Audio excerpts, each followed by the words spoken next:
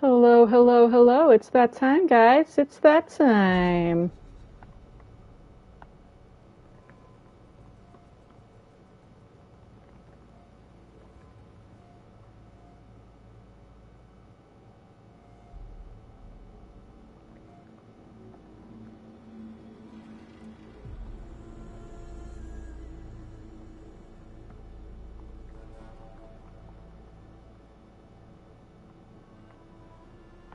All right.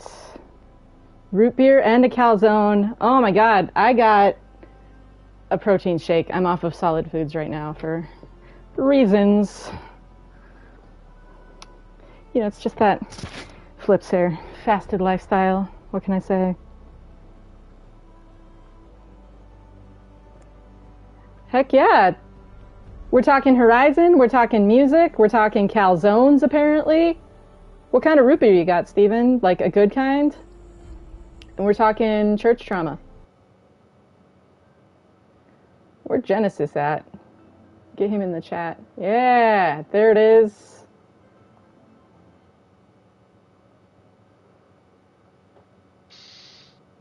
What is up? We are live. Nice. Hanging out. We got a good group of people in the chat already. Right. Klaus just finished the main story of Forbidden West. Hey, how did you like it? Plus much side. Still got side quests to go? What do you still have to do? I can't spoil this one for you then. You've never played it or seen any gameplay. We're still really early. Yeah, it's very sad that he was one of the lead producers on this game, and the memorial they put in the second game for him is very beautiful. Every department came out and wrote or composed or created something dedicated to him. And there's an Easter egg in the game where you can find a beautiful memorial that's going to preserve forever in the video game for him. Beautiful, beautiful. Very tragic. Clearly a well-loved person that people put so much of their artistry and time and effort into memorializing what he meant to them. It's really beautiful. Very sad to look, like, think that, like, someone who's so clearly loved was lost. But it's a beautiful tribute to them. All right, what were we doing? We got to Mother's Crown. Did we go to Rost's grave last night before we got here? I think we... I know we went. I don't know. At one point, but I don't know if it was after we did Revenge of the Nora. You know, let's check out just in case. Okay. I'd rather just fast travel there unnecessarily. Mm-hmm.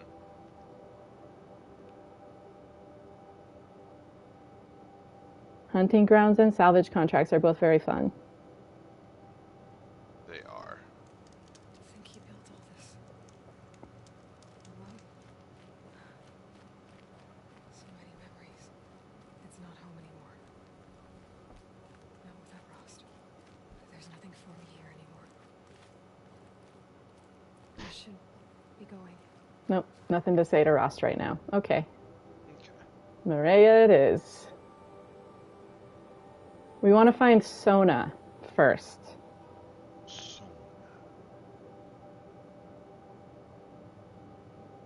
Yeah. Send them to me. Do you have Twitter? I'm the same username on Twitter, at SIENOEL. Send them, my inbox should be open.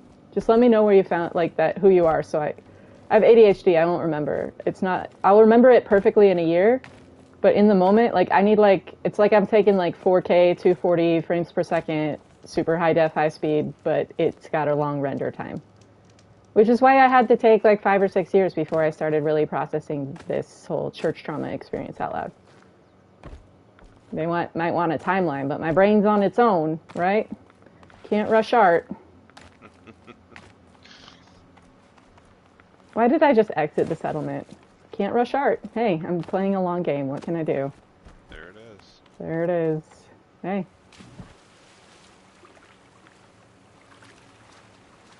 It might seem like it's one thing.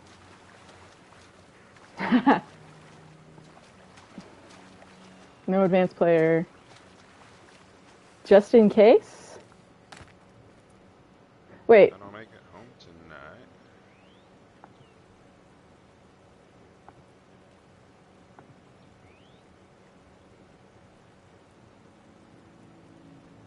Oh, some of it as I'm speaking generally, not just to you, Klaus. So I've got Genesis in the chat here on voice chat. We've got Steven here. We've been kind of we've been in kind of a conversation stream to stream nightly. So we're on like number 7 of nightly stream, just talking about church trauma and family trauma and community and etc. All right, Sona. Oh, I could talk to you too. Let's talk to her. What happened to you, Hunter? Are you all right? Oh, I'm grateful for this wound. It's a lesson I won't forget. And you should heed it too. How's that? Damn, that's a fact. So intent on my prey that I didn't see where I was going. Right to the threshold of a cauldron. What up, Genesis? What up? Got this lesson, hard-learned lesson. You A mentioned scar on her face. before. What did that wound teach you? As I stood before the cauldron, Trace the wounds, right? I scampered off and I stared, dumb with wonder. What does that look like? For a moment, I was a child again, wrapped from stories told by hunters at the campfire. I had a powerful desire to see what was inside. That's when the Watcher attacked. Cauldrons are guarded, you see. I barely fought it off and got this scrape as a reminder. There's a reason the matriarchs forbid those places, and not just because they're dangerous. We weren't meant to see what's inside. You weren't meant to see inside. To see what's inside. See to that. But for a moment, you felt something. A sense of But for discovery. a moment, you felt Are you so something. sure it's a bad thing? Has to be. I love this game so much. Wouldn't have been punished. Oh yeah, send me the screenshots on Twitter of the. You said you took some that you thought I might like. I would love to see them if you send them on Twitter. At SIENOEL.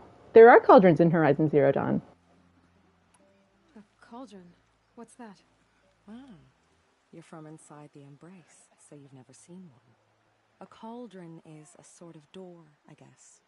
No one knows what lies beyond. Some say machines are made inside. Others think they're dens of evil, where the spirits of the metal devils linger. Same thing, I suppose. Whatever they are, they're forbidden. Forbidden. Where can I find this cauldron? My point is, you shouldn't. Then describe the place I should avoid. You're a clever one, but not so clever as to heed my warning, I see. Fine, you're grown. I can't stop you. It's dead north of here, past the red drifts, built into the side of a mountain. Just remember... Epsilon. told That's you the to one stay I away. forgot. Fun fact, in the sequel, the cauldron names spell the name of the designer who made them all. And she's back, Yes, they do. unharmed. Where's that cauldron again? Which North is of here, actually past pretty the red awesome. drifts. Hell yeah. Like, I'm They tell you to actually be really careful, but the Good water on him for surprised sneaking he that in did there. that. I'm more proud that he got Ashley Birch to have a voiced "It's dangerous to go alone. I should take these." Easter egg in the game if you know how to unlock it. Only if you real ones know how to open the door. All right, let's talk to Maria and then find Sona. Quiet lately. Thank all, Mother. I'm preoccupied. My brother is ill. Should have got out of there. I can't wait for Trying such to a test time my when we all patience. come together again. We've seen enough trouble around here for a we don't need more. So, you're Aloy. I've heard about you from the war party, the hero of Devil's Grief. One of them, maybe. I didn't fight alone. You're Maria. Varl told me you'd know the way to Meridian. The Karja capital. West will take you to it, but their soldiers will stop you long before you get there. They can try. No, what I mean is there's a Karja fort that guards the pass between East and West. Word is, the Karja have sealed the gate out of fear of the corrupted machines infesting our sacred land. So if I clear out the corrupted machines, they'll open the border? I suppose. But I can't spare any braves to help you. Who said I needed help? You'll clear the valley, all by yourself. I'm good with a bow. For your sake? I'm good with a bow. Fun fact, I took archery lessons from like a really highly respected coach who has coached Olympians. So you're in charge of the defenses. But I just knew him through my dad. Council. Though she really should rest. Good luck convincing her to do that. Mother's crown defends itself. During the war, it survived 15 assaults, broke 3 invasions. We will endure. Trying to live up to glorious pasts has a way of getting people killed. You wouldn't know this, but I won the proving the year I ran. Like you, I started off behind, had to find a shortcut. I barely made it, crossed the finish line with a broken ankle. This isn't the proving, Maria. This is real. You missed my point. Getting posted to Mother's crown? It was the boon I requested. My prize for winning. Trying to live up to the glory of the Nora hasn't killed me yet. But if it has to, I'm willing.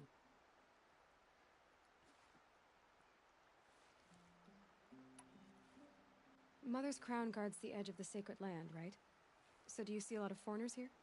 Yes. Not here in the village itself, of course, but in the valley beyond. Since the war ended, foreigners have been allowed in the valley, and Nora can trade with them, if they choose. It's a kind of in-between place, neither foreign nor sacred land. If you're curious, visit Hunter's Gathering. It's little more than a heap of dingy shelters and tents, but foreigners use it as a way station. Sounds like a place where I could find out more about Meridian. How far has the corruption spread? I've seen it myself in machines at the head of the valley, and there's been word of corrupted machines in the south, too. Whatever the corruption is, it doesn't just affect machines. It burns flesh and sickens the injured. Do the corrupted machines have any weaknesses? Fire seems to affect them more than ordinary machines. A small mercy. This is a curse only the goddess can lift. Unless we find out what's behind it and put a stop to it. The matriarchs have spoken, Aloy. All we can do is fight and pray to the goddess. So I'll find this Karja fort to the west? And beyond that, Meridian? Yes, the Karja call the place Day Tower. It's not far from the Forsaken Village. What Forsaken Village? It had a name once, not that it matters now. I was born there. What happened to it? The war. The Karja destroyed in one of their red raids. I was 15 at the time. I got away, others weren't so lucky. The Nora withdrew to this place, Mother's Crown. Relinquished our claim on the valley. Even now, with the war behind us, we've left the valley be. A kind of buffer between the Sundom and our sacred land. I should be going. All right. Be careful out there, Aloy. I hope you find whatever it is you're after.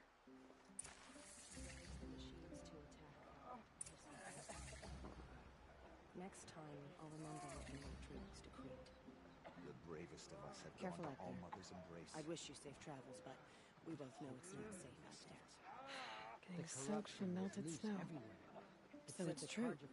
You struck at the killers deep in the heart of Devil's Grief. I hope it's the last we'll see of those killers on Nora Land. But you still mean to follow them, beyond the mountains? The killers, this corruption, they're all parts of the mystery I'm chasing.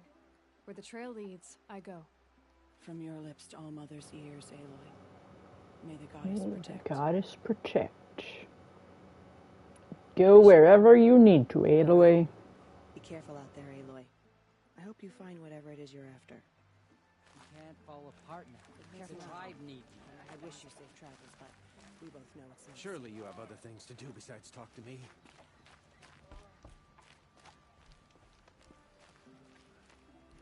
Genesis, how you doing tonight? You know, I'm actually doing well.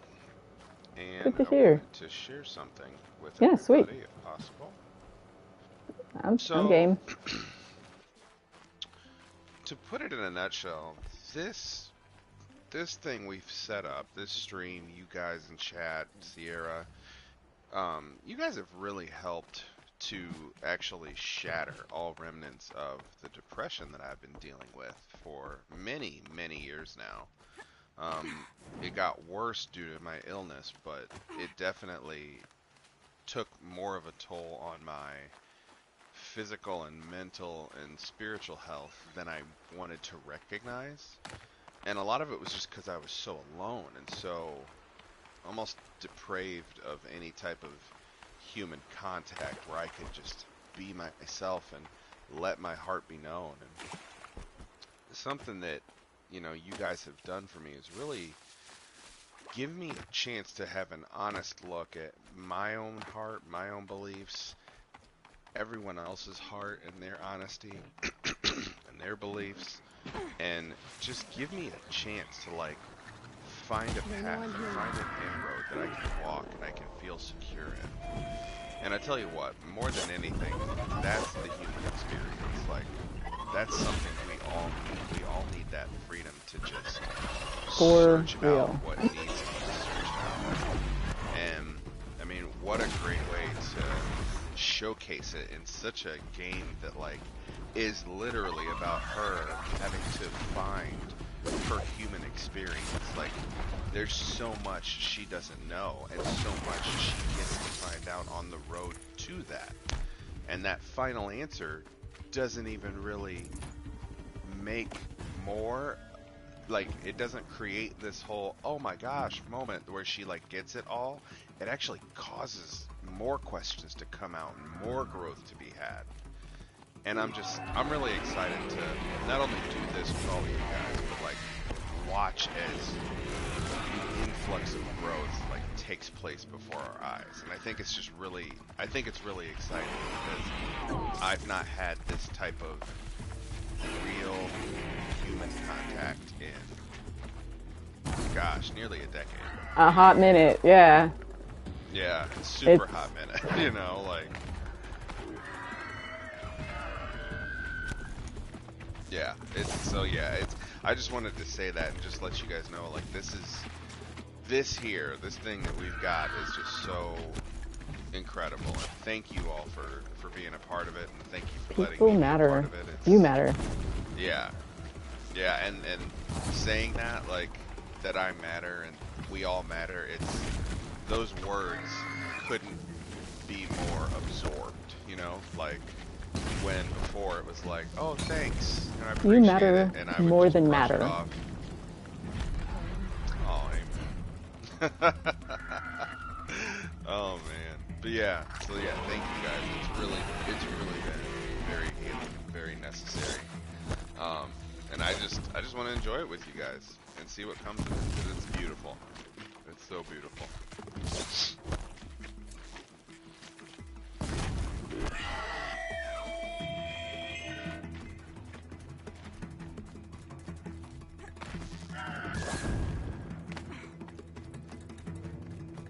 Thanks for sharing that.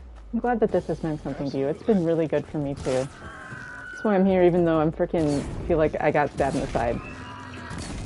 Straight up. I don't know what's going on with my liver.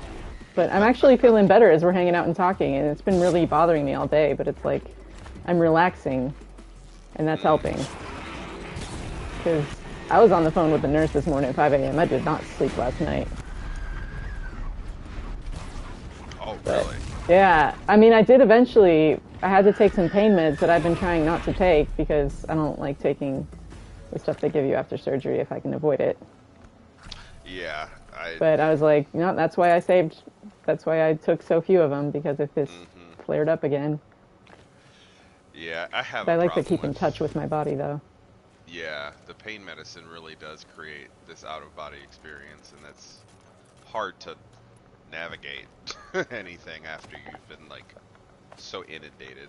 Well, the thing is, like, I'm in a lot of pain, don't get me wrong, but I finally start, like, wincing was gallbladder inflammation, which I'm told from 2 people who have experienced it and also born 3+ children each, that is as bad or worse than labor. That's when I start wincing. Wow. So people don't realize how much pain I'm in all the time because I'm just used to it. I have a pinched nerve. I get migraines. My jaw gets locked, and the nerves in my jaw get really entrapped, and then that hurts like down my sternocleidomastoid into my masseter and my scalenes, and then that traps the brachial plexus, and it's a whole thing. Like, it's like a cascade that takes like 2 weeks to play out and happens whenever I have my stress elevated. It's super fun. And so I'm just like, this is like, oh, this hurts a little, but I'll live. But it's also, I can't take a deep breath right now.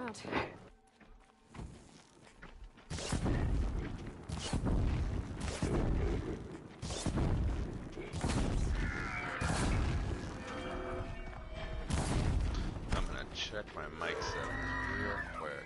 Steven says mine are pretty low.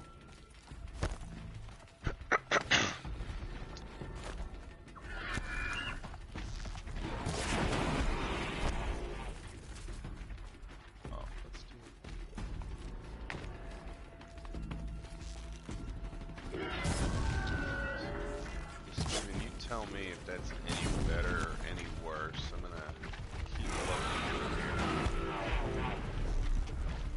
Perfect.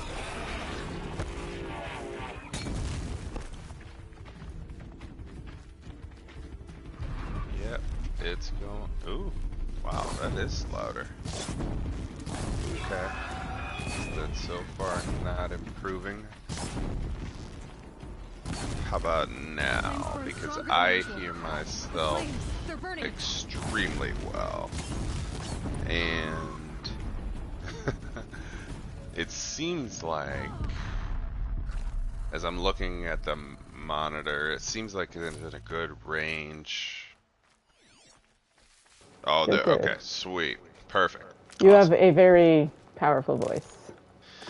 Thank you. And I would love someday for this powerful voice to soothe the hearts of many as we travel the distance together. This is GPR. Ooh. Ooh, yes. The smooth stylings.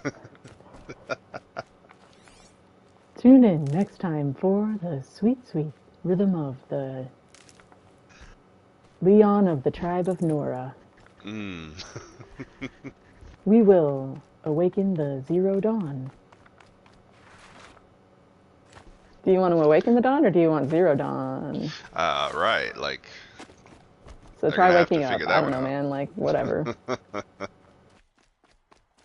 Guys, how many more ways do we need to say it to you?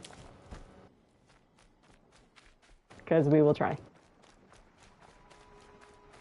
You don't give up on family. Amen. No, you love family to the end. To the end. You know my grandma has 400 sons from Sudan?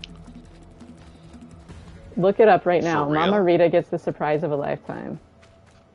Queen Latifah Alright, show. I'm doing that That's right my now. Nana. With Reese Witherspoon and Queen Latifah, and Will and Jada Pinkett Smith gave her 10 grand to her charity. They are my uncles. They only brought 50 of my uncles onto the show. Who do you say I am? Who is my mother? Who are my brothers? Guys, don't make it a mob family. Make it a family family.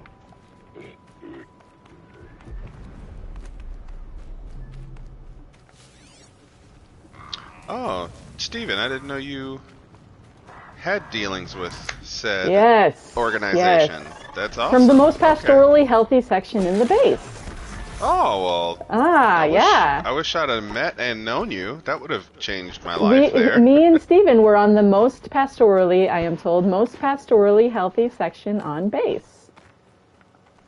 Who do you say they are? But someone told me most pastorally healthy section on base.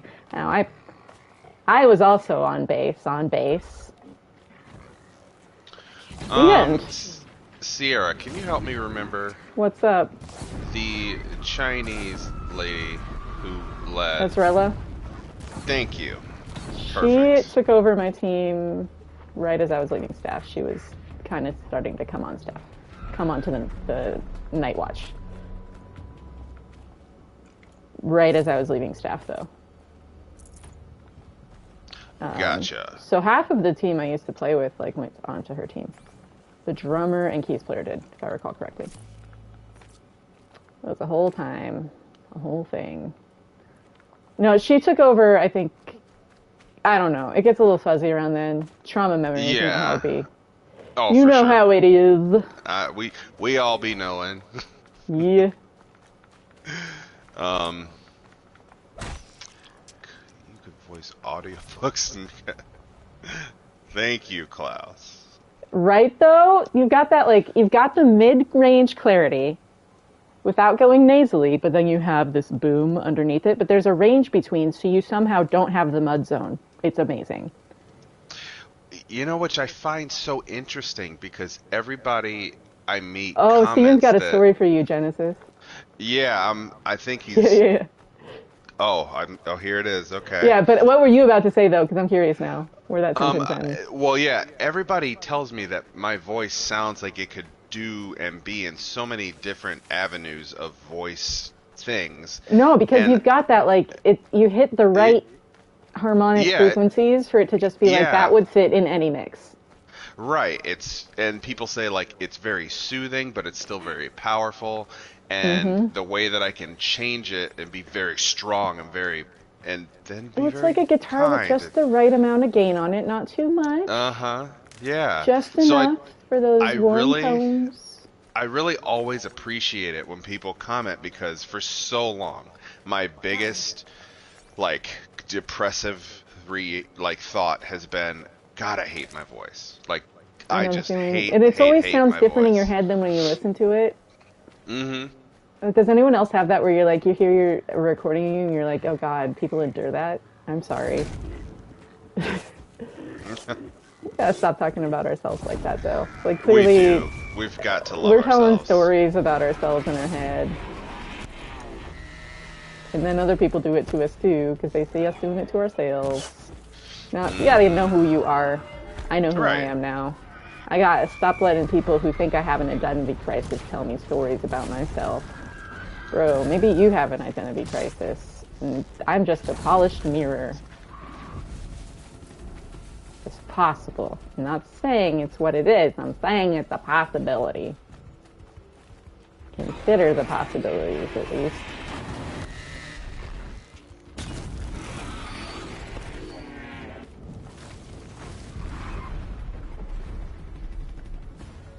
Sweet.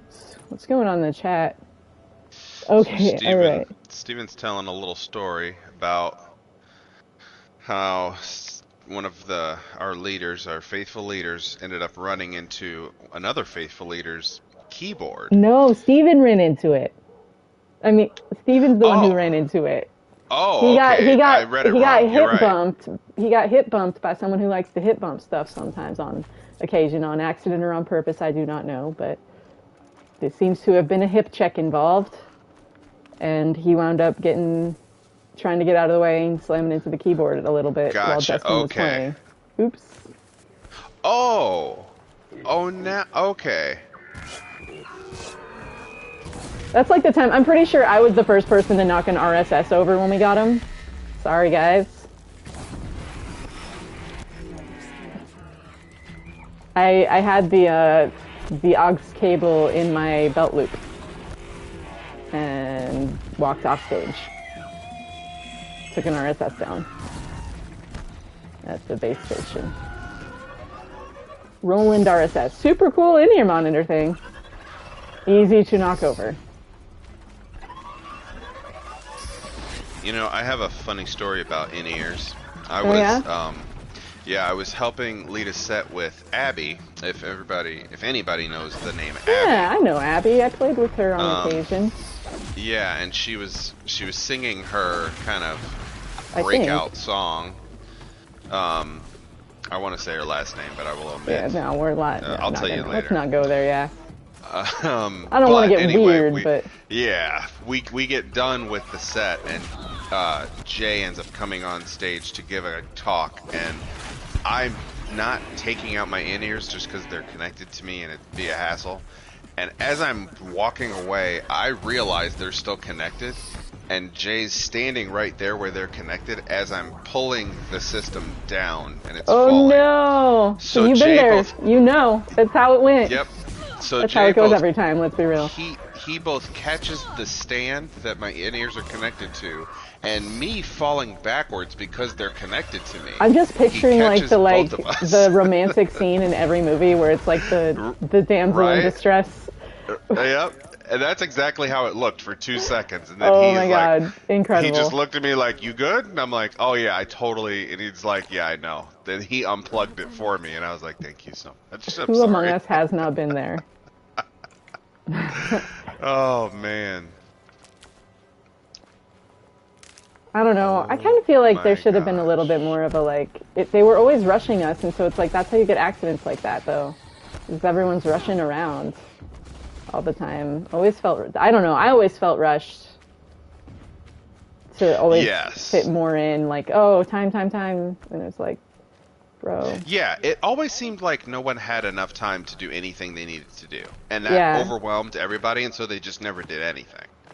Like, I was definitely one that I was like, I was given 15 tasks, and I might do 3 of them because I only had 2 hours. Yep. And in reality, I probably had the whole day, but they made it sound like, nope, you have like 20 minutes. Really get it done. I'm like, well, you're not going to see things. Yeah. Only had a time I had an opportunity to play on set with Justin's team. I just played an entire night watch, 6 hours, super healthy, and I had to decline. Oh, that's a bummer. That's hard. It's hard to get off the night watch because they're so understaffed that you spend all your night subbing, and so when anyone needs a sub outside, it's like, I've already played 8 sets today, guys. I'm sorry. What was my record? I think I played 8 sets one day. I would do a bunch of Hope City. No, the most I did in a row was 3. Maybe 4. No, I used to do 4 in a day, but not 4 in a row once a week, though. I would lead, I would play keys, I would sing, I would play drums, I would play bass. I did everything you can do at Hope City. I played 17 sets a week for a while. Wow. Yeah. I really liked that part of my job. It was the workplace that made it impossible. They literally made it impossible. They really did. Literally changed rules just to hold them against me. Made it impossible. Yes. And that was there was like 2 IHOPs. Or 2 Right. or more IHOPs. Where there's like a 2 or caste more. system almost. Yeah. So there's like rules for you and rules for everyone else. And I've talked to people and they're like, oh, I had, like, no one ever did anything like that to me or around me. And it's like, yeah, because you have people that could defend you. Right. And people There know were that. actually people They there know that- that. yeah. They were aware. I can't judge what goes on inside of other people's hearts, but why does that only happen to people who have no one around them? Like, somewhere inside I feel like someone has to know that that's what they're doing if they're doing that to someone. Because why do you treat people differently depending on if they have family around or not? It's weird. I needed that. Like, it's tangible. Mm-hmm. So I think the most I did in a day was 5 in a row. And the most I've done, period, like maybe, I don't know, in a week, was probably, yeah, like 17. I think that's pretty normal. That's given it, Yeah. like, a lot of leeway. Which I didn't do 17 every week, but I averaged like 15 to 17 a week. There was some that I Right. had pretty standard. I was basically like the evening-based sub. I played the evening FCF with like Ryan Kondo all the time and stuff as their like Sentry's like stand-in. Which, dude, that section was cool with all them. Like, there was a period of time when that section was super cool. I was like Matt Gilman's go-to base sub, Audra's go-to base sub. Like, I loved the evening section during those days. That was that was a whole different experience. When I was just subbing, it was great. No one was trying to control the minutia of my life. Right. Plus, Mosley's were cool section leaders. Yeah. This. Miss them. Chill people.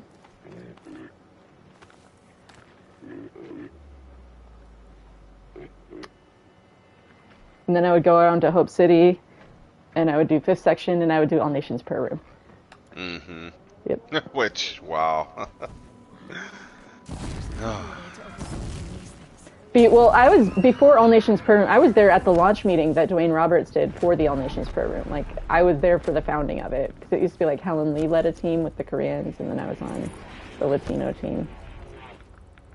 Which was fun, because we got to play the frickin' Spanish flamenco scale all the time. Uh-huh. Although I had been Yeah. intending something to be more on this, like, with a major second between the 1 and 2.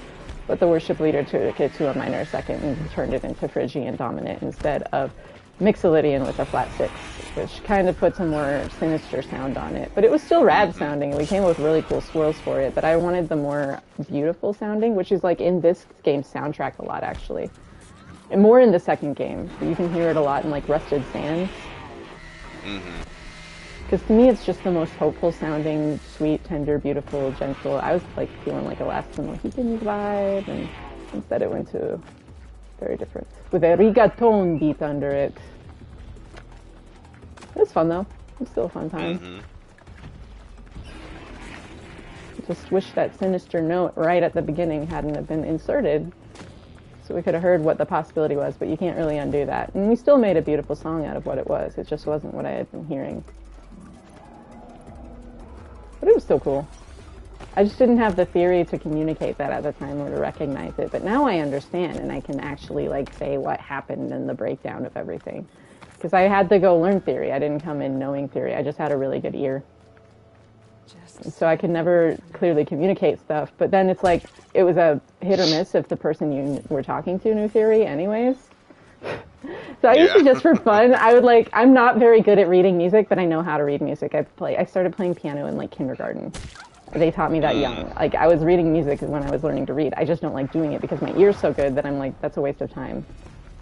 I could just hear things. I don't need to read this music. Just play it for me once. Right, yeah, just My sister and I both got in all sorts of trouble at piano lessons because we would just like wait until she would play it, and then we would watch her hands, and then we'd sit down and play it. Right, and she'd be like, I just wait need a to see you minute. do it. I just need to see you do it once. My brain has better shortcuts than these freaking words on a page, man. Like, I'm Right. sorry yours works differently, but this method doesn't work for everyone. And that's Yeah. how religion felt. I quit piano because of that. And now I wish I had learned it, but the method got in the way of the art. And, like, it's important, I get it, but, like, you want to teach someone to Yeah. spell words before they're allowed to speak and slap their hands if they don't? Bro, that's not a way to get someone loving music. Exactly. So I quit piano Especially- lessons and I took art lessons instead, and then that was useless. And so I just taught myself art, because all that was we only did it like twice, and all she did was bring supplies and tell us to like draw a cat, and I was like, I can do that at home by myself Right. for no That's money. not- This is stupid. You're that's- not teaching me anything. Right, you're not, there's nothing for me to learn here. Which is exactly the same way I learned music. Like, I have a music book and a piano here at home, and I look at it and I'm just like, bro, these signs, these symbols, they don't mean anything to me. Like, let me hear this. If I can hear it, I can put it down. Like, I can make it happen. And so I would just have an earbud in and just be listening to like soundtracks, like the Star Wars soundtrack, and I'd just be like playing the Star Wars soundtrack. And my mom came in one day and she's like, "Are you playing the piano?" And I was like, "Yeah." And she's like, "What? How?" And I'm like, "I'm just listening to it in my headphones." And she's Yep. like, That's how "You're I taught kidding." myself And I'm guitar. like, "Yeah, that's how I play." Like, I had tab books, and I was like, these are stupid. oh, you got Not failed on stupid, your they're vocal useless. audition? I failed my vocal audition. I've performed at Carnegie Hall, but yes. The same stage as the Beatles and Tchaikovsky, but I cannot sing on the same stage as Misty. But I did everything else on that stage, and I eventually got to a point where people just respected me enough to not need me to be approved on things, you know? The cast, I moved up in the cast system, the IHOPKC system. That's what happened. Which I get it. You do have to like show competence, but it's also like Yeah.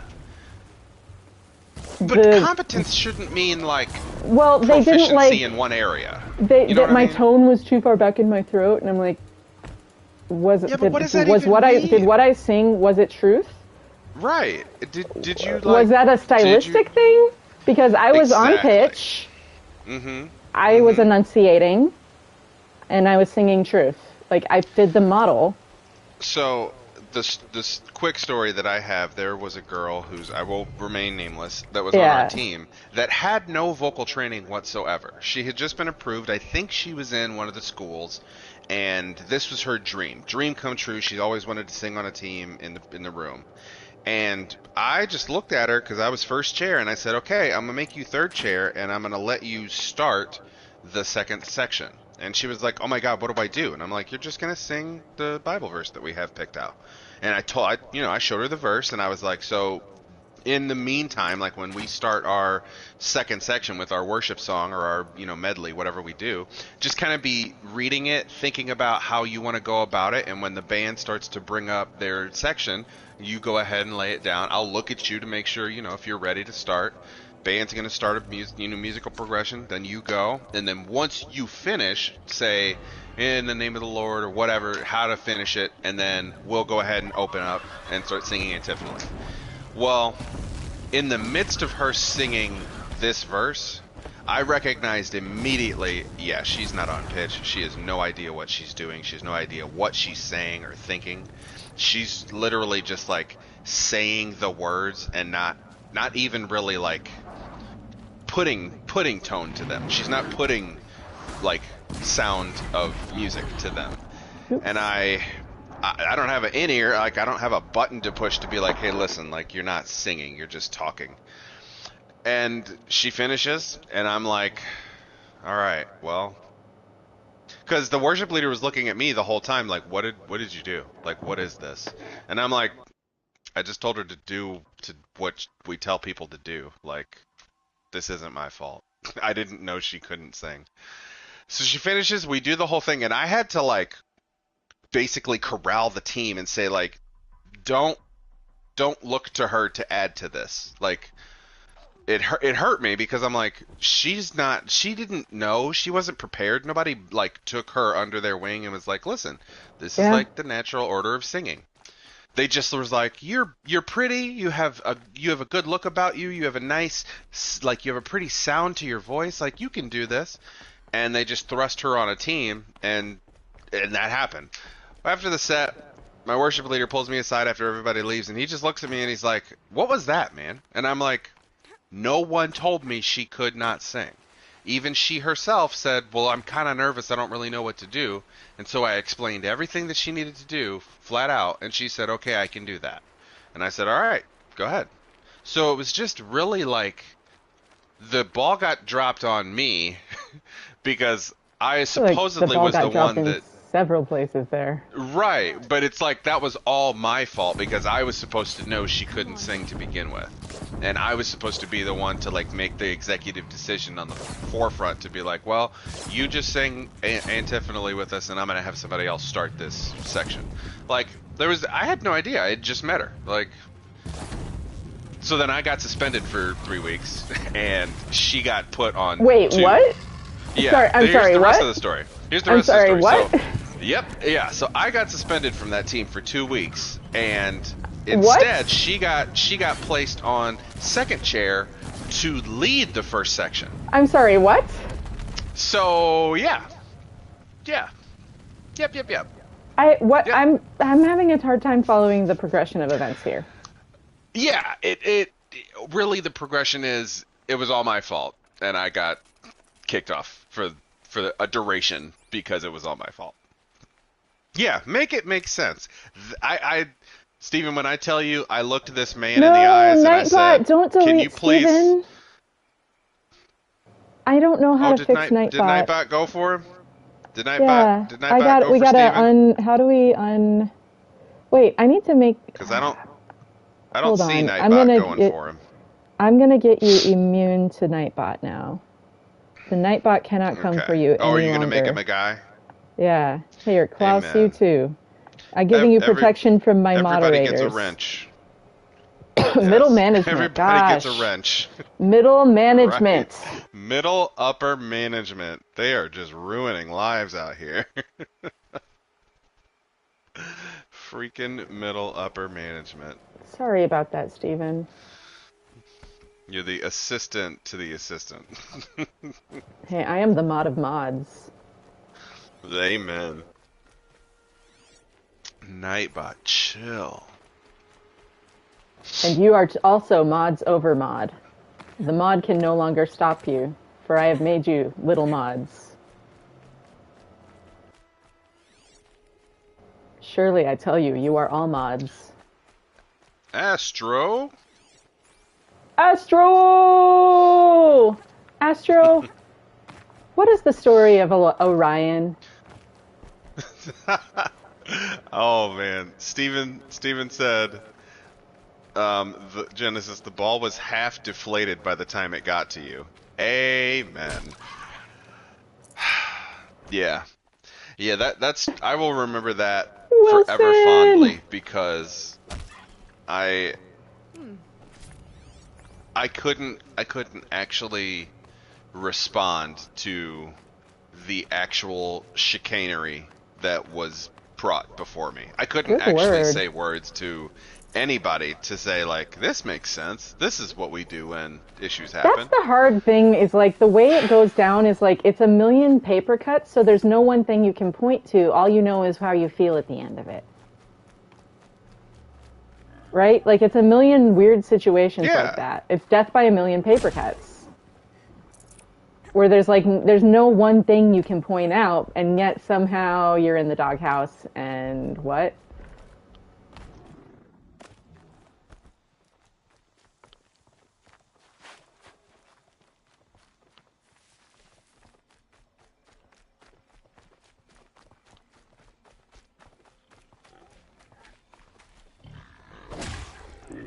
Could have put up a fight.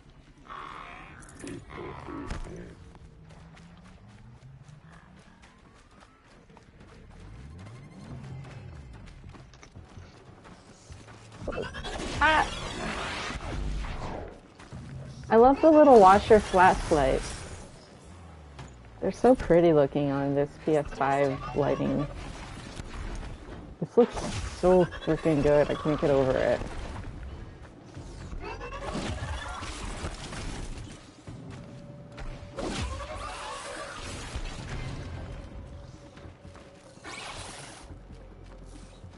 Look at a little puppy!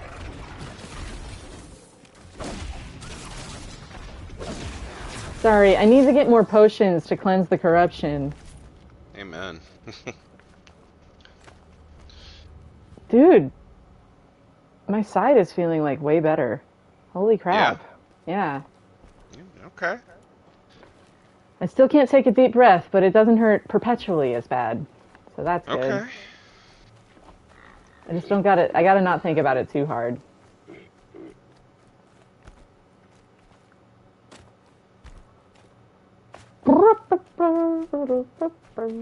Look at how pretty this is. Driving around Sedona with the soundtrack of this game on is life-changing. Astro, how is the weather out there? How is everyone, like, where's everyone relative to this storm? Because that mess, one, climate change is real. Two, It is. 100%. I hope you are all safe. Yeah, it's negative 39 outside right now, of and blankets. That's never happened. And we're just in here. That in is a fire. Dakota weather. Yeah, it quite is. And in St. Louis area. And let me just be the first to say, it was. Do you have water like dripping from your degrees. tap so that it doesn't freeze your pipes and burst? Because there was this person whose pipes burst in their house when I was living in Kansas City, and it flooded the whole house because they were on vacation. But it was so cold outside that it also insta-froze, so it froze their whole house. Their whole house was a frozen block of ice. It was insane. Drip dry your tap. Oh. Wait, where am I? But without these explosive arrows, they'll be torn to shreds. Not my problem. Unless someone wants to pay me to pick up the pieces. Surely you have other things to do besides talk to me. Where I come from, that's a compliment. 33 years ancient. I'm 35 years ancient.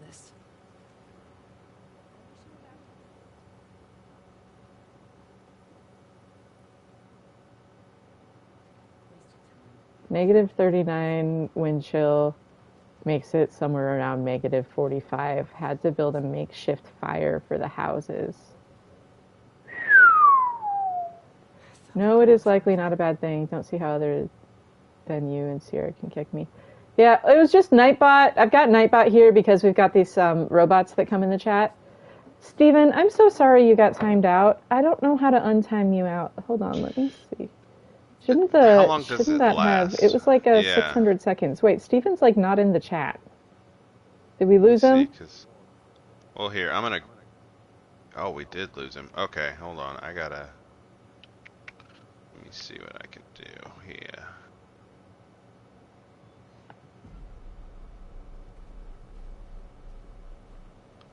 Wait, you have horses, Genesis? Yep, we got 2 horses. I want to hear about your horses. Okay. So. What colors are they? So there's 2, and one What is a breed are they? darker brown. One is an Arabian, and one is a Tennessee Walker. Freaking Arabian? I do have a freaking I think Arabian. my dad got a Tennessee Walker. I don't know what breed Mister's Traveler was. Misty for short. That's awesome.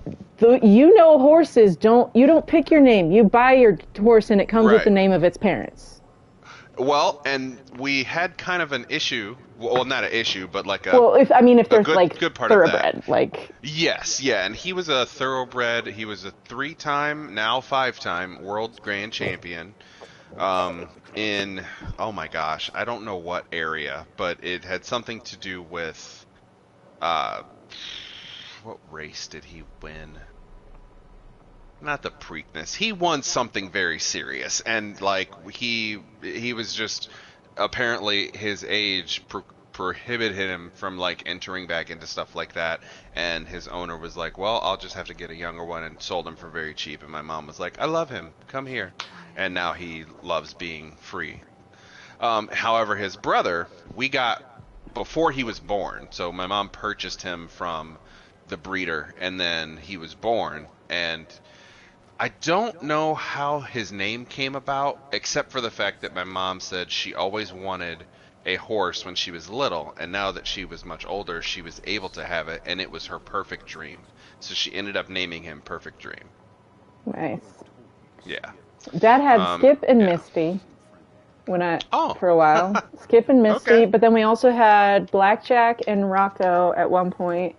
Ah, we had a white horse when I was a little kid, but I don't remember what that one's name was. Well, Rocco was paint Okay. with brown splatches, and then so was Blackjack, but Blackjack was roping trained. I like to ride Australian saddle or Western with split reins if I can get split reins. Honestly, and better than Australian or Western is nothing. Nothing with split reins, bareback. Barefoot and bareback on a nice Wow. Texas spring day, Okay. riding through a puddle that's practically flowing like a stream. I missed that. That was like the last time I had a really good ride. Where I actually just got... I had a friend in college who had like a 130-acre farm. Their dad was like a ER doc, but also like a full-time rancher. They had like 90 or 100 cattle. And I would go there and ride their horses. Wow. It was a beautiful respite to go see them and ride their horses and hang out. Shamans say the herds move this way. They had a bunch of dogs, bunch of horses, goats, the works, and a bunch of cattle. And go out on quads and on horses. My dad always promised that our life was going to be like that. And then it didn't really happen. He did get the horses in Oklahoma, but he was only on like 5 acres, and I wasn't speaking to him by then, so. Yeah. I miss riding. Yeah. I miss the summer when riding is more Yeah, no, feasible. like, Yeah. although I can imagine like going out after a fresh snowfall on a freaking Arabian horse. I want a Frisian. If I ever get like my own place, I'm gonna get a freaking black Frisian and I'm gonna keep the hair nice and curly and epic, just like mine. Black Frisian horse. He's gonna be like 17 hands tall, or something mess like that, right? Aren't they freaking massive like that? I went to Busch yeah, Gardens and I saw the Clydesdales. Yes, they are. Oh my But they're gosh. smaller than Clydesdales, but they're big. Friesians are big boys. Friesians are big, thick boys. They really are. So But I know it's smaller than the there's Clydesdales. Yeah, but there's a almost as Clydesdale big. camp. There's a Budweiser Clydesdale camp. See, that's what 2 hours Busch from where Gardens I had live. the Yeah, the they Budweiser Clydesdales.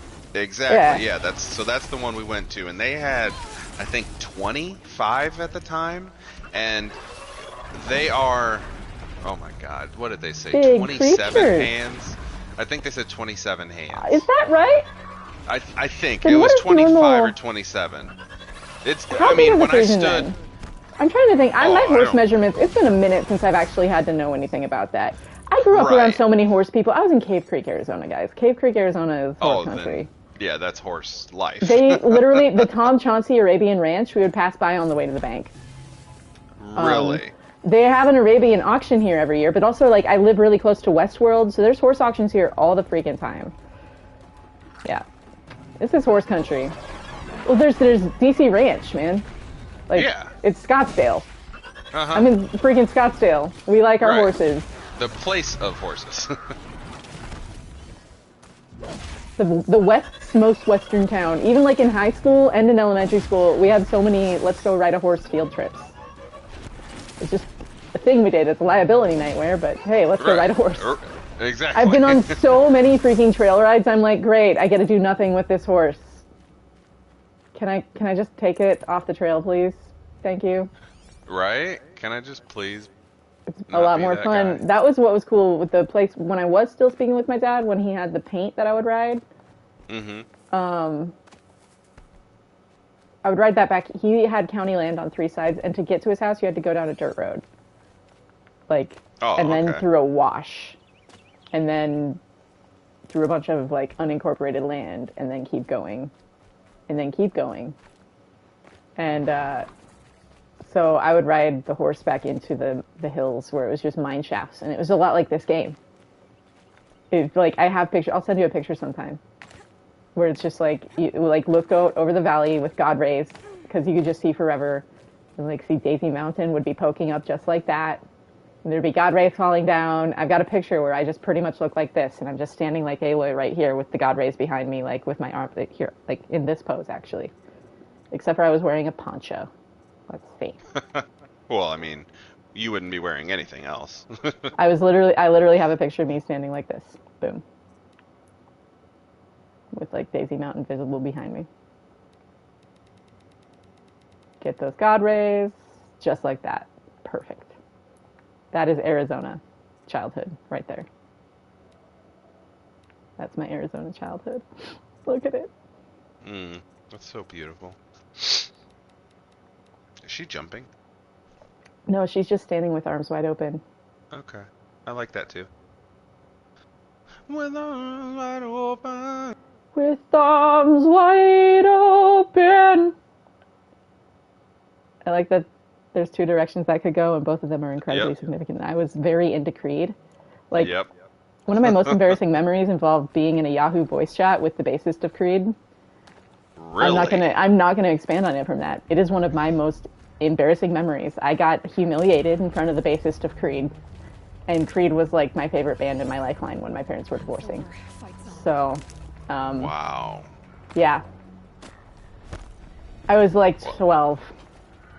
I have a tendency to go super mega fandom, okay?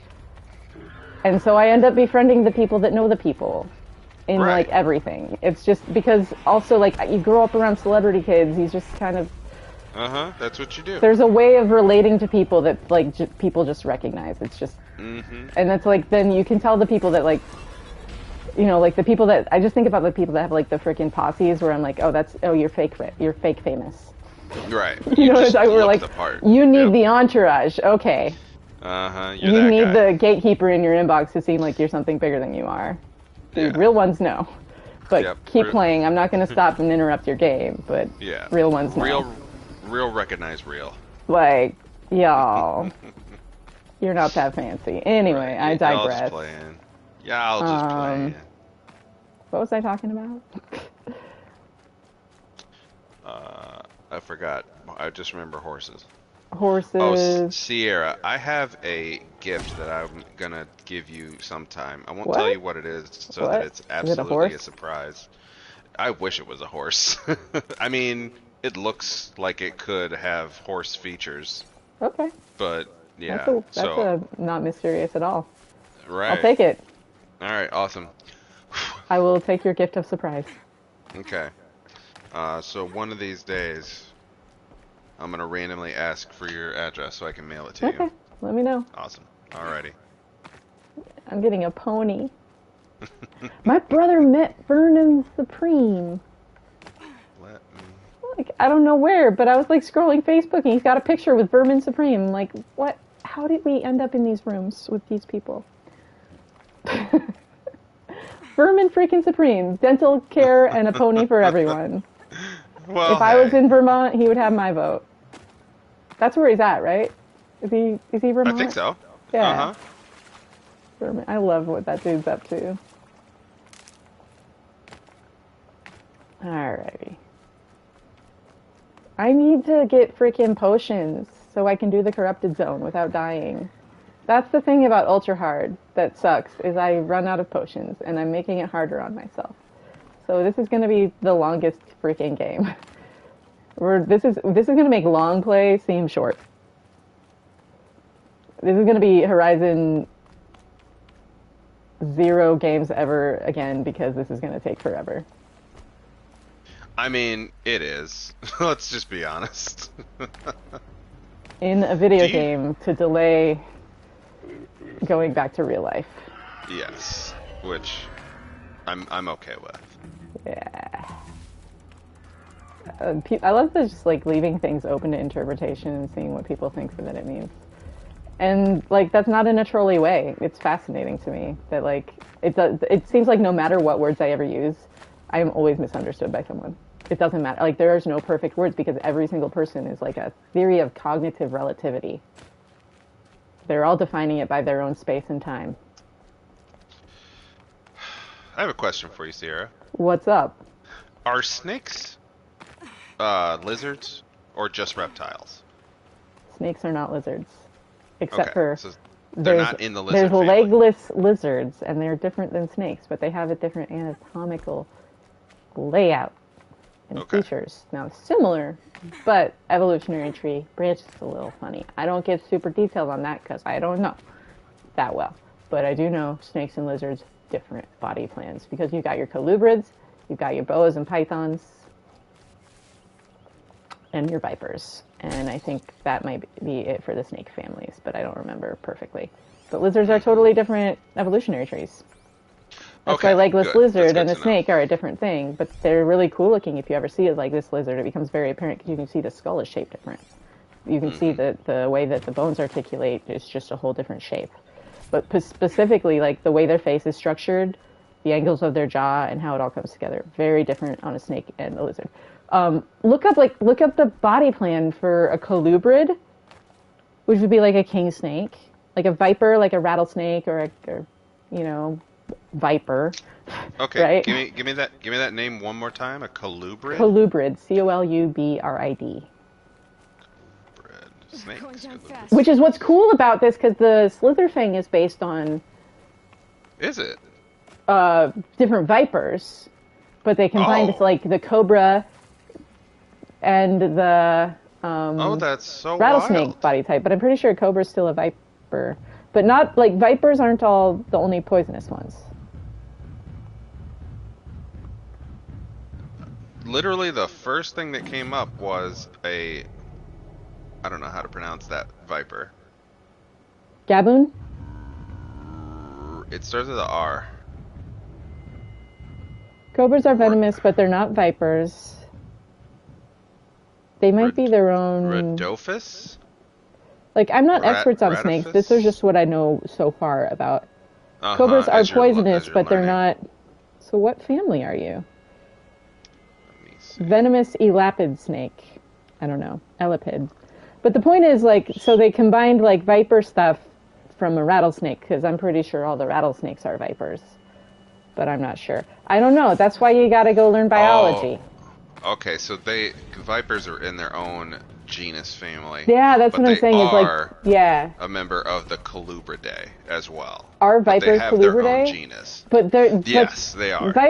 Interesting. So that's where it gets all weird for me, and I don't know. But there's like different ways of taxonomizing it depending on if you're like talking to like, because then there's all this stuff with like breeders as well, where you start getting into like het, pied, enshi, banana, roadblock, and it starts sounding like weed strains.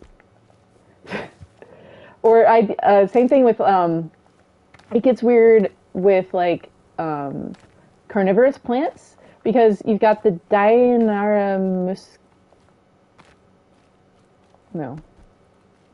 what is the Venus flytraps, even all the different types of Venus flytraps you see are all the same genus and species. But when you start getting into pitcher plants, you start getting Nepenthes, Sarracenia, Helianthora, or Leucophilia, or Purpura, or I mean Sarracenia. See, it's been a minute. I'm like trying to remember even any of the words, because then there's like Nepenthes Thingolana Balirang is the one I really wanted, but I'm like, that's a lot of really weird syllables I never hear in any other combination. Right, you're like, those aren't supposed like, to be in that order. Nepenthes Thingolana, and I don't know, I've only read the words. Right, you've only ever read them in the I had one definition, though, like, I twice. just didn't get, it never grew very big, and I moved away from Missouri, and so it was harder to get it the right conditions here, so it died. But I had Ventrata. But I don't know, I never looked into which is genus and species and what's just the breeder names on those. But it's very interesting to see how those lines are drawn. Like with snakes and lizards, like where's the lines drawn on all that? And the way they figured out is like they look at like the actual family tree. They look at the genealogy of the plants. Like that's all evolutionary trees are. It's a genealogy. Looking at families. It's a family tree. And it's very interesting to like think of things in that way, where it's like it's not a hierarchy like we want to make it. It's a family tree with cousins and offshoots, and like it doesn't always move in the direction we want it to move in. Especially if you start thinking of like stuff like if you're just trying to chase like mitochondrial stuff, then you can only trace that through offspring of an ovum-bearing human parent. I can still get the upper hand. Because that's where the mitochondria come from. And that's very interesting shit. To be like, oh, so if you're like looking at certain DNA stuff, like that's a way that you can just trace family tree stuff. Or like you literally look at like, okay, well if this DNA is in all of these, then it had to share a common ancestor. That's the same way you do with humans. We just do it on a bigger level. You can literally see it happen with fruit flies. I've inserted DNA into fruit fly DNA, into like some bacterial DNA, to see the results. Because you get a plasmid. You don't do it. I didn't do it to fruit flies, but I did it to bacteria. And you run the cell or the gel or whatever it's called, and you look at the plasmid insert itself into the thing that you grew in the agar plate, and it's very interesting. It's evolution and gene replication and modification and shit in action. And it's like, well, you can't tell me that all the evolution stuff is a lie because I've literally seen it play out. Like, I have a science degree, guys. Right. So it was just really frustrating coming to a place like that was always trying to be like, well, that's not true. And it was like, you didn't even take the time to understand it before you dismissed it. I have. And I can't find a reason to dismiss it. And the only people who are dismissing it are the ones that haven't taken the time. So, but no, that's just the intellect of man. Guys, stop it. I'm talking to the watchers, of course. The watchers on this broken down wall that I'm fighting here in the game. I see now. Game. Okay, yeah. Sorry, I was looking. Yeah. I was looking at snakes. Oh gosh. You know I have 2 snakes. Yeah. Is that what you asked? That is why I asked. I'll take it. How are we doing in the chat? Oh, welcome back, Steven. Sorry, Nightbot murdered you. Hold on, let's visit with the chat real quick. Yeah, chat's getting pretty serious. Yeah. Steven and I are having a good conversation. I'm gonna try and get to Klaus real quick. Oh, wow. Yeah, I'm catching up on what Steven was talking about with your parents and adoptive parents. Damn. How do you feel about all that, man? What do you do with... Yeah, what do you do with that? That's a great question. I'm still trying to figure that out with my own family. I don't talk to my dad. He's out of my life. I tried, but he just proved himself literally unsafe to me time and again. He almost like destroyed everything I owned on multiple occasions. So, just like, you know, I'm gonna go ahead and not there. Horse country, yeah.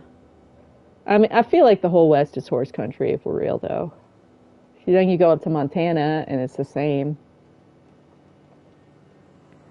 Midwest, where we have horses scattered throughout. I have never eaten horse meat.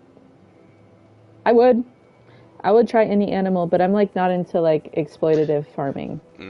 Yeah, horse meat would be a tough thing for me. What's the weirdest thing everyone's ever eaten? Or just most unique to where you're from. Let's put it that way.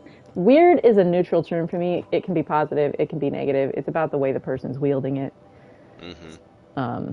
So the weirdest thing I've ever eaten and enjoyed is blowfish. Now, blowfish. Yeah. Now, I didn't know it was blowfish until after I ate it. And then he told me that, like, yeah, if it's not prepared correctly and it's still poisonous, you could die immediately. And I was like, sir. That's But funny. it was like, no, I took care of it. I handled it perfectly. Yeah. You're not going to die. That is some trust. Yeah. I mean, it was this Asian food market, and I was just like, oh, I've never seen stuff like this. Like, can I try it? And he's like, yeah, everybody gets a free sample. So I loved it, and he was like, I can't sell it to you because you don't know how to prepare it. I've spent 30 years trying to figure out how to prepare it properly. But I can let you taste it here in the store. And I was like, well, it's delicious. And he's like, I know. And I'm like, I've lived a new life today. Astro dried crickets?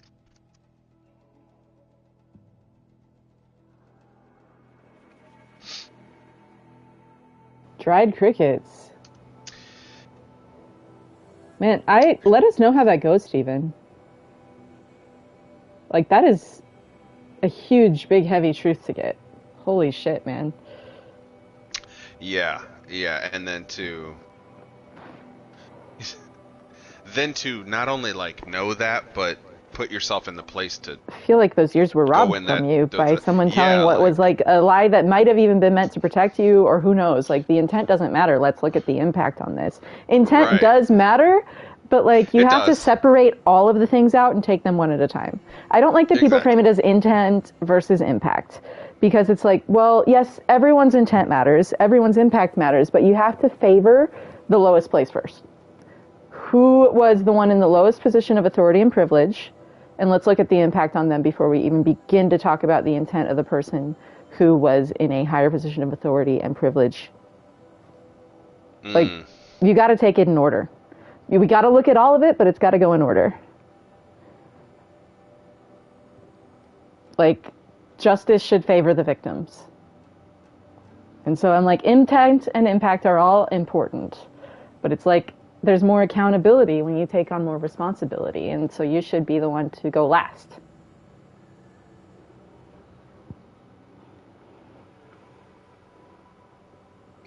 I think Klaus is going to add us on PlayStation. I'm going to Sweet, yeah. Go for it. If I got a notification. Chewy. Okay, dried crickets. But I gave him our I've had gator. I've had gator two different ways. I had it as like little gator nugs. Okay. Was it good?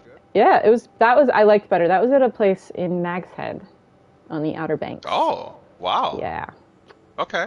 Yeah, I had mine in Mississippi. I think it was at Dirty Dick's.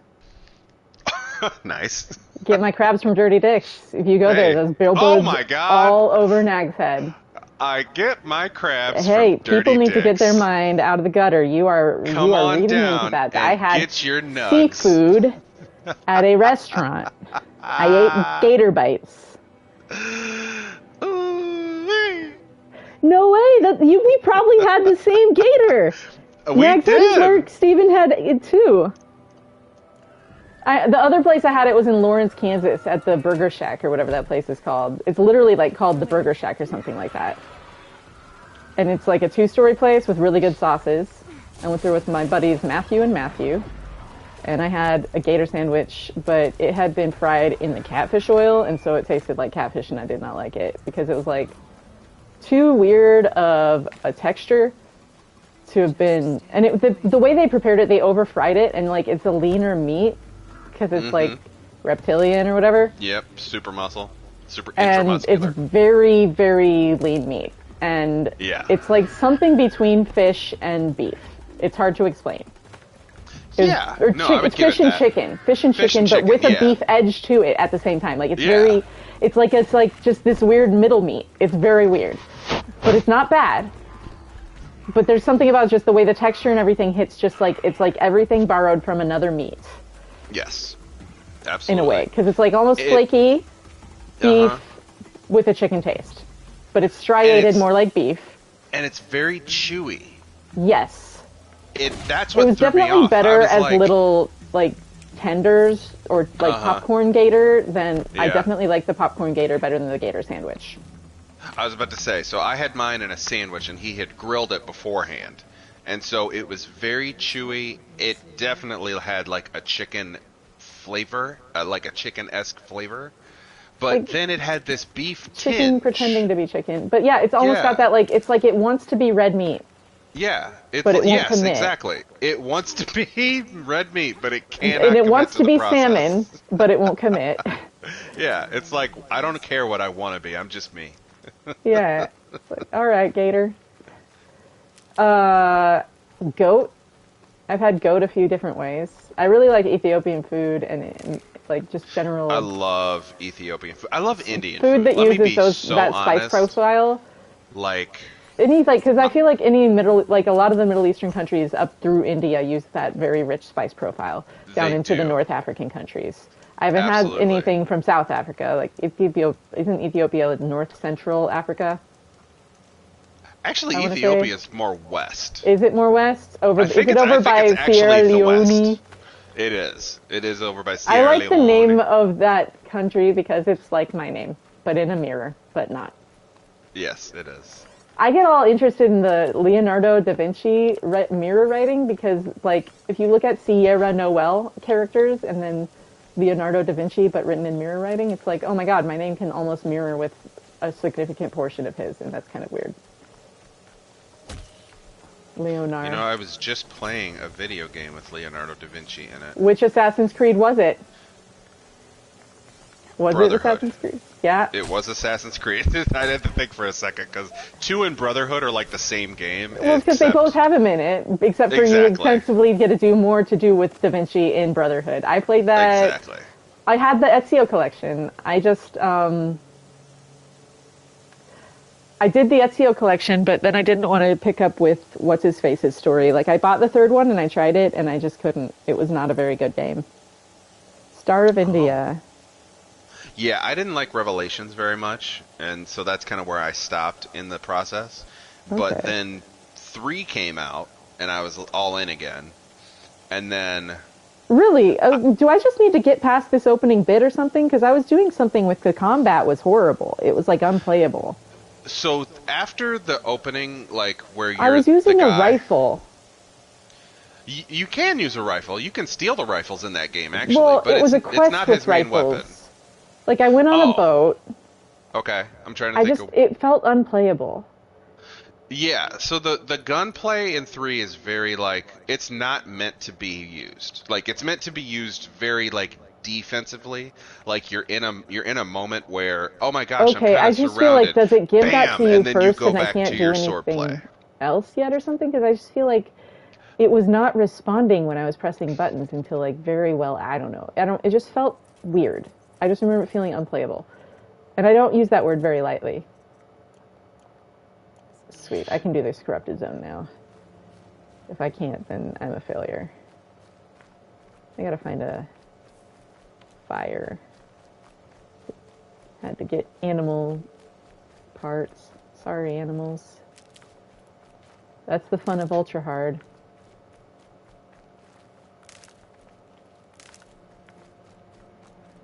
He says, I live and breathe the Creed. Yeah, I used to live and breathe the band Creed. That's literally Creed is why I bought a guitar and a bass and a drum set. People make fun of their music, but it's approachable for someone to teach themselves. Yes, 100%. All 3 instruments, it was very approachable, and it didn't sound like shit. Like, Mark Tremonti is a very good guitarist. Mm-hmm. And his tone is good. Fight me on Yeah. it. Yeah, right, fight me. I'm willing. Mark Tremonti is the one that's able to be a world-renowned professional musician, so laugh away. Mm-hmm. Like, I was a really big member of, like, their bulletin board, and, like, so the fans of fans, if you will. Like, we had, like, shirts. It was really, like, a fandom is community. Fandom has been more church to me than any church. Of any fandom. You know what I mean? Absolutely. Like, because people, they're there to, like, devote themselves to something that brings them life. And it's actually from the heart. It's not for a performance. You don't join fandom because you feel like you're supposed to do it to be a good person. You go there out of love. Yeah. Look at this beautiful ruined building. It's so pretty.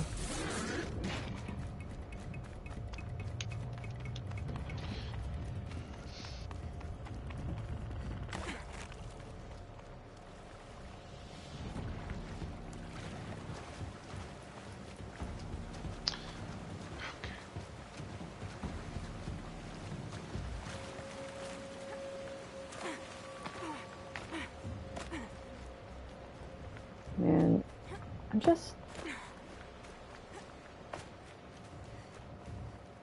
that just got me thinking about, like, some of my favorite music artists. Like, it's so rad, like, with Haken and Leprous, like, literally, you can go on and get lessons from them. Like, they have their contact info up to give lessons globally on Skype and stuff, and it's just like, how is it that you're, like, globally famous musician, playing with Dream Theater and stuff, and then like I can get lessons from you, but I couldn't even get a hold of people at IHOP to get lessons from them. And that's just like, damn. Why would we be so busy in the house of prayer with our like what? Want to sing about being like Mary and then making us be Marthas, which hits different after watching The Handmaid's Tale. All right, where's the corrupted zone at? Where am I going? I don't know. It's not that, it's like, I hope people don't hear it as gripey. It's just a sincere, like, observation. It's like, if you hear it as a gripe, that says kind of more about how you hear my tone, because I'm pretty, like, even. That's kind of a thing I do mostly on purpose, as much as I can. I like to talk in a very neutral, even tone, because I don't want to hype people up over trying to over-project an emotion. I like my words to matter, and then people still don't hear the words. It's crazy. You ever feel that? Am I alone in that? What yeah, no, that's a Remy, real thing. What is up? Remy? How are we doing? Oh, Remy, thank you for last night. It was so much thoroughly fun. enjoyed it. Yeah, I have been trying to get someone to raid with me, literally, for over a year. I have been trying actively, and that's the first time it's ever been successful. So thank you, seriously. And like now I've at least done a freaking raid. It was awesome. Yeah, and that raid specifically, I have been trying to do it same for a year, and no one has, like, I've kind of walked through that first little bit till we got to the bubbles, and I've never gotten past it, because my team's like, this is the hardest thing ever, nobody can do it, we can't get past it. I'm like, well then why are we here? Because I don't know what to do. Like, I know how to do the parts, but I can't do it myself. Right? That's the crazy thing about raids. Like, that's some of the best teamwork exercises. You wipe, you try again. You wipe, you try again. Man, we need to play some Destiny. Oh, we do. Man, like, that's on PC. You can crossplay now, right? So we could, like, do a clan. Dude, did you know Yuna is the voice of Hawthorne, the clan leader in Destiny 2? Sumali Montano, the same lady I was talking about, who's Nyla. Same person, the Hawthorne, the one with the hawk that rescues you at the beginning of the game. Sumali Montano. She went to Harvard. A very, very smart lady. She used to be an investment banker, and now she acts. And she has, like, this heart of complete zen peace. Like, it's just, like, anything she does, I'm just like, I will listen to you because you have a piece that you cannot fake. That's not acting. I can get out. It's because of the Costco frog. Mm-hmm. Just really appreciate everything she does.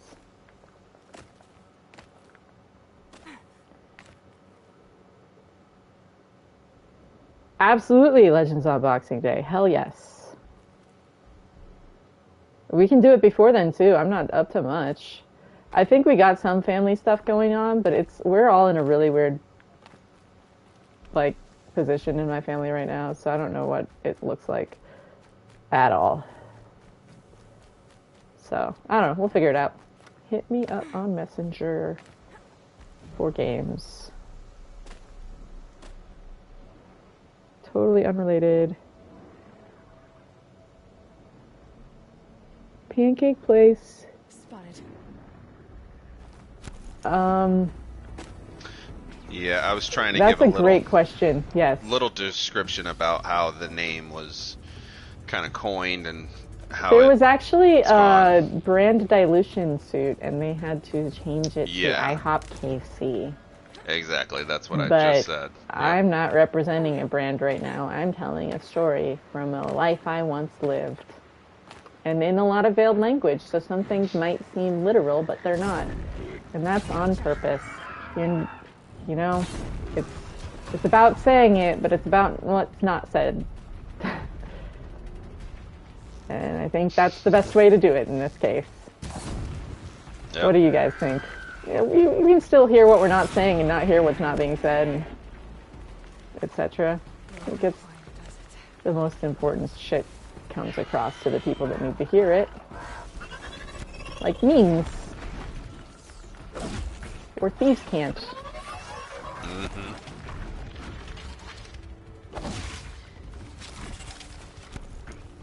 Dude, the way the cameras follow the creatures in the combat in this is so cool. I'm gonna get killed.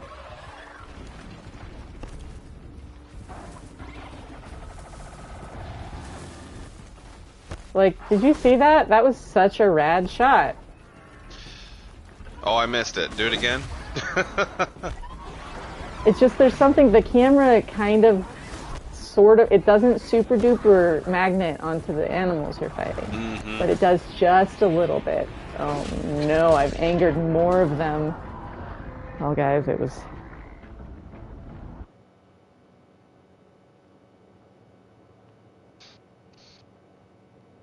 Everything has meaning. Everything does have meaning. The question is, what meaning are you making of that meaning? Did you know the word run has over 200 definitions? The word run has 200 definitions? More than 200 definitions. Really? Yeah. I mean, I can think of two. Can you run down to the store for me? Can you run that report for me? Yeah, I've got the runs. Run the tap. Run the tap. Run the field. I will run is a definition within a definition. Oh, you know what else is a definition in a definition? Run the fade. Like, run the fader. Yeah, run the fader. Yeah. Yeah. I was not aware that that actually is two different things at the exact same time. I was like, wait a minute. That's not real. I love words that are like that, though. That's like why fuck is like one of my favorite words. The Dutch have lekker. So it's like, that is lekker versus lekker is that. Very different. It's like tasty, but it's also like tasty. You know what I mean? It's also nice. I read this article called The Infinity of Lekker, and I feel like the F-bomb is a word like that too, but so many words can be like that. And I just think language is wild.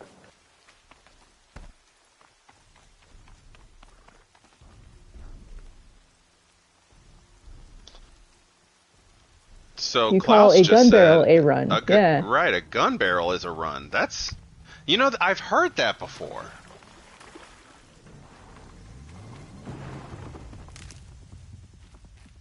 What did I do to this horse? I've heard that somewhere. Why are you mad?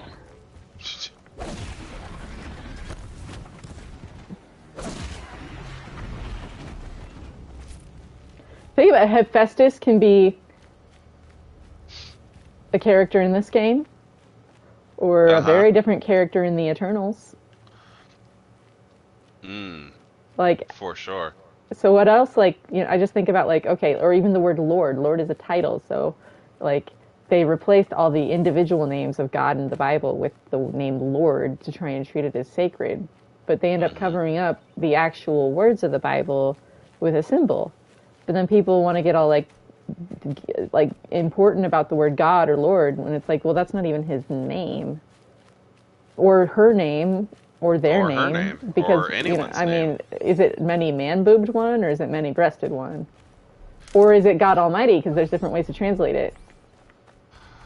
Or is many-breasted a co-translation to a much larger set piece of what his name actually entails, and not what it's actually called? And then it's like, well, does that actually contradict the Tao or the Tao, or is that kind of unified with it? That's a whole conversation. Does that just bring all of it together? Yeah, like, people will be Which like, I have not looked screaming. enough into that to really say, and that's going to piss people off that I did say, but Right. read some of it sometime and tell me it's not just scripture, in other words, in a different order. Try to. I mean, you probably can, but that's going to depend on how tight you hold on to the rigid definitions. The act of translating something is inherently an act of interpretation. I just think of idioms like, don't lick a gift horse in the mouth. Are you going to make that into a law? Pretty much. I mean, that's kind of what they're getting at, right? Like, it's like high we've now context and low caused this to be a context law. languages, right? Yeah. I just think of the word to'ava, but that's a whole conversation for another time. And it's It can interesting be how translated to abomination. It was to'ava for Joseph to, as an Egyptian, dine with an Israelite. It was an abomination for an Egyptian to dine with an Israelite. But you know what else is to'ava? It's in Leviticus somewhere. I'm going to just leave it there. Yeah. And if you read the Bible, you'll see it. Like that. So that's equivalent to someone who's from Egypt because of their status and caste dining with an Israelite. That's the same word. That just seems like a little bit of a cultural taboo to me. A little bit. Not necessarily a sin unless you're within that system. Right. Which I think about the idea of like, to him who it is sin, it is sin. Some eat meat sacrificed to idols out of faith, and some abstain out of faith. But Peter, don't call unclean what the Lord has declared clean.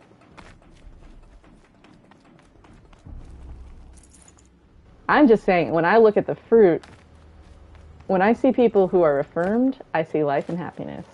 Even if they're queer as hell and married to someone of the same sex and doing all the gay things they can ever think of with each other. Super duper happy, at peace, loving, happy, welcoming, living life, loving God even. Yep. But when I see people casting their children out and cutting them out of their families and disowning them and cutting off fellowship with gay people, I see death. And my Bible says look at the fruit. It's not the homosexuality that's causing that fruit. And I say that as someone who is not straight. Right. Like, it's being queer definitely... has not ever caused bad fruit for me. It's been freeing and brought life to own that part of my identity. People scheming behind my back, lying to me, disowning me, being sweet to my face, and then telling people to get out of my life behind my back, or that I'm like weird or this or that, that has brought death to me. Even though that was done in the name of Jesus. They made his name really tasteless in my mouth, and I just can't even go there anymore. Literally can't go to churches because all the songs that are sung at every church were written by people that were at least auxiliarily involved in bullshit or stuff I had to play, and so I'm just like, thanks guys, you ruined the place I went to heal my trauma from being abused. You're awesome, thanks. That's good fruit. Go you. Anyways, let's kill a rabbit. Amen. It's a temple sacrifice. Sorry, I shouldn't say that. But I mean, sins atoned for. Meat. Such a weird... I like to look at the work of Renee Girard. It's very interesting. There's actually a really interesting documentary that came out recently called 1946. Have any of you guys had a chance to watch that? I'm sorry, say that again? Something was screaming in my ear. Oh, sorry, yeah, no. I was saying there's a documentary that recently came out called 1946 that kind of goes into how translations got changed and how they treated certain Where verses. Is it?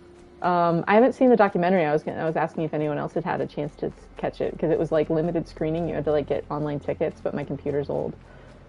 Where's the corruption zone? Let's go to the corruption zone. I don't have any potions, so it'll be fine. By the way, are you still in Frozen Wild? No.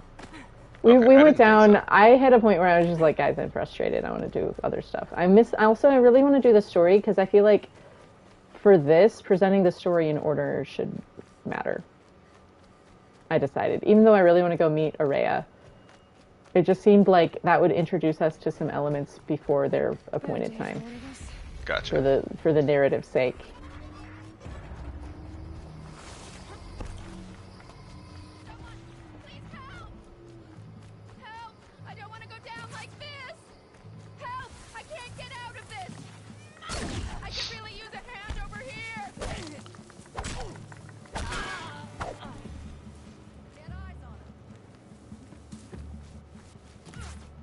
Don't hurt that person.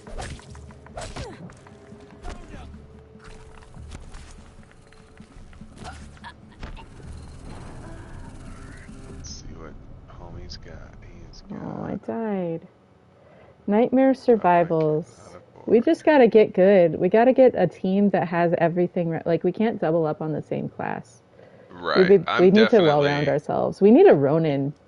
Yes, we need a Ronin. And honestly, I I kind mean, of Klaus want was playing, or I mean, I kind of want to take Remy some was playing time. Ronin, but Maybe when we're doing stream, I kind of want to take some time, pause Cyberpunk, because I'm kind of at a place where I just have to start leveling up. And I want to just go level up a Ronin. Ghost of real quick. Tsushima. Steven, we gotta get you a PS5. Oh my gosh, we so do. You know, that should be part of our outreach. Like, hi, we're trying to raise money so that our friends can actually be I closer want to to play us. video games with my friends. We want to be closer to our friends. So please help us. We are raising funds so that we can offer our friends goodness and glory with us. We could probably figure out a way to do that. I think so. An equipping center. 100% think so. Gaming equipping center. Yep. Yep.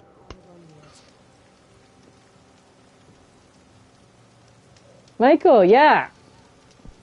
Everyone needs a PS5. Yes. GoFundMe. PS5 for me. Absolutely.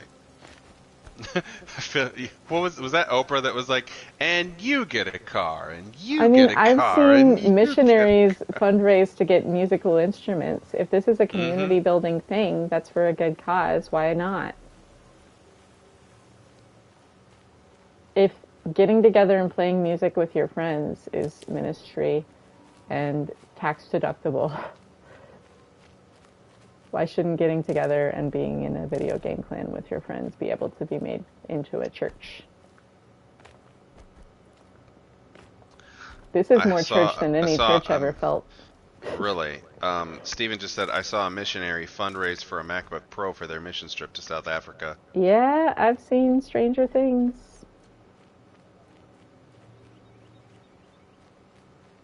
Remy's like, I want to get Sierra a new skipping stone bow. Same. Dude, I need to level up the one I have to 120, right? Or do I just need to get a better old one? I don't know how any of the drops and stuff in that work.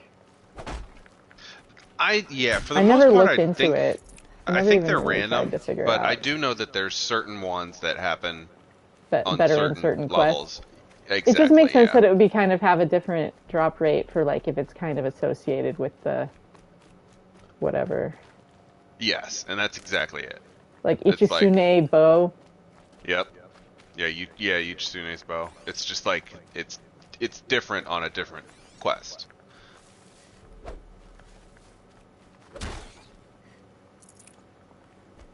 This song is so pretty.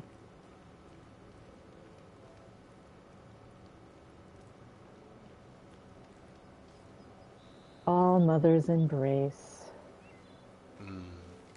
She grew up in All Mother's Embrace. And yet she's never been embraced by a mother. Although I think Tirsa gave her her first hug. Yes. When she became a seeker. She did. Hugs for Aloy. Hugs for Aloy.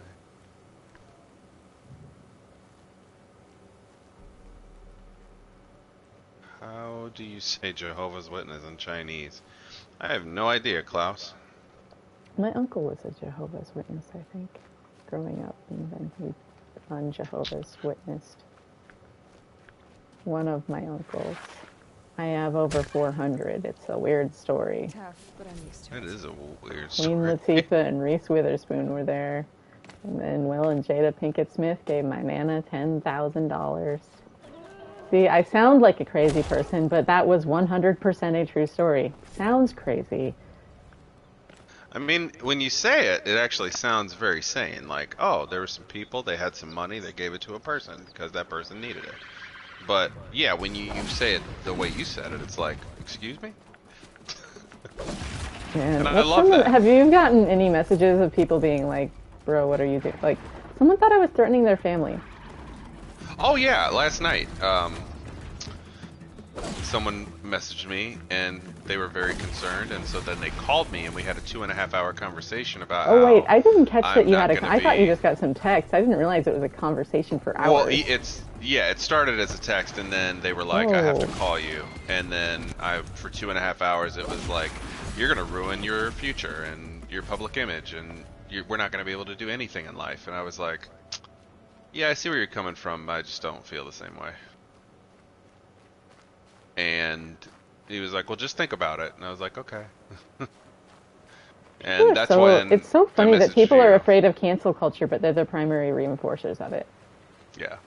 Well, and this person specifically has been in the brunt of cancel culture, and that's why to me it's like I understand. I've watched cancellations happen, and I've seen how quick the game can break. But I've already been canceled, guys. Like exactly, it's like it's by already so happened. many places. Like I my whole life has been getting. You can't cancel the canceled. What is dead may never die. Oh boy. Yeah, it's like I don't. What do I have to fear? Already been there 100 times. You guys do it to me every day. Right. I have built up calluses to that fear because I've seen how empty it is to be afraid of it, because being afraid of it is like the most easy way to assure it. Because people feel the fake, and that's what makes them like snap on you. Dude, yeah, I walked into this knowing I was going to sound crazy, but I'm not worried about sounding crazy to Christians. They're the only ones who think I sound crazy. Right. Like, and you guys already kicked me out anyway, so I'm not losing what I haven't already lost, okay? I'm trying to help you guys find something you may have never found. Or if you have found, you misplaced it, and you need to go through all your drawers until you find it again. Your coin is missing. Yeah. It's buried in a field. Dig.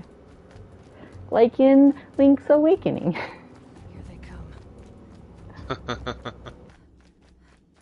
Or in Ocarina of Time. I like the digging in Ocarina of Time, too. There's fun stuff love the there. Ocarina of Time. Oh my goodness. Did I tell you I speed ran Ocarina of Time when I was 12? Although I think I might be thinking of Majora's Mask.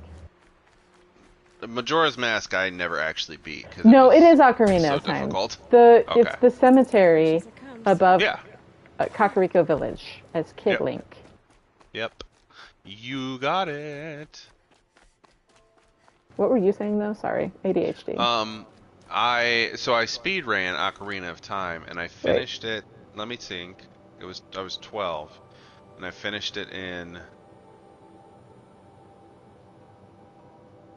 5 hours and 36 minutes.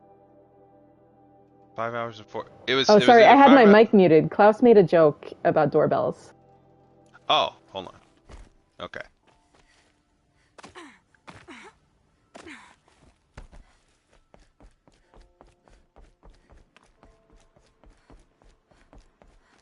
I do like Sarah Silverman's advice of like, if you're gonna roast someone, you just have to do it from love. Seems so empty now. With like the whole like, if you're gonna be being weird or whatever, like you can be weird. It's like, what if it's a comedy act if you want to call it that? What do you say it is? But like, it's like, this, there's got to be love at the core of it, and that's kind of like a roast or a comedy act or a play or an performance art or whatever. But it's like from love.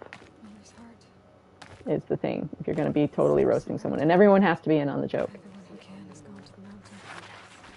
Like you don't roast someone unless they're at a roast to be roasted, or if they're being publicly weird. Okay, fine, roast me. I'm being publicly weird. I knew that before I went public. Anyways, what am I saying? Ocarina of Time right. changed my life too. Skyward, I need to still finish. I have shoulder pain, so I don't like that you kind of have to play it with the motion controls. Yeah, sorry I missed the joke, Klaus. I was looking at the screen and... Door dashing? Heck yeah. Oh yeah, because you're in kind of a little bit of a... You're set apart outside the camp, so to speak. I have played Skyward Sword. I just have not gotten past the temple where you have to parry the lightning balls because it was not responding very well on Wii. So I got the remaster on Switch, and then I started playing it, and then I forgot to keep playing it, and I haven't touched my Switch since I came back. I was in Kansas City for a month in 2021 in the summer. And I brought my Switch with me, and I was staying at my friend's house. It was a really nice arrangement. And I didn't see a lot of people because I wanted to stay COVID safe. Because Delta Wave was not existing when we started out on the trip, and it started when we were there. And I'm already there for a month, and I was stuck there for a month. And so I just only saw a few people several times rather than a whole bunch of people. Yeah. And then I would take days where I didn't even see people because there's something about the weather there that just, I like was exhausted. I had to take a nap every day for like 2 or 3 hours. It's just like so sleepy there. Like it was insane. As soon as we got into town, I was just like, oh, this is why I had no energy here. I literally just want to curl up and sleep. There's like a blanket in the air. I'm from the desert. I am not used to that much barometric pressure and humidity. Right. And it's the humidity. I feel like oppressed by it. Like I like the desert. Yeah, humidity makes you feel like I can't live life. I agree with that, Stephen. Stephen said, I hate that we weren't like friends who talked and hung out when we were both on staff. I wish I could have, but like I was like fundamentally kept from being able to do that with people because of the way my schedule was set up. And I tried to set it up in a better way, but they required certain things be done at certain hours. And so what I ended up having to sacrifice was a social life whatsoever. Because I had student loans, so I had to, for health insurance, because they didn't really give us a good health insurance option, I had to have a part-time job outside, and they made me, I couldn't count that for, my staff hours. So I had 70 hours clocked working every week. And then IHOP kept wanting to change out the rules for what I was demanded to do and when I was demanded to do it. And they were very, very legalistic about midnight to 6 days a week. And I'm like, dude, it would be a lot easier if I could practice at 4 p.m. When my roommates are awake. Because I live with other people. But you guys want me to do it on base between midnight and 6. Like, I can't get the things done I need done. Like, why? What does that matter to you? Well, what else are you going to get into at 2 a.m.? Like, are you my keeper? I am an adult. Right. What are you going to get? What are the people who are on days getting into at 2 a.m.? Why are you babysitting me? I am not a teenager. Let me have solid food. Yeah. And you want to oh, we're not controlling. Okay, tell yourself that. Your excuse for forcing me to be there at 2 a.m. so my life is less effective because I can't have my, you're generous because you say I can sacred trust going to the gym. Great. Okay, except for when I try to do that, how am I going to go to the gym if I have to be on base and do that between midnight and 6 a.m.? What does that serve? And you don't even hold everyone to that. There's a certain team that didn't even have to come in until 4 a.m. and they were never there before 4 a.m. So it's you can't, don't make rules that you don't apply to everyone. No one wins from that. It was just so absurd. It was so absurd. But yeah, that's why we didn't hang out, because they wouldn't let me have a schedule that actually accommodated having a vibrant life. And then said that I didn't want to be a part of stuff. And I was like, well, no, you just kind of made it impossible. Thanks, guys. Wake up at 11 p.m., get to the prayer room before midnight, play for 4 hours, sit in the prayer room for 2 hours, go eat, see the interns for fire. I never got to see the interns for fire in the night. I wish I could have spent more time doing that, but because they paid me less than they said they were going to pay me, and then they put me back into corners financially, I got back into a financial corner where I was always just on the verge of breaking even. And so that sucked. I did not have community, but it wasn't for a lack of trying. But there's people that have gone behind my back and told people to not be in my life because of that I'm weird or that I'm creeping on people.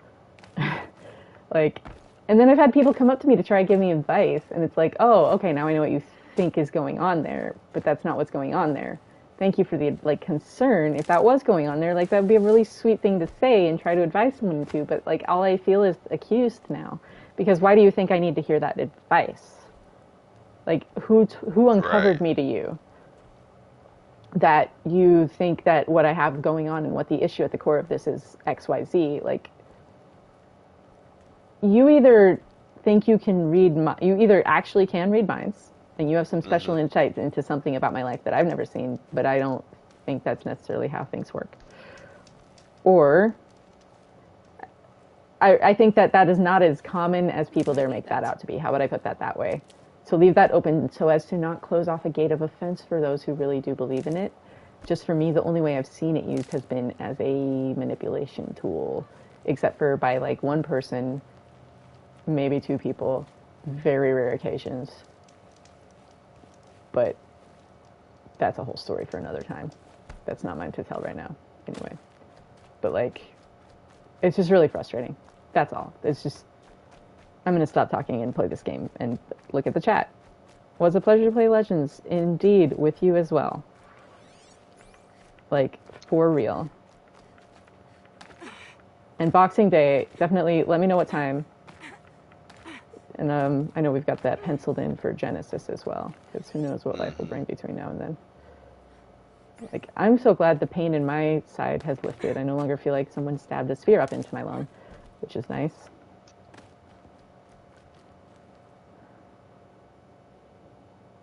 Hinting center mass on a dart target is bullseye. Center mass on a bull poop is bullshit. I like that. It did feel like a prison. I've literally, okay, so like I've submitted myself into a mental hospital, which is a form of prison for some people, and I had more freedom there than I felt like I had at. Right. Straight up. Like, the staff there would at least be like, oh, okay, I see who you are, and they'd like give you a little leeway to be a human. Like, I hung out with, that was great. We hung out and did puzzles. We had community. We weren't allowed to exchange any contact information for reasons that were obvious. Like, some people are there as a prison sentence instead of prison, and it got interesting at times. But hey, it's just people. I worked in a hospital. I'm so used to people being people. Do you know how often it is, like, medical is actually one of the most likely to get attacked on the job fields that you can go into. And I know it because I literally saw it happen to people on multiple occasions. Like, nurses had broken arms and broken noses or nurses and aides would get their arms and noses broken by patients, straight up.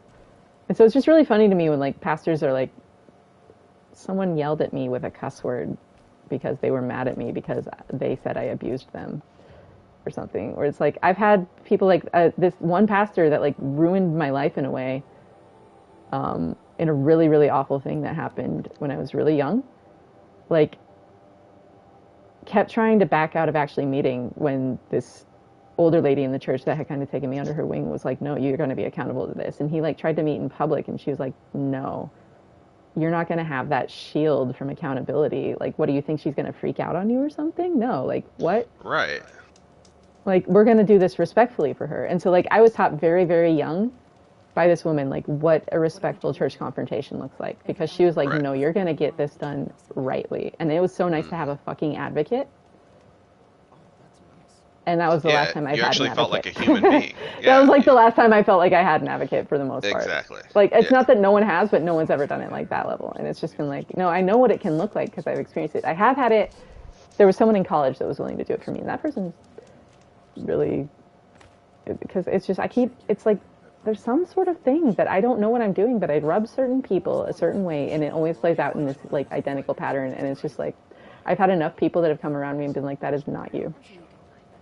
Like, and like assured me, like, when that plays out like that, that is not you. Do not let anyone tell that is you. And then people still want to come around and be like, no, I know more than you. And it's like, no, you really don't, because you want to be like, well, I'm older than you. And I'm like, okay, but the lady that like taught me how to deal with this is older and wiser than you.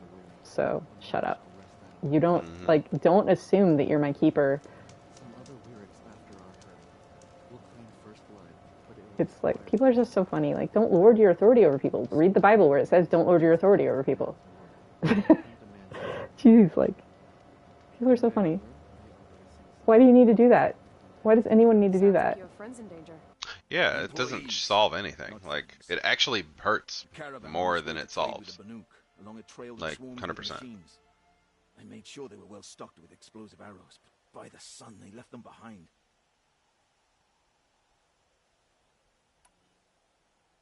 Not the explosive arrowheads left behind. Why would they leave their best ammunition behind? I don't know. Xavier, the caravan boss, isn't the sort of man to make mistakes. Not the explosive Catch arrowheads. them here, and barely got past the border before the commander sealed the gates. For me to track them deeper into the wilds would be suicide. Especially with those They made these corrupted characters machines. look like humans. Like, unique humans. I love this game. Yes. I was about to say, they're all unique too. Like, Scrappers and long legs there are no two same faces. There's no two same outfits. Something worse. Something that strikes with no warning. Aloy is completely different from everybody. Like, If I come across the caravan, I'll do what I and can to help. this might just be me, but I also love that there is a definitely huge, Take the ammunition I stockpiled for the caravan. like a multicultural, trying to think of the word. I'm worried. Xavier and the others really need those arrows. I guess multicultural, I'll be on my way. like view. Like, no, it's almost like one person isn't Polder just model. one thing. That is Dutch polder model. We're Polder model? polder model. So the Dutch, my friend Nancy taught me this because she was telling me, because she has an organization that she has to go and do stuff with, but they stop in Amsterdam sometimes, and she was telling me about a tour she went on in the Netherlands. Okay. Which this game's made by the Dutch. Hey, Amsterdam. And she was telling me at this tour, the tour guide was telling them about how the Dutch built the Netherlands out of the sea. They needed land, so they engineered windmills as pumps and built dikes and polders and built the country out of the sea. Which Like, is they so fascinating literally because to build their ship at sea, their country is a ship built at sea, but they actually engineered and planned out and counted the cost to engineer a way to build a country on what otherwise would have been sand and water. And because of that, that's why every voice needs to be represented, because it doesn't matter if you're in conflict with other people on your polder. If the polder goes down, you all go down. And they have no natural export because they built the country.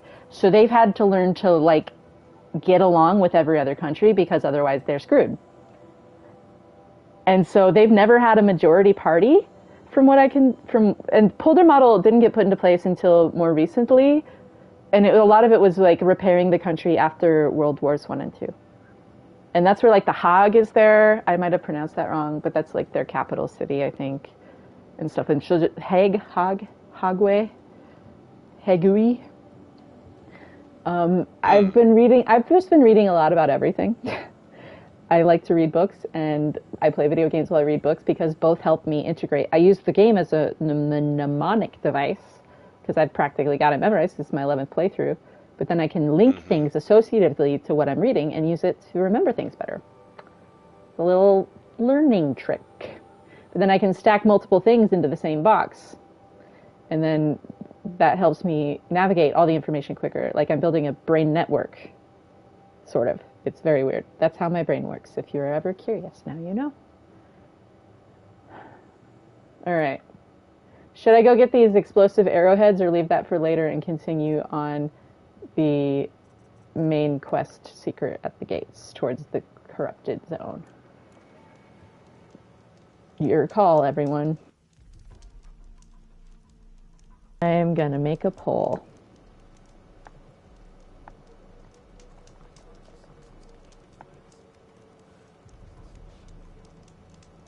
What was...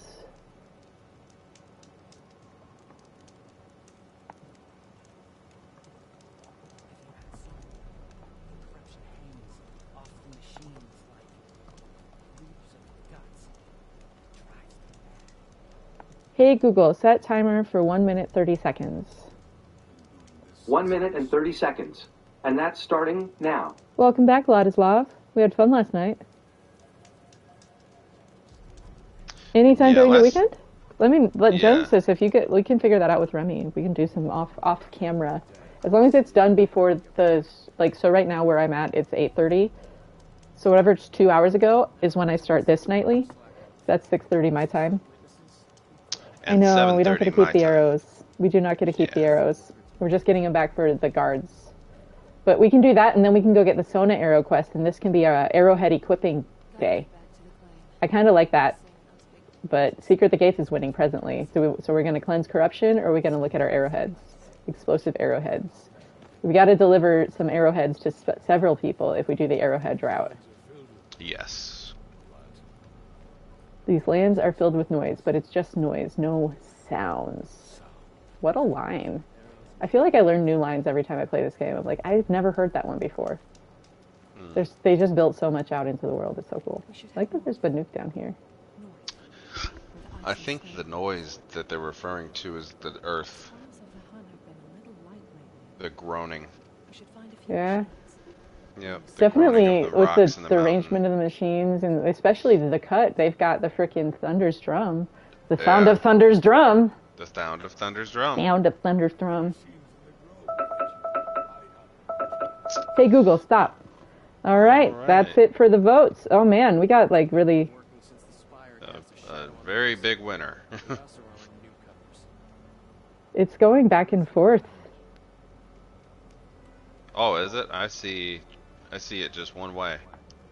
Gotcha. It was going back and forth between 4 and 3 votes for me, and I was like, what is going on? All right. It looks like we're continuing with the Secret at the Gates. Instead of going to do under-equipped, we'll save under-equipped for after, but we're going to do under-equipped, and then we're going to do... Secret at the Gates is not the Arrowheads quest, but there's 2 different Arrowheads quests that we'll do, because we'll do this explosive arrowheads for under-equipped, but there's also one that Sona's going to give us when we go back to Mother's Crown. Playing before Horizon Forbidden West. Yeah, no, kept hearing a bunch of lines we hadn't heard before. Yeah. Yeah, there's so much in this game, because they change depending on what time of the game you encounter stuff, too. That's part of why I've done so many playthroughs, because it's like, the way the whole thing is built out, there's different options of what things can end up... And things just hit in a different context, too. Like, I've never done an Angry Loy playthrough, so all the Ross stuff is going to hit in a very different order now. Jira! Let's say hi to Jira. Little spark. What blew you Where's across Jira? the mountains? I was headed for Meridian. Then you're stuck here with the rest of us until the Karja opened the fort gates. Oh, Jira. Oh, I see Jira. who you're talking Are you about. Never drinking? mind. I'm not. Look, with the news I've been hearing about the Nora, first one's on me. Every day I try to share one with someone who I like. Most days I have to settle for someone I can beat in a fight. It's a little goal. Here's to you. What is this? Scrapper sap. Scrapper sap, the good stuff. Keeps Hey, warm, you guys need it for your snowstorms out of a snowstorms. I can't talk words. I get a stutter sometimes. There's nothing necessarily to predict it. So, what did you hear about the Nora? Something to do with that nasty scratch you've got on your neck. I'm gonna find them. Sounds like a hard road to go down. Right now, it's the only road I know. I do. The Karja, I'm not sure what to make of them yet. Some say under those feathered helmets, there's more feathers. But they do all right by me. Apart from closing the valley every time the wind blows. Well, when it's open again, you can see Meridian from the fort walls. It's that close. No, it's that big, little spark. You can't miss it. They'd hate that. If you do, don't go further west than the Great Lake, or you'll meet the wrong kind of Karja. The Great Lake is Lake Powell. What do you mean, the wrong kind The of Daybrink, You've just near done a Page, trace of Arizona. Bolton Norland, haven't you?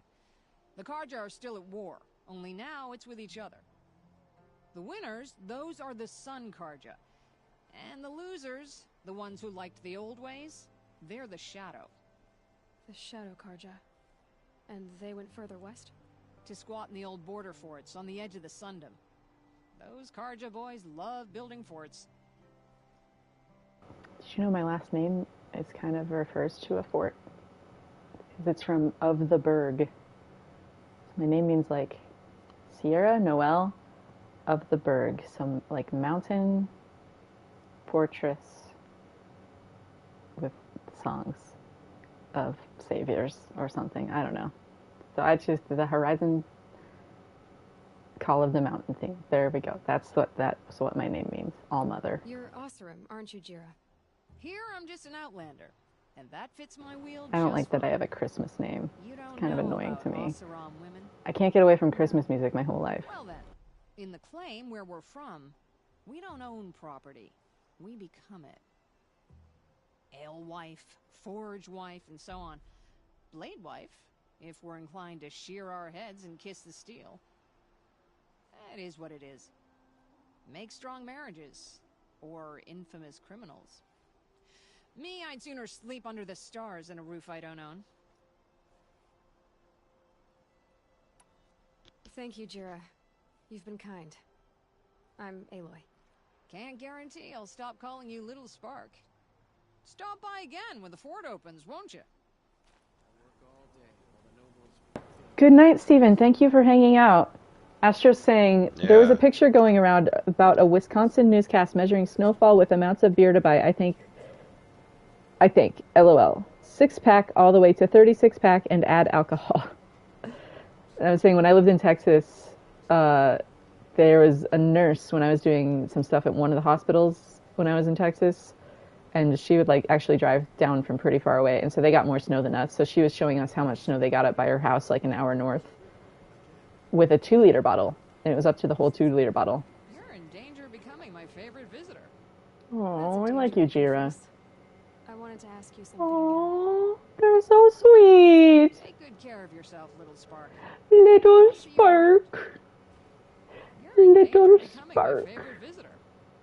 So fresh. Pardon me, it was a 48-pack. That sounds more. Thank you so much for hanging out, Stephen. We do this every night at the same time, so come whenever you want to. You have a wrench now, so it's your house to build too, if you want to. Amen. Take good care of yourself, Little Spark. I'll see you around. 9 3/4 pack. Do you run into a wall? Right. Lose half of one? Or just walk through walls, was I was thinking.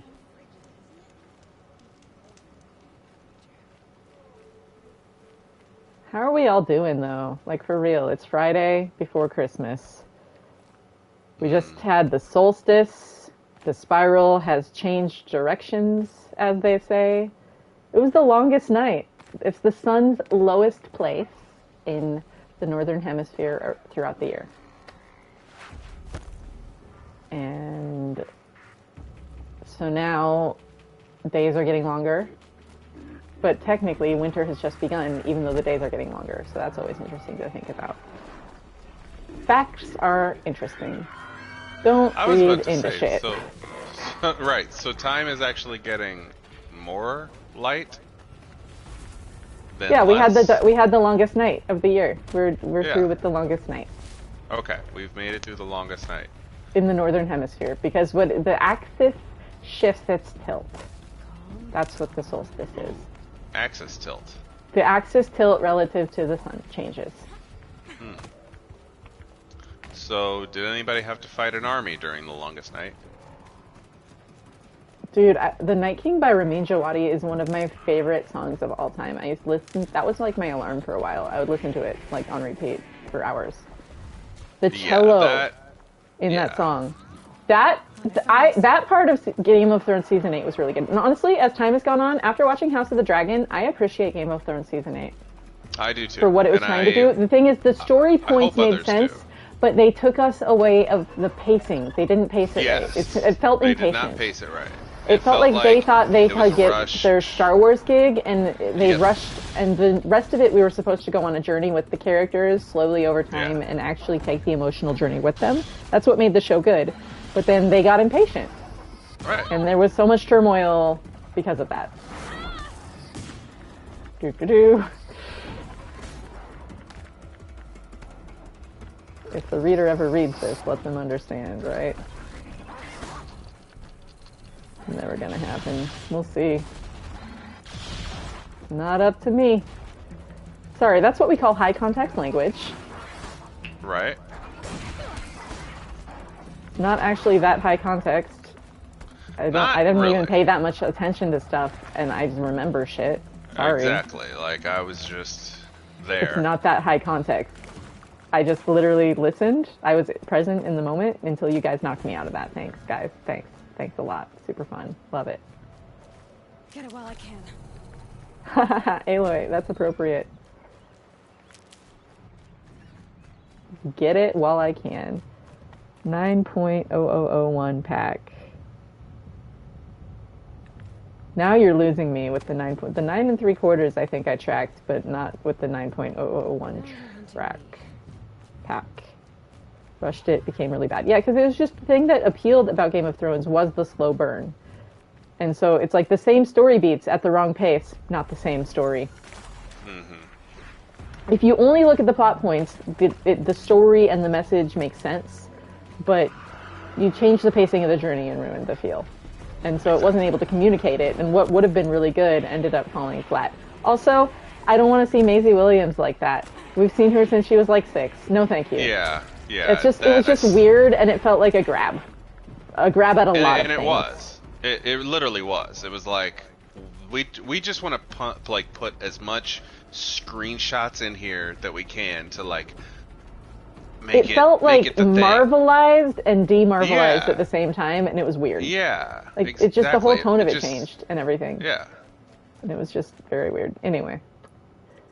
Television. It's like, I'm not to be a critic. I gave that season more credit than other people, but. Yeah. And I absolutely, with that season, the whole show, I love it. Yeah, I think you're right. The pacing felt.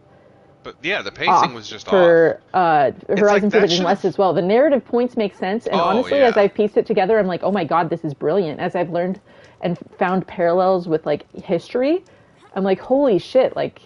They actually packed a lot of stuff into this with the downwinders, the bristle. I think it's got to have been intentional. I don't know. Maybe I'm just writing their story better by giving it more meaning. But I don't. There's too many things that line up for it to not have been intentional. Because there's too many puns written into this freaking script. Yes, 100%. Punny people think in a certain way. The end. Right though? No, you're right. Yeah, and punny people put together powerful prose. There you go. The end. Thank you for the demonstration. I do try. Yeah.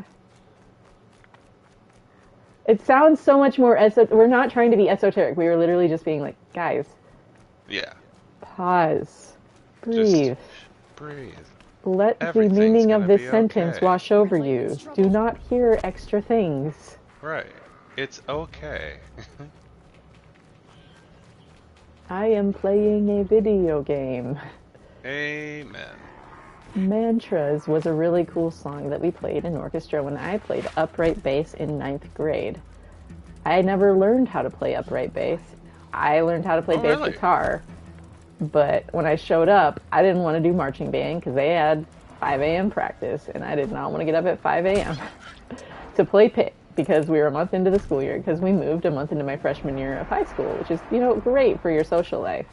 To move for the first time in your life from a tiny community with a school where you went to church and grocery shopped with everyone because it's less than 3,000 people in a town. You move for the first time a month into your freshman year of high school. Good timing. Really fun. Yeah, perfect timing. Yeah, but anyways, in the orchestra we played a song called Mantras, and it was in 12/8, and it was very pretty. The end. 12/8. That just sounds awesome. It's a good time signature. I think it actually had some measures of 5/8 in it as well, but I don't remember.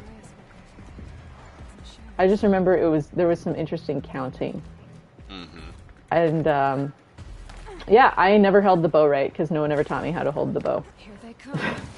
Really? I know how to hold a cello bow, so I was trying to play upright bass holding the bow like a cello bow. That's not how you're supposed to do it. So I was a lot harder on myself. But my forearm, no one. I was the only bassist in our grade level because I was in the freshman one instead of the anyone but a freshman one. And so I didn't have anyone to teach me or mentor me or show me anything. And it sounded right. I played the right notes, so they didn't really care that I was doing it wrong. And it was not like there was any other bassist there for me to look wrong compared to. Right. And the tone was good. I played it. It was just harder on my forearm to play bass like a cello. But also, it was a really small orchestra, so it actually kept it all softer. So it worked out, so I didn't overpower them. But man, the feeling of an upright bass that you're bowing. We had that John Williams suite that we played, and then we got to play like Harry Potter stuff and stuff from The Patriot. My favorite was the Dance of Iscariot. If you look that song up, it's got this rad freaking bass line. It's a chromatic step down, and it goes dun dun dun dun dun dun dun dun dun dun dun dun dun dun dun dun dun dun. And then the lines kind of play off of each other in a little call and response, and it's very like mysterious sounding, like mischievous sounding almost. And I just like it a lot. I just found it.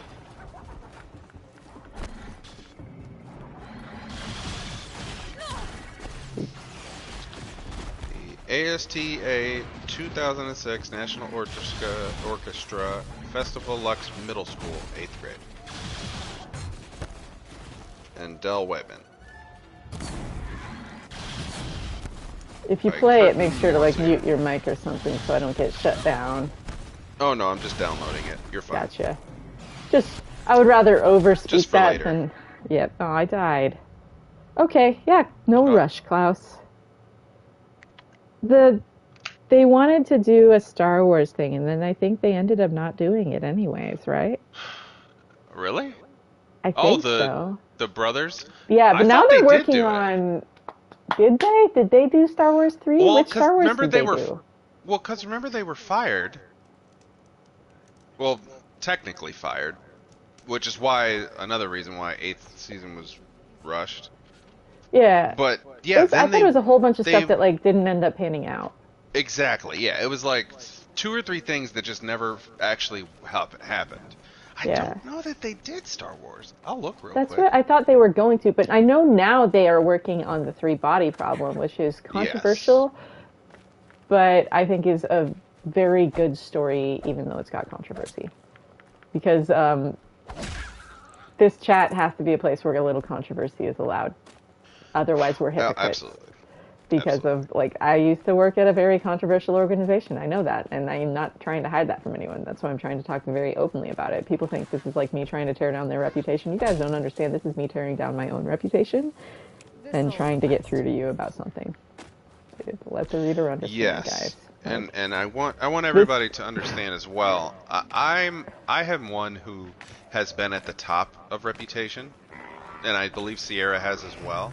And so when we look at our lives as they were and as they are now, we've realized that, like, reputation really doesn't matter when you're around a bunch of people who treat you as though your reputation doesn't matter.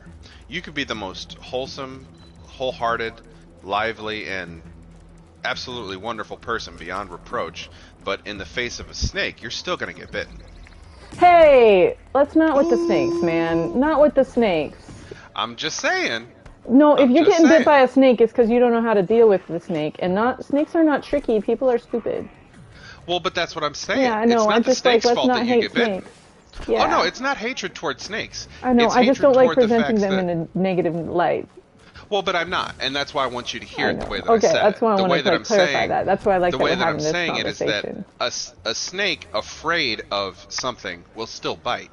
But a snake treated well will not. Yep. But a snake who's constantly afraid of anything changing about their worldview will attack on absolute nonsense. They don't need a reason to attack. They will simply attack. And that's what happened. Like, we came with open arms and love and consideration and care, and the snake still bit because the snake was afraid, not because we did anything wrong. Yeah. So, yeah, it's not putting snakes in a negative light at all. I love snakes. I actually love all animals. Spiders I have a little bit of an issue with, but that's just because of my own personal fear. You have a shark story? I was like 4 years old, and I grew up in the desert, and I had not been to the ocean before. Okay. No one necessarily had ever put any imagery around me to make me realize what a shark was or that I should fear it. Exactly. Which is good, because you shouldn't, because they're not So when a shark as big as me swam up to me, I just reached out and I pet it, and it felt like a cat's tongue. The end. Amen. Everybody died. I'm a ghost now. Well, that works. Just swim away. It appeased its curiosity and swam away. Yep. And I pet a shark. A hummingbird landed in my hand once. Twice, 2 times. Oh, that's awesome. That's actually awesome. No, like literally my family used to call me Snow White. I did have the privilege to pet a hammerhead. She says as she kills one of the little foxes. Right. Hammerhead? Where did you pet a freaking hammerhead? It was at a zoo That's in so Texas. rad. What? Yeah, it was amazing. I got to pet an orca and a hammerhead that day. Ooh, oh, I earlier, did I say I've eaten whale blubber muktuk? No, you did not. That's my weirdest thing I've eaten, and it's raw blubber and skin, and it's like black and white. It tasted like what I imagine krill and brine taste like. Mm-hmm. So very salty, very. I will not be consuming it again, but I've done it now. Amen. It was from Barrow, Alaska. So a hammerhead feels like a cross between a cat's tongue and yeah, that's what they feel tissue like. Paper. Yeah. It feels so delicate, like a cat's tongue that's gonna break because it's skin that's not used to being touched, skin. But is also used to getting in scraps. Mm-hmm. And then I was able to pet an orca's tongue, which is actually a cat's tongue. There you go. Yeah. Orcas are kind of terrifying. They really are. And ooh, when nice, you look an them apple. in the eye, you're like, hi, you know me. Yeah, they're making a Horizon Netflix you series. know me. Yep. Or Klaus was just saying, yeah, they are. They're making it in Canada. Toronto, I think, if I recall correctly. Or Vancouver. Ooh. I don't know. Okay. Somewhere in Canada. One of those Canadian places. Gotcha. Canada. Can I make more with no eye. Look at this bony meat to everything else ratio. Gorilla, thank you for fixing this in the next game. I don't have to chew you out because it's already been fixed, but like, yes. Ooh, y'all. But this was their first RPG. Dude, like they did fucking amazing. Like the documentaries on how they made this, like, is so humble. Like they just like, that's the Polder model thing again. Like Gorilla as a company is like flat hierarchy. Mm-hmm. Which is just, like, the more I learn about the Netherlands, I'm like, oh, they just have a whole different way of thinking about work and people and humans, like free time. And they're the most international city on the planet. And they are the happiest people on Earth. Here they come. It's like, why are we not all just doing that? Yeah, why are we not all just doing that? To story write for Gorilla. Like, I would absolutely. Dude, apply. They have positions open. I mean, I know. You said you were getting a degree in it. Why, that's why I say that. Yeah, because I'm like, I really think I'm gonna do that. Like, dude, like the positions are open right now. They're not gonna be open for I'm like today-ish. Get the freaking resume in, man. Or CV. Let me put my phone in my hand. They usually ask. Yeah, they didn't ask for a lot, and their process is super easy.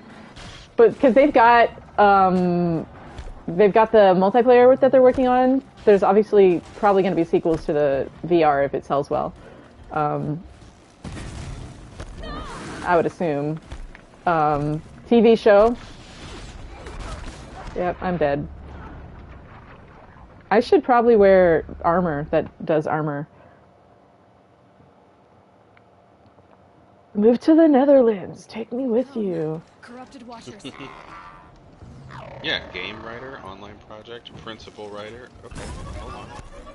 These were posted 3 days they ago. probably, with the size of the franchise, probably want some experience, but I don't know. They've got a lot of stuff open, and there's a lot of opportunities to get a foot in the door into the industry as well. I think it's getting big and only going to get bigger. Just from, like, they've literally been saying, like, we had planned this as a trilogy, but now this is only the ground floor. Like, they said, like, this is just getting started. When the trilogy plus the VR plus the show had already been announced, they said just getting started. And I was like, okay, I am listening. I will take you literally. See, the Dutch culture, from what I've read, is a low context culture, so they speak very plainly, frankly, and people sometimes see that as rude, but I think it sounds like heaven, personally. You don't have to read between the lines a lot, as much. And there's like less things are seen as like taboo to talk about. Like there's like a lot of people just keep themselves very open, like with their windows and stuff at like street level, and it's very walkable. It's like my friend who lives there was saying, like, if you have to go more, if it's like a 30-minute walk, then you will be walking instead of driving. Like, why would you drive that close, basically? Get a bicycle. And I think that's beautiful.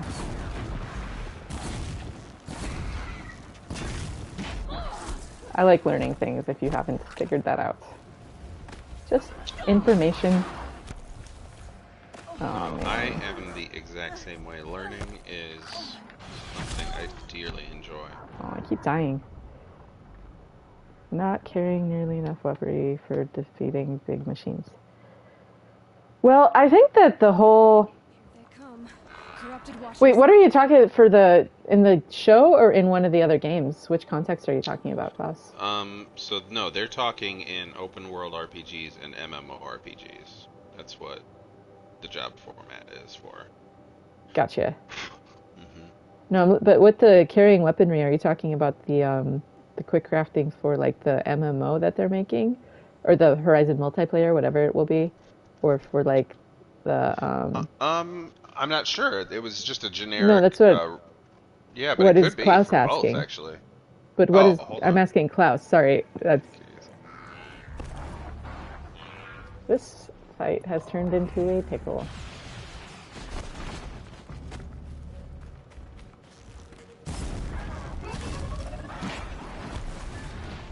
Frickin' took out a tree.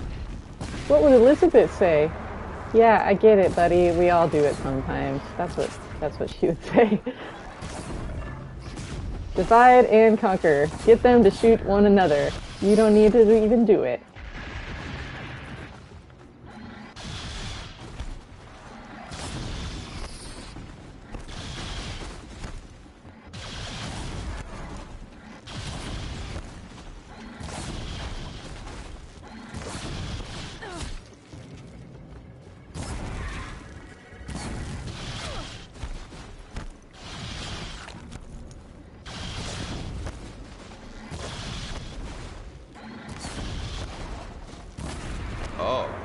I see what he's saying. I mean, I kind of feel like the carrying system was done well. Like, to be honest, I feel like I had plenty of weapons up against the big fights. Like, I didn't worry at all.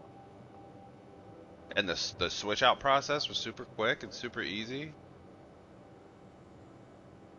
Yeah, I mean, I don't know. Maybe other people had difficulty with the way that it was arranged in the wheel system. I don't know. Like, you have 6 weapons. If you spec out well, then you're good. Yeah, I mean, I always had the freaking Sky Killer. Yeah, exactly. You get Sky Killer, and then you use your power shots well with Sky Killer for the ammo. Yeah. Then you don't need to worry about anything. Yeah, or the trap, or no, they're not traps. Traps. But you know what I mean? The things you throw and they stick on. Oh yeah. Yeah. I haven't even touched the rope. I am 1,000 hours in the Forbidden West. I've used rope casters like 3 times. Same. In fact, I think I used it once, and it was when they were training me to use it. I feel like I've come so far though, because like my first playthrough of Zero Dawn, I was a rope caster spammer. I'm not gonna lie. Really? I used that thing for dear life. I was not a very good gamer.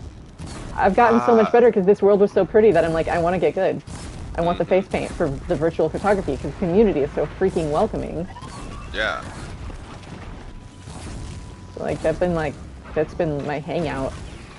The guerrilla community and the queer Horizon fan community and the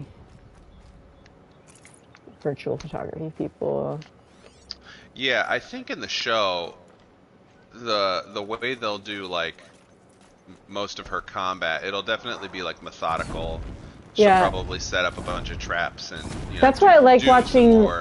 There's a few Black Mirror episodes that I think form a really good outline for it, where like they want to go for the vibe but not go too much that direction. Because the one I was talking about was Michael B. Jordan and the dog thing that he fights. Oh, the show is pre-Pharaoh, isn't it? No, that's all still rumors. Like they. Okay, so we don't know yet. Yeah, there's not been a lot confirmed, like because the information has been inconsistent news outlet to outlet. Because some of them say 2047, some of them say 2074. Is that a working title? Like blah blah blah blah blah. You know what I mean? Yeah, I've heard 2074. I haven't heard 2047. Which so I think if it's 2074, that it would be Elysium. But they said Aloy's going to be in it. Like I'm pretty sure they said that. They did say that. That is confirmed. Because that was a few days after I was... No, they didn't launch. They didn't announce. I've only seen rumors. I'm pretty sure they did. When? Let me check.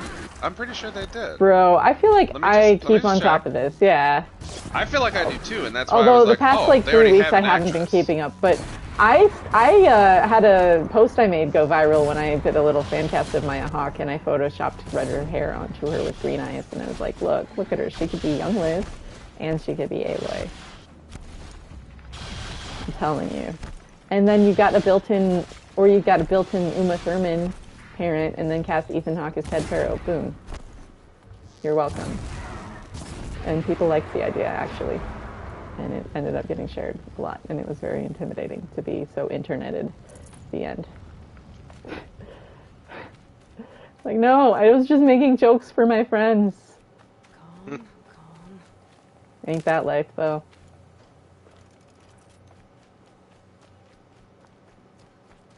Alright, next death, or when I beat this, whichever happens next, I need to take a quick break, because I'm feeling a little less than 100% tonight.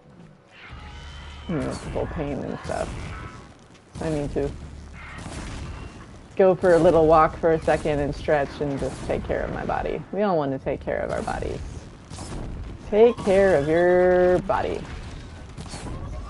Yeah, so Ashley Burch has already been cast. Wait, she's in it? What? Yeah. Are you sure she's like in it, and not like?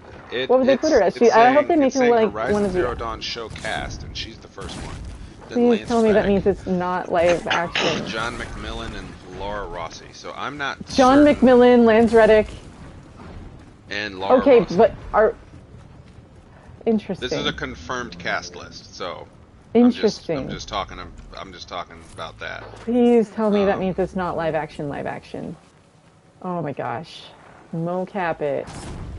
Give me this Aloy. You guys, like, it's 97% of the way there animation-wise. Just go to the next step. We've already got the animation sequences on these animals for a baseline. I don't know what I'm saying, but it's probably pretty easy from there. It's gotta be. You just copy and paste it from the one engine into the TV show animation engine. Like, then it's done. The work's done for you. I'm kidding, guys. It's a joke. Okay, I'm a horrible person. I may have just lied to everyone on Earth. I was gonna say, I keep up with this shit, and that doesn't sound right to me. Now I'm seeing Emma Watson. That's fan cast shit, man. I guarantee you. Okay, she's not the right age.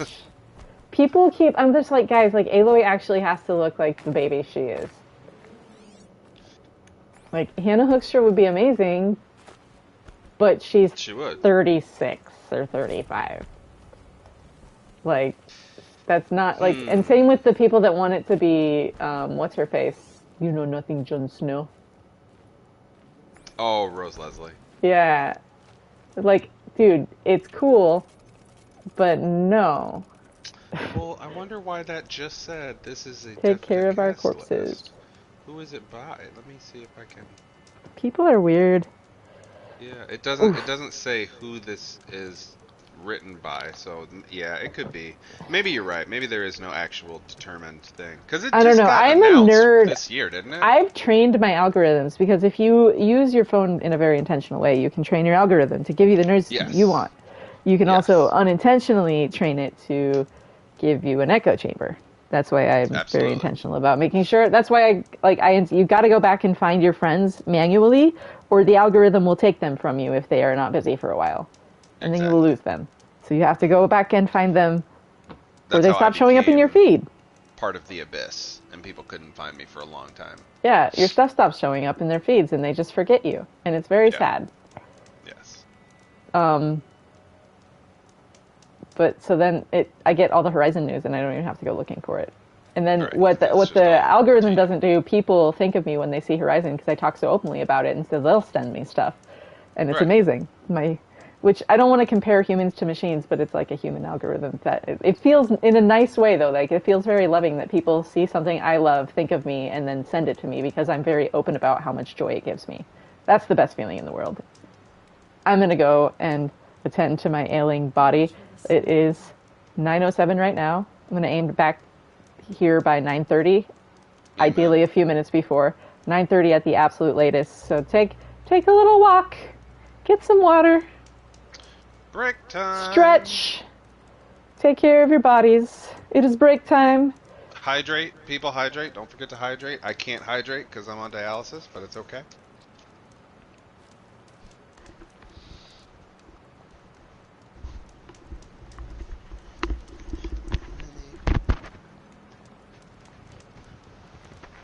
All right, yeah, feel free. All right, I will return in a little bit. Enjoy this scenic whatever it is.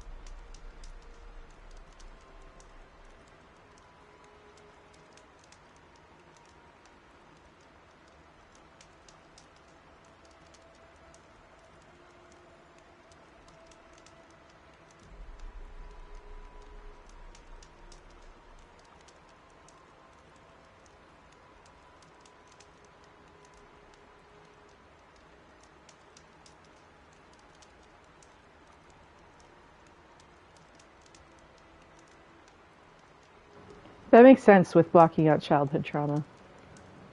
Staphylococcal scalded skin syndrome leading to toxic epithermal necrolysis. Or something like that. That is a whole lot of words. Don't look up pictures of that. Just let me warn you. I already hit. Don't. Oh, I'm sorry. The moment you typed it, I was like, oh, what's that? Nope. Mm-hmm. I've seen things. The saddest thing is, like, that's during a development stage where children really need touch. Uh-huh. But my skin was like, healing off my body. Thanks, guys. Right. And by guys, I mean the universe. Mm-hmm. But, hey, I have a really high pain tolerance, because Exactly. I just think of, like, when you start the game and calibrate. That's what I view that, like, part of childhood as. I was like, well, I got calibrated all kinds of fucking directions. Sure did. People don't realize how much trauma someone has when they might come up and they're like, something might be innocuous to you. Like, think about the widow's mite if you're a Christian person and needs it in Jesus language. Yeah. It's not the same for everyone, okay? We're all calibrated in different ways, like a soundboard with gain at different levels. Something might clip for someone else's soundboard. Yeah. Their inner settings are different. They have a different gain structure, and it might clip for them, even though it doesn't for you. Right. And then, when they get older, we might learn how to tolerate our normals. They're going to learn how to actually do the EQ.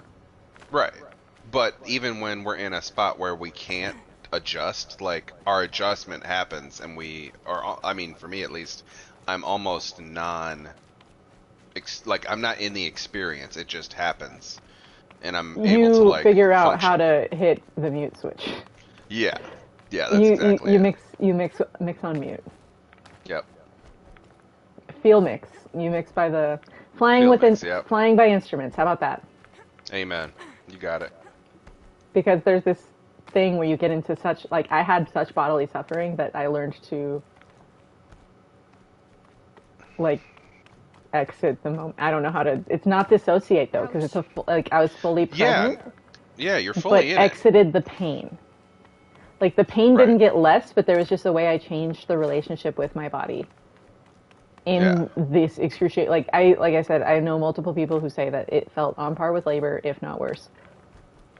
Yeah.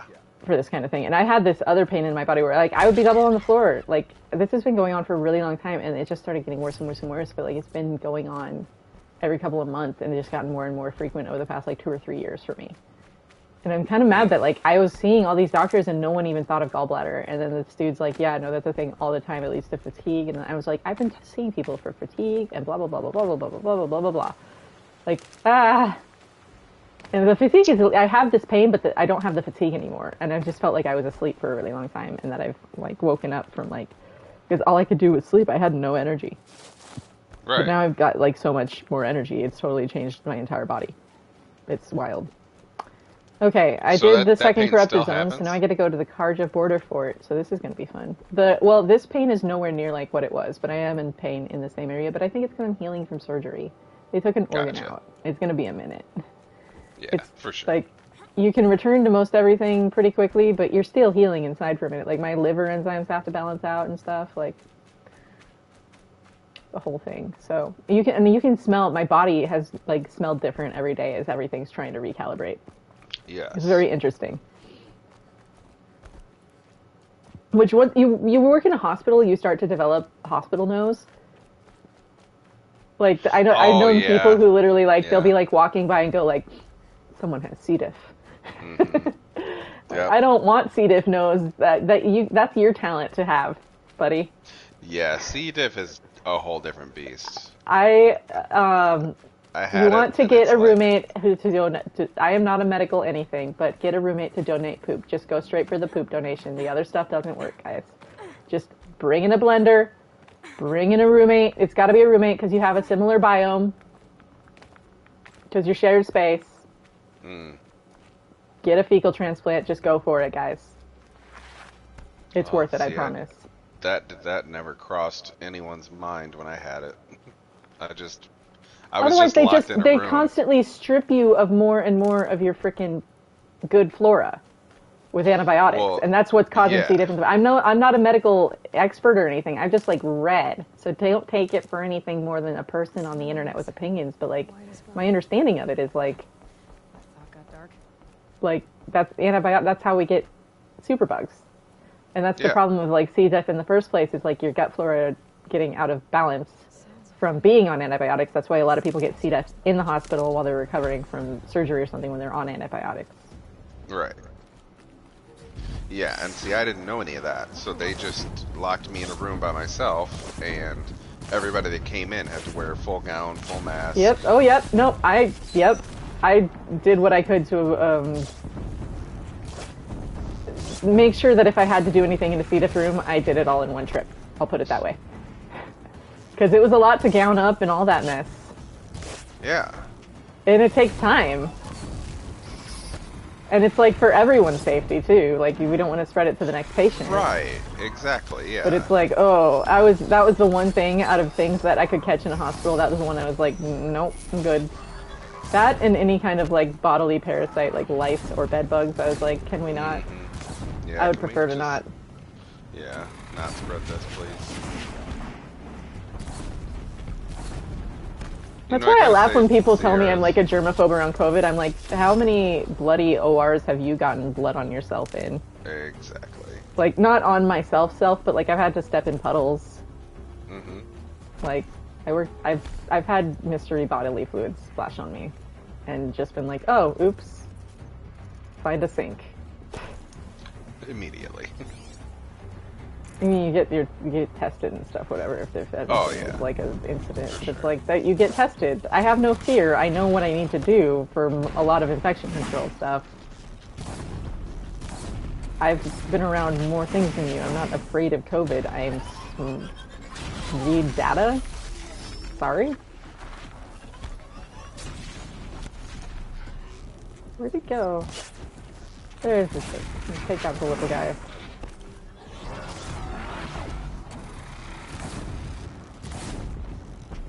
Oh.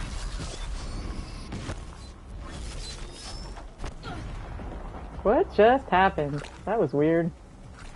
That physics got funny. Oh man.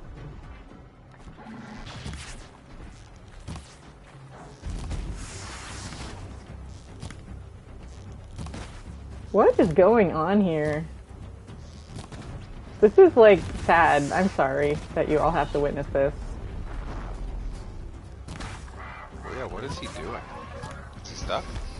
It just got weird. The rock got weird right there. Everything got weird right there. But it worked out. Look at that, guys. Yeah. We're gonna get some of my favorite lines in the game, so let's make sure we hear what's the exchange that happens here, because it's amazing. After I kill the scrapper, just the scrapper, is that all that's left? Day Tower Gate. Let's show this card just how it's done. Show this card just. I'm talk good. I stutter sometimes. I lose my words. I talk too fast for myself. Yeah, and that's okay. We get it. We're here. Like, my brain moves way too fast for me. It's a bummer. Right, you have 3 things on your mind at all times, and your brain wants to be like, mouth. Yes, never less than 3 things. Yeah. Like, dude, and I'm also playing this game pretty good. This is the right, line. So that's this is a the line. 4th and 5th thing. There it is. Yeah. I didn't hear it. What'd she say? It wasn't the sun risking it. They're like, surely the sun shines upon us this day. And she's like, it wasn't the sun risking its ass down here. Fucking marry me, Aloy. Shoot, marry us I've both, never please. felt no one has ever so represented me in any piece of media. Say it. Speak, girl. And that's when I learned about the concept Beestbreek Barheid. I'm not Dutch, so I could be misrepresenting this, but my understanding of it is it's their frankness. And it's this idea that everything is speakable. It can and should be talked about. For the most part. Can should really be discussed at length. At length and ad nauseum. And send word to Captain Ballon. Where you headed, girl? West to Meridian.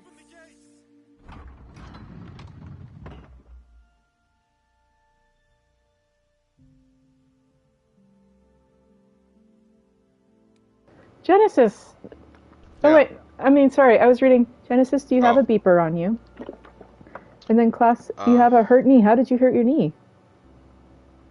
Oh, my liver is messed up because it's trying to balance. It no longer has a little sack of gall. It's got to do it all improv now. And it's used to having a sack. And so I had a cholecystectomy, aka my gallbladder was removed.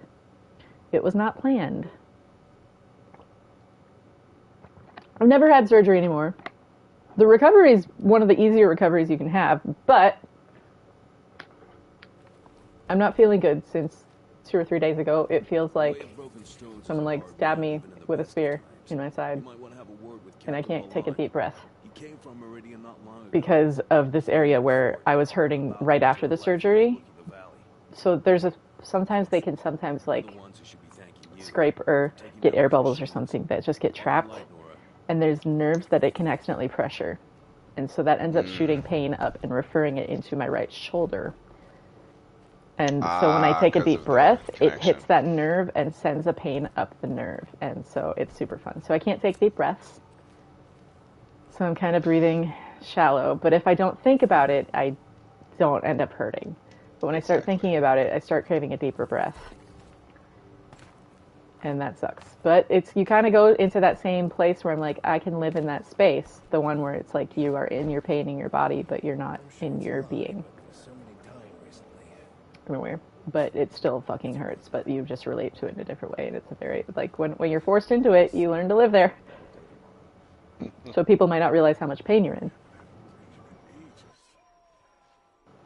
Because I feel like it just keeps peeling back layer by layer. I need a moment. My duties today are endless. I haven't had a break in ages. I haven't had a break in ages. I have nothing to trade. Don't forget to stock up before you're on the road. I've always wondered, are all your kind hunters and fighters, or you'll just like what I have for sale, I promise. Well, don't you see? Oh, Klaus, kind of like how on-call clinicians, like in the hospital, like the trauma surgeons, they don't like stay at the hospital necessarily. They will have a pager and have to be within a certain radius. Yeah. I almost took call shifts. So what I have on my iPhone is like emergency contact, basically. And it's, you press the home button 7 times and it immediately calls emergency services. And then if you're unresponsive after like, I don't know, 30 or 45 seconds, they just send like an ambulance to your house. Like a sort of life alert. I like this outfit. I want that outfit for Aloy. I want to draw an Aloy in that outfit, like Aloy being a normal Karja. Someday. No, I don't want Aloy to come back to Meridian. Get away from Punk Boy. I'm going to keep some opinions to myself for the time being about certain individuals in these games. Some pray, others drink, but I prefer a lazy moment to myself. Some pray, others drink, but I prefer a lazy moment to myself. Remember, just that nagging feeling that something's going wrong. Vibes are off. One of these days, I'm going to look him in the face and tell him I quit. One of these days, I'm going to look him in the face and tell him I quit. I love these. These are so great. It's so human. Wouldn't mind a bite and a drink, but I guess that's how I... Same, dude. I have nothing for you, I'm afraid. I have nothing for you either, dude. Isn't there... Yep. Le claim. Let's learn about the Oseram. Yeah, whenever I worked in the hospital, there would be, if you had a call shift, like there were special, it wasn't necessarily beepers, but there would be pagers of a sort. Because eventually they got like phone thingies, I think. But I don't remember. A lot of people still use beepers. Pagers, whatever. A Guide to the Claim by the Well-Traveled Aram. I love Well-Traveled Aram. Did you do all the data points when you played before Genesis? I did. Yeah. I've actually never done one run with all of them. I found them all across runs, but never in the same run on this game. On Forbidden West, I got super scoury for the data points because they hadn't all been found yet, so I decided I wanted to be the first one to find this one. And I think at a point in time, Astro can confirm this. We can't actually confirm it at all. But my theory is there was a point in time where the only data point 63 from Forbidden West was the ones I joke wrote on Twitter. And I am standing by that until Gorilla tells me I'm wrong. Amen. Based on the fact that it didn't get patched in until like way later, and then when they did patch it in, it was like, what do you mean it shipped without blah blah blah? And it was Sierra, I have a question. Yeah. What's up? On Instagram, are your story and reels different? Yes and no. I don't understand how Instagram works. I hadn't used it in forever, and I just started using it like 2 months ago after a really long break from using it regularly. Because, like, it's kind of, I just feel like people are constantly changing which platforms they're using, and so I also was doing that. And I forget to, like, check back. I think about, like, we algorithm ourselves in our little rhythms we get into, right? Right. Yeah, and so I forgot to use it for a really long time, because the patterns where I would use it and check it in certain places, I wasn't on that, like, gaming loop in my life. So I forgot to check it. And then I just remembered it existed one day. And I've been using it, like, daily since, and it's dumb and it's weird, but, you know. Gotcha. All right, let's read A Guide to the Claim by the well-traveled Aram. Often I fling open the windows of my villa, not only to partake of the scents and sights of the city, but to hear the questions on the streets. Equally often I hear asked aloud, what to make of these outsiders, these Oseram, who are suddenly our allies or even neighbors. Why do they eat as they do, argue as they do? What is the matter of their heady scent? Why are they always drinking? Like a ray of the sun amid the darkness, a question is best followed to its source. So, for the benefit of the inquisitive, I contrived to join a trading caravan to the claim, at least as far as the closest village beyond the breakwalls. The claim, which is like Idaho area, just so we're all clear. It is a muted land where fire smoke hangs heavy in the air among the tall, thin trees, where the ground has not been dug up in the Oseram's ceaseless search for metal. It is cased in frost, and beneath the frost yet more frost, before stony soil. And worst, I can't talk words, and worse, soot. I read ahead, and then I start saying the word my eyes are on. Everywhere soot, all-pervading. Though I had worn my sturdiest travel silks, keeping them unsoiled proved impossible. Noticing my discomfort, some Oseram washerwomen offered their services, but seeing the shade of the water in their tubs, I declined. Indeed, regard for cleanliness is not an Oseram virtue. Despite its protected walls of piled slate and slatched-round stone huts, the village struck me as overly exposed to the elements, the chief elements in the claim being a cold, oily rain and hoarfrost. Even so, the open fires hissed and spat and burned on, and the mood was bustling and lively, much as you might find in an outbuilding for livestock, for example. What I will endure to bring the light of knowledge to the folk of my tribe. O Aram. The Oseram have no priests or kings, and spit at the mention of such titles, but they defer to the counsel of their wise men, the village eldermen. It seems each settlement elects such men for the purpose of unceasing arguments. From dawn until long into the night, they shout over each other on matters of policy and taxation. Come the next morning, a line of villagers will already have formed for the privilege of arguing back. I joined such a line for several hours while children squealed, birds squawked, and hammering, accursed endless hammering, echoed over the trampled straw and rain-filled cart ruts. Finally, I was permitted to face the three eldermen and deliver my question. I asked for their opinion on the peace between our tribes, the Sun King Avad's offer of welcome in Meridian itself. Readers, I say asked, but the matter was not so simple, as the Oseram erupted into insults and arguments even before the words had finished leaving my lips. I found myself talked over, shouted down, subjected to seemingly unconnected abuse, and it was only when I raised my voice in return, an invigorating experience, that I was grudgingly answered. Well, that'll preach. Their opinions are muddled and mixed, to say the least, and I will not profane this parchment by transcribing the words used to express them. Suffice it to say that they see the benefit of free trade between our tribes, and indeed have flourished from it after long years of war. However, it seems few Oseram that trade outside the claim return their taxes, or even return at all. The Eldermen believe they are stolen away by a manner of living that is downright Karja, a phrase they punctuate by spitting upon the floor. In return, I suggested that their mistrust and fear of a civilized way of life was positively Oseram. I could not bring myself to spit indoors. This caused great commotion, after which I was bodily carried from the building upon the shoulders of my host and deposited in the midst of a coming-of-age celebration, not for a man, but for some new manner of device. I awoke on a cart arriving at Pitchcliff. My throat was hoarse, my arms numbed from accepting countless challenges to wrestle, and the taste of an alcohol much like machine oil was still on my tongue. My head ached as if split down the center. Truly, I had risked my life in search of an answer. Is there more to the Oseram character than brawling, drinking, and shouting? Simply put, dear reader, there is not. But let us hope that the Elderman's fears will be proven true, and in time the sun's light and Meridian's glory can temper these rough-hewn folk. Dude, Aram, you got to see invention. It was right in front of you and you didn't see it. They took you in as one of them as you stood toe-to-toe with them, and they brought you into a party. You just got too drunk to remember how much fun you had.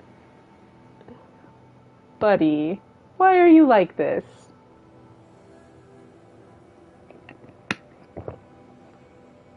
People are funny. One option of cardiovascular. Stationary bikes are good. I'm sorry to hear that, man. I have been there, Klaus. I have been there. I think most of us here have been probably pretty close to there, at least. And it's a really shitty place to be. I've had a shoulder injury since 2016. And it's a lot of pain. And every doctor just sends me to another doctor. It's frustrating.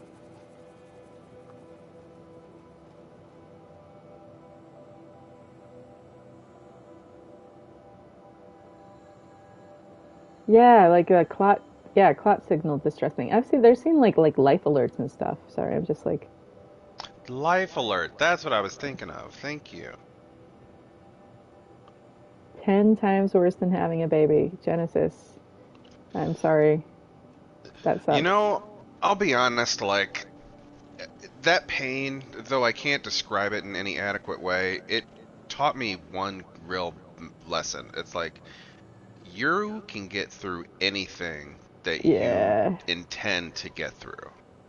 And there's no pain that, I mean, outside of, like, life-threatening, there's no pain that can't bring you closer to an edge of the end, you know? And I mean, the end is good, not the end is like the end of whatever, like whatever you could place in that that spot, but like a good end, you know? And I just had to really realize, like, pain teaches us so much, and me especially, like, when I'm in pain, I don't immediately go, oh, how can I get rid of this? I lean into it and go, what can I take from this? Like, what can this feed me today? So it's sometimes it's just about getting through it, though. I mean, sometimes, yeah, like there is no like, what can this teach me? It's more just like, I have to endure until this is over, or what the heck it's like, sometimes it's can I get to the next fix it? stop sign? Like, think of like when I could run, it would be like, I just gotta get to the next street sign. Okay, I can get one more street sign in me. Okay, next thing you know, I've run a mile. Yeah. I like Kimmy Schmidt, count to 10. It's a stupid thing, it's simple, it seems dumb, and it doesn't always work.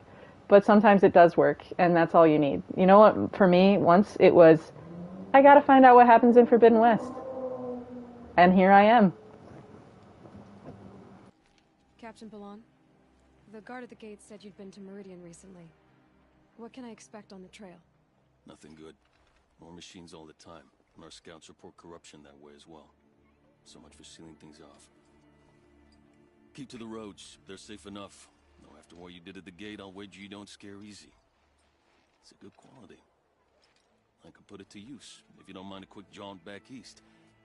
I know it's bold of me to ask a favor after you just did one, but I can offer you answers in return. If there's anything you need to know about the Sundom.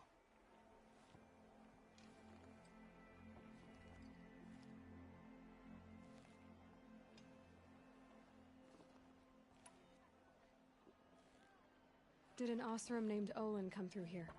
Twice. He was part of the royal delegation to the Nora, and they passed through on the way, then back. And they brought back stories of a vicious attack on your people. My condolences, of course.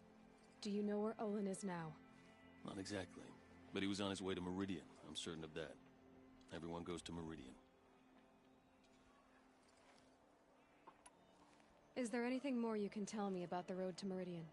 Sun King Avad has devoted considerable resources to making it safe. But by the Sun's witness, it's been harder to control in peace than it was during the war. The machines grow more dangerous all the time. Add to that bandits and new reports of this corruption. We're stretched thin to protect a few outposts like this one. As for everywhere else, well, travel at your own risk. What do you need, Captain? I sent several patrols east when we got word of corrupted machines there. All of them confirmed my fears, so I sealed the gates. But it looks like we left some men behind when they were closed. Waleed, tell her what happened. Machines attacked us near an abandoned Nora village, sir. Lakir told us to pull back. Then I lost sight of the others. Never seen a Nora woman before, soldier? Have some respect. Report to her, not to me. Lakir always stresses reporting back, so that's what I did. I felt terrible about leaving them behind. Now that the gates are open again, I can send someone after them.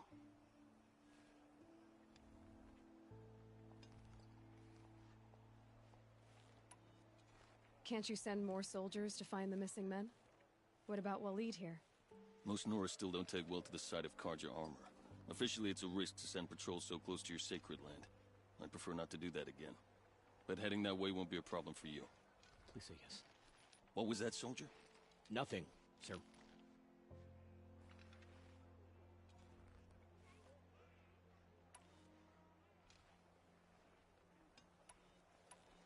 Where do things stand between your tribe and the Nora now? Sun King Avad wants peace. So do the matriarchs, I'm told. But old wounds are slow to mend, and both tribes are proud. My task is to make sure there are no further provocations from the Sundom. Especially now after... well, while your people recover from this terrible attack, I mean.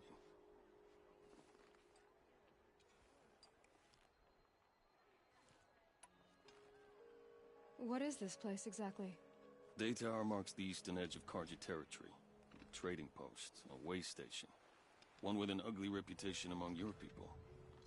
During the reign of the last Sun King, many Nora were taken captive, then gathered here for transport to Meridian, and sacrifice. But the sun set on that. I was appointed by the Sun King Avad to make sure old Karja at this outpost show respect to the Nora.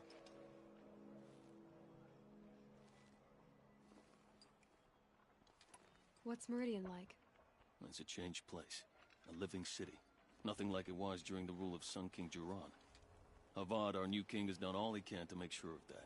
Slavery has been abolished. There's a new alliance with the Oseram. And the Sun Ring, where so many Outlanders were killed, is now a memorial to the fallen.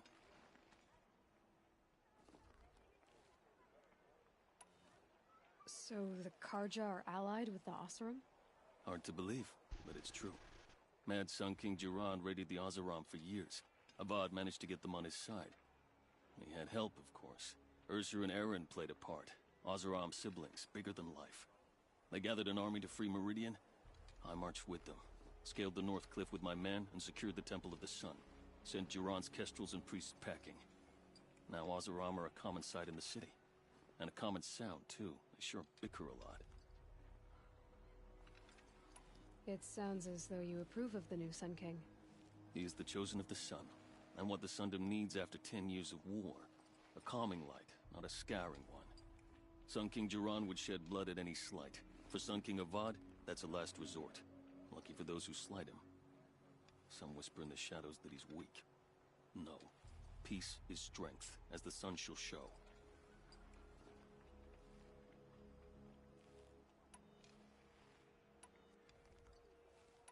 I'll see what I can do about your missing men.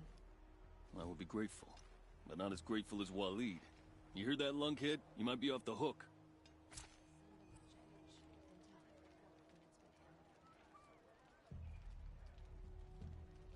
My boss said he lost another caravan to machines last week. Docked my wages. Again. Look at that stormbird. Sometimes you need to take a minute for yourself. That's true.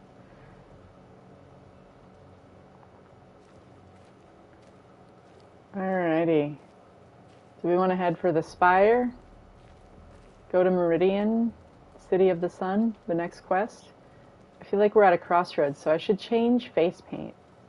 We're no longer doing Secret at the Gates. So what face paint should I do first?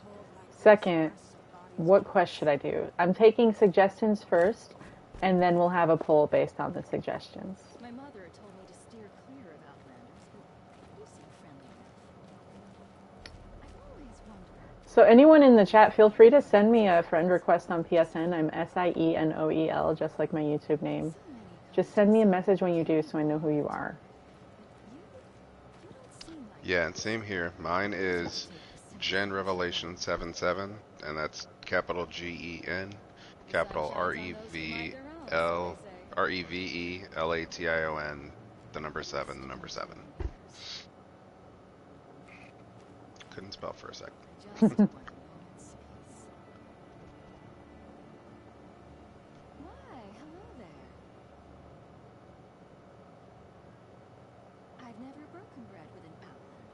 Never broken bread with an Outlander. Wish I could steal a moment like this every day, but there's never any time. Oh, hunting party.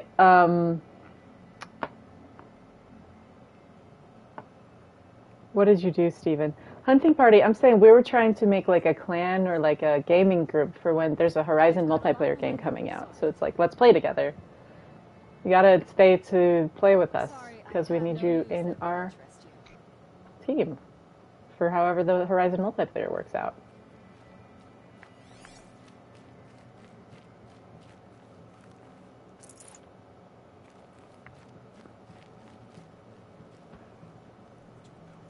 You look fresh from the forge. I'm ground down to the bone. No interest in chatter.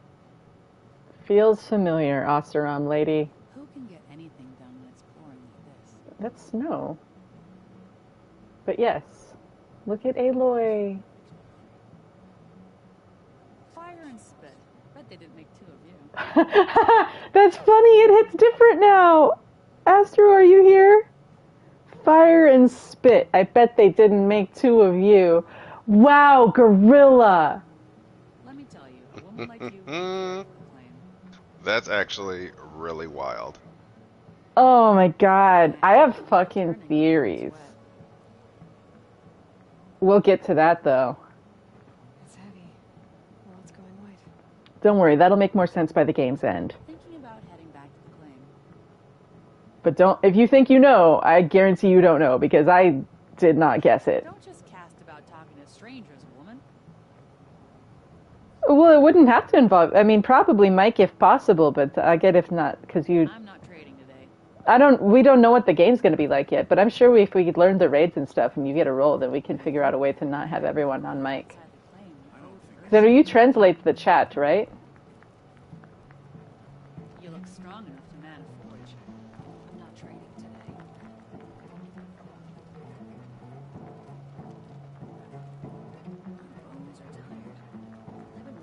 What was the term for this, Genesis? We looked it up the other day. It's music that Aloy can hear in the game. Diegetic. Yeah, hold on, they were talking about it on the, I think Lucas Von Toll, the music director for Forbidden West, was talking about it on the Gorilla Listens stream. Normally it's Gorilla Plays, but I think it was called Gorilla Listens. Yes, diegetic music. Music that is heard by the characters within the story or the fictional setting. Ooh, I like the suggestion. Does anyone else have other... Ooh, and that's a good suggestion in multiple directions, Astro. I like your thoughts. I'm not going home. No. Gorilla Listens stream. Videos. Gorilla music, games, Horizon stream. Gorilla listens to the sounds of Forbidden West, which is great because this is a stream about listening. So I'm gonna leave that link for you guys to listen to Gorilla Listens. It was a really good interview. It was fun to be in the Twitch for it and do the chat. Yeah, the people you are socializing around, exactly. How's that pronounced? Omgangskreds? Let's look it up. This ceasefire is a ruse. Someone has planned for victory, and it better be us.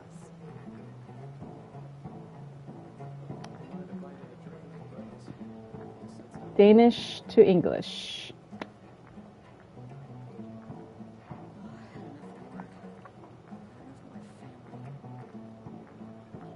Enough of my work and enough of my family. I mean, that's relatable. Just got to get away from people sometimes. All right, how to pronounce it? What does this say?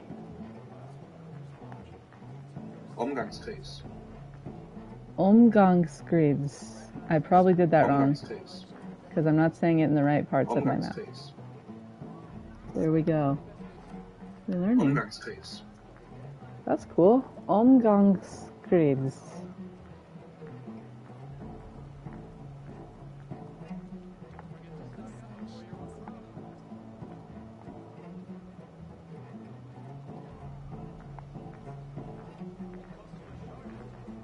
Acquaintances. Yes. Acquaintances are friends.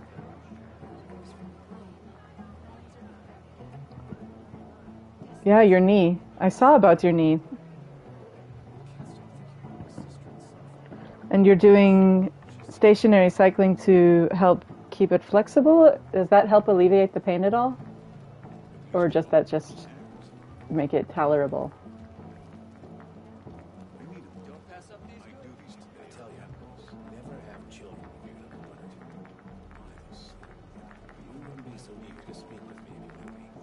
Bro, how do you know? I've never got to speak with anyone before.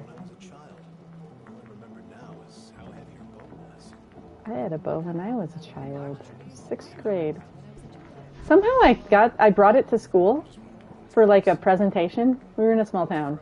It was the early aughts. Times were different. The early aughts. Well, also I didn't bring my quiver. I only brought the bow, and you can tell when a bow is just a bow pretty easily. So I brought it for a presentation I did on geometry. I like this character design. It's like a pseudo Petra. Her face looks a lot like Aloy's, but not. Interesting. Reddish hair too.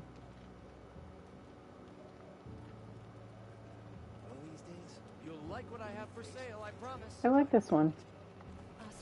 Interesting character design. Take a look at Who these runs wares. this place? Captain Balon. In the parapet by the market building. Who runs this place? Captain Balon. That's so interesting that she has a spoken line for that one guard there. Look at all the pretty armors. I wish that we could get a Banuk hoodie like that. Like, that'd be so freaking rad. What do I want to get now that I have money? What would be most useful? Anything, literally. Shit, I've got enough for both. Might as well.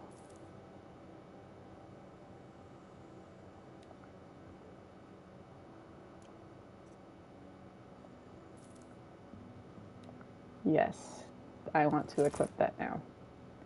It's gonna change my life. All right, what can I craft?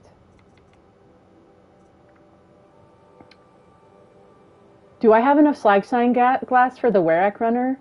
Did I just make a foolish decision for myself? I don't want to do any upgrades. What about the golden travel pack?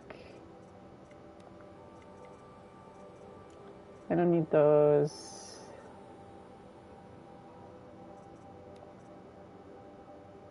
$30 fatty meat. Okay, let's create a job. I don't need it in my active quest right now, but I need 3 fox skins. So we're gonna have to catch the little foxes and get their skins. The rest of this, whatever, I'll get more if I need it.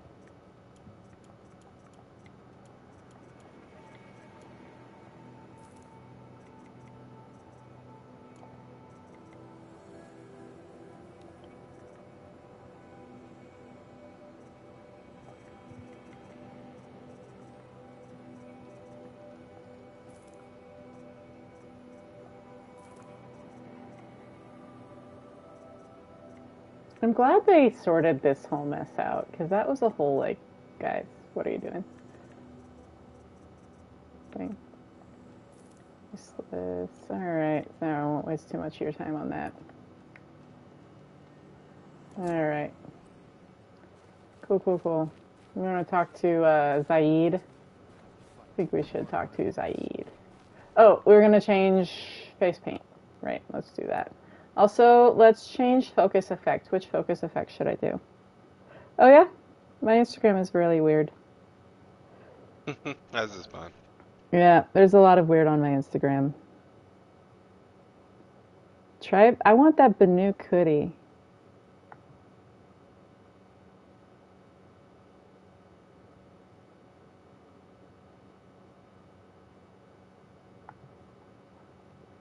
I don't know if a hunting party would involve the mic because of... Let's go with C. And Karja Hawk. I like it.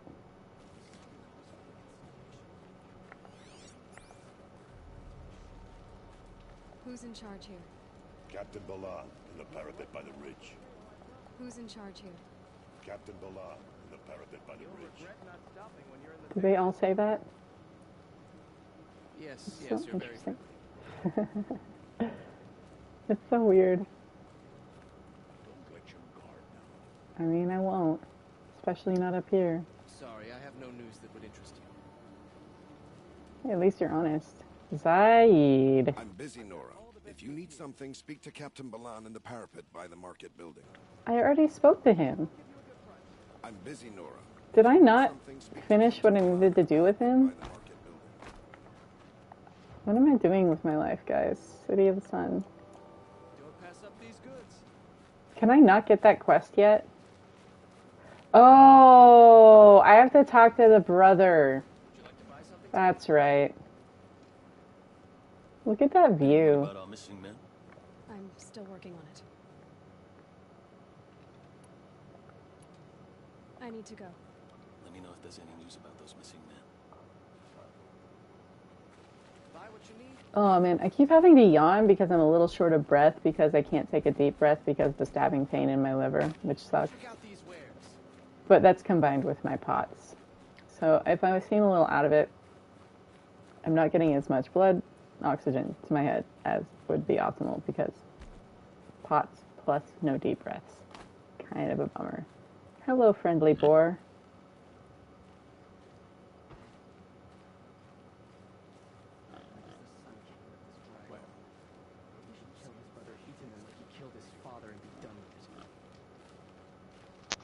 There's a guard under the last king. That is really how the freaking sunsets look in this part of the world every freaking day. With the geography and everything. I mean, I do live right by Mesa. We're going to a city on a mesa. Sacred land. I need to find Olin and learn everything he knows. Who the killers were, how they saw me through his focus, who the woman is, one who looks like me, why they want me dead. Olin's trail leads to Meridian.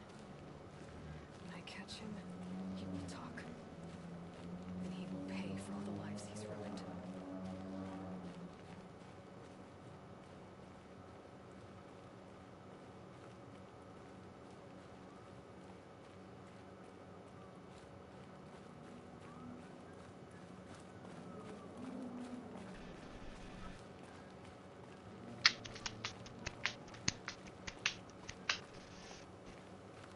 You slapping yourself to a beat? I had a little. I feel that. There's this little spot right here After we do the Hunters 3, remind me to come right back here. If you want to know where it is on the map, this little hut right here. We're going to come back here after we do the Hunters 3. Okay, after the Hunters 3. Yep, there's a fun little thing right here after the Hunters 3 that we definitely want to catch. I'm sad it's so dark at night right now. We can't see out because of the snow. But hey, it's just like y'all's real lives right now. Snow blocking the view. Which path should I take? Should I go to the right or should I go to the left? I can get to Meridian either way. We'll find our way there. We just might have a more scenic route or not. Mm-hmm. City on a hill, pretty easy to find. The spires sticking up, you know? Yeah. I mean, on a mesa. City on a mesa, right?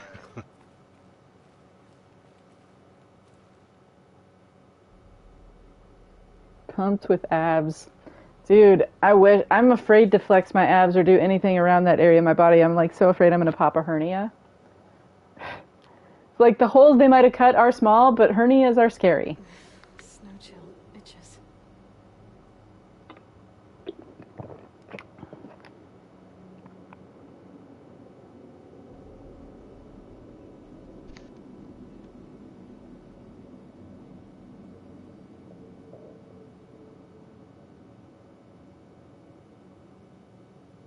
I agree with what Genesis said. We are glad to have you here, Klaus, and glad that you have been able to survive this with us. We're all umbilical hernia. Oh no! How did you know? How did you know?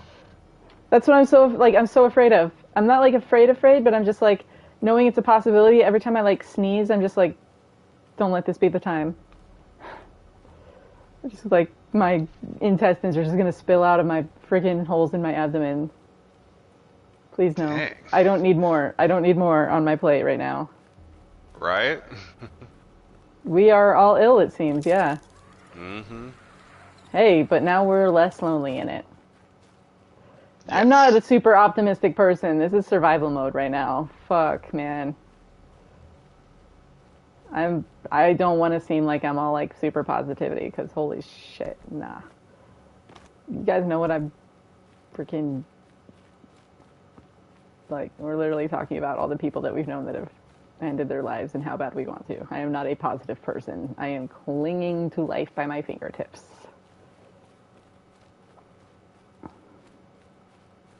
And this game has helped me with that. And I'm okay being honest about that, just in case other people are in a similar spot. Amen. Yeah, I think we have to be honest with ourselves and with others. Yep. Especially about where we're at and what we've been through. How are we going to grow if we're not honest? Yep. That's why it's so sad when people try to cover stuff up, where it's why? Right.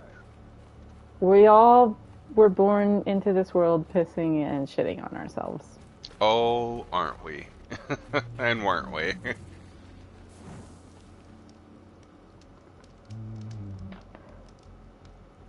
Just in case. That might be something that your translator is not catching. It's JUST space IN space CASE.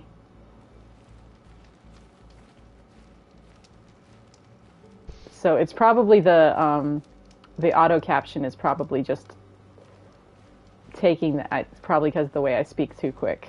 Yeah.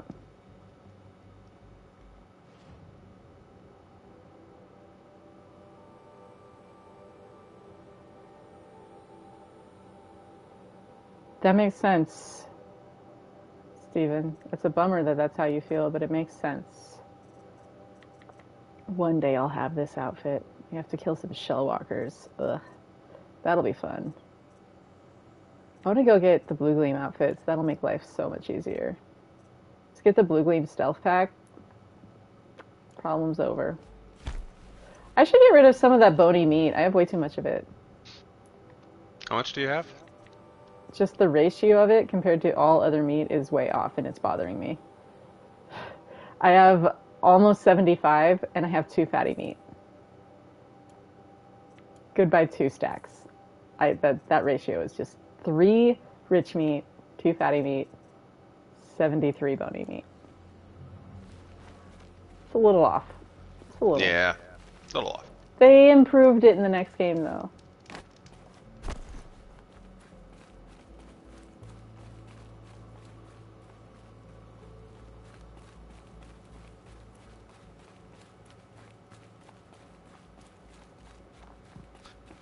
Get a little bit of a better view. This is what it looks like when I go out stargazing. Get away from the light pollution and the sky opens up with the stars like that. I mean, obviously the constellations are more constellation-y, but you know what this reminds me of? The thing that they did for the stars, and this reminds me of when you do the ice temple in Ocarina of Time. The room that you meet Sheikah at the very end. You know what I'm talking about?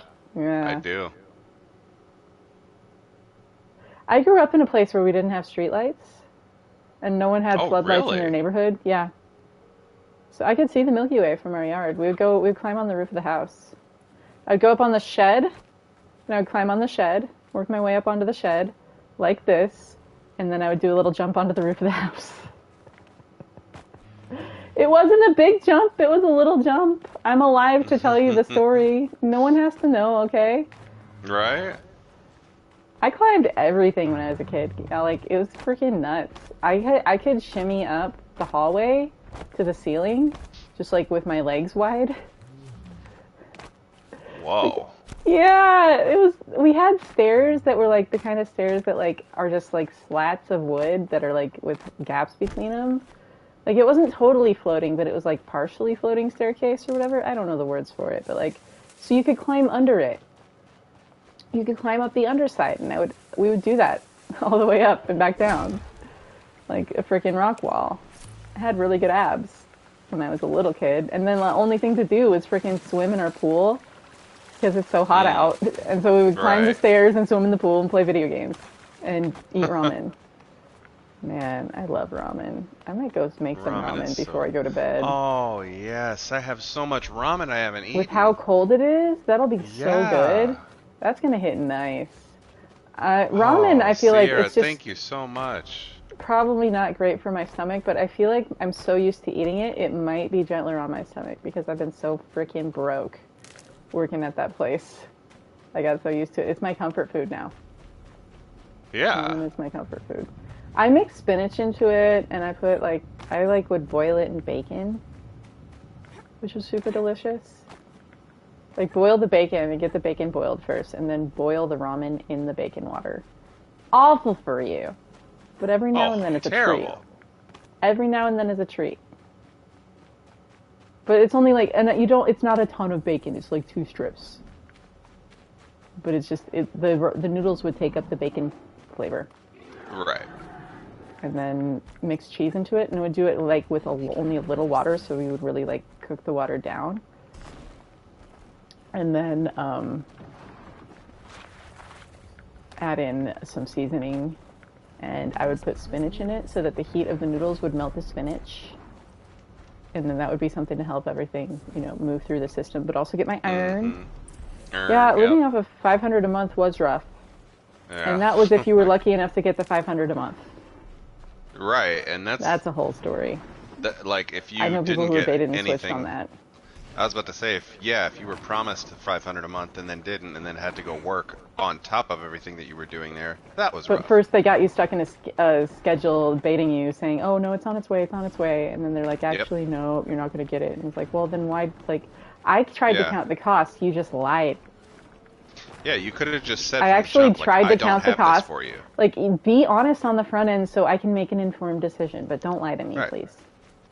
Yeah, if you don't know and it's not certain, be upfront about that. But not with the whole, oh, we wish we could pay everyone, but that's not a, you got money that came in and you upgraded a bunch of soundboards and equipment and bought land that has not even been developed, and then don't hold people accountable to maintaining the equipment, and then you've got people spilling coffee on faders on a brand new venue profile from Avid, which is not a cheap board. Take care of the equipment we have. Train people better so the equipment is better cared for. Mm-hmm. Because you pay us so little that when you break a $4,000 piece of equipment, That's almost a year's salary for one person. If not more, yeah. So to have you, like, fire me over $500 a month, that I was willing to work there for that fucking cheap, and then it's like, watch you trash this equipment, it's like, okay, well, you're not going to have anyone to operate that. Right, you're losing your only operator. Who gets the equipment without anyone to run it? You got all these cameras on a wide. What are they doing here? It's just like, I remember when you guys were paying people to come learn how to use the cameras. What changed?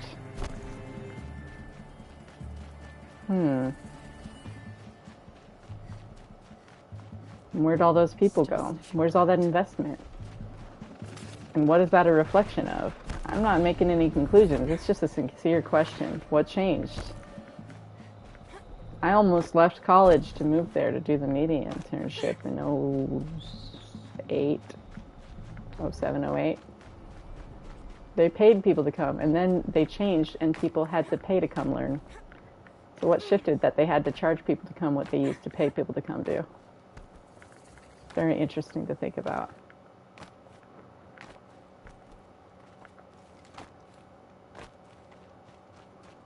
So pretty. Like, can you imagine life being like this? Snout walls everywhere.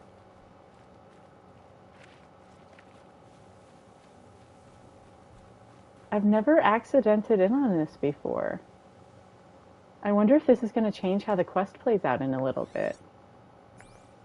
Probably not going to get to it tonight because I'm not feeling amazing, but I wonder if the Aloy's going to be like, oh my gosh, I wonder if it's the da-da-da-da-da. Since I've already been here. It's so interesting that they're not here. I've never found this before doing the quest before. Oh, really? Yeah, I usually just get the quest, come and do it, but don't, like, wander this way. I'm trying to take a scenic route, you know? I'm gonna get bandited. I'll be fine. I'll be fine.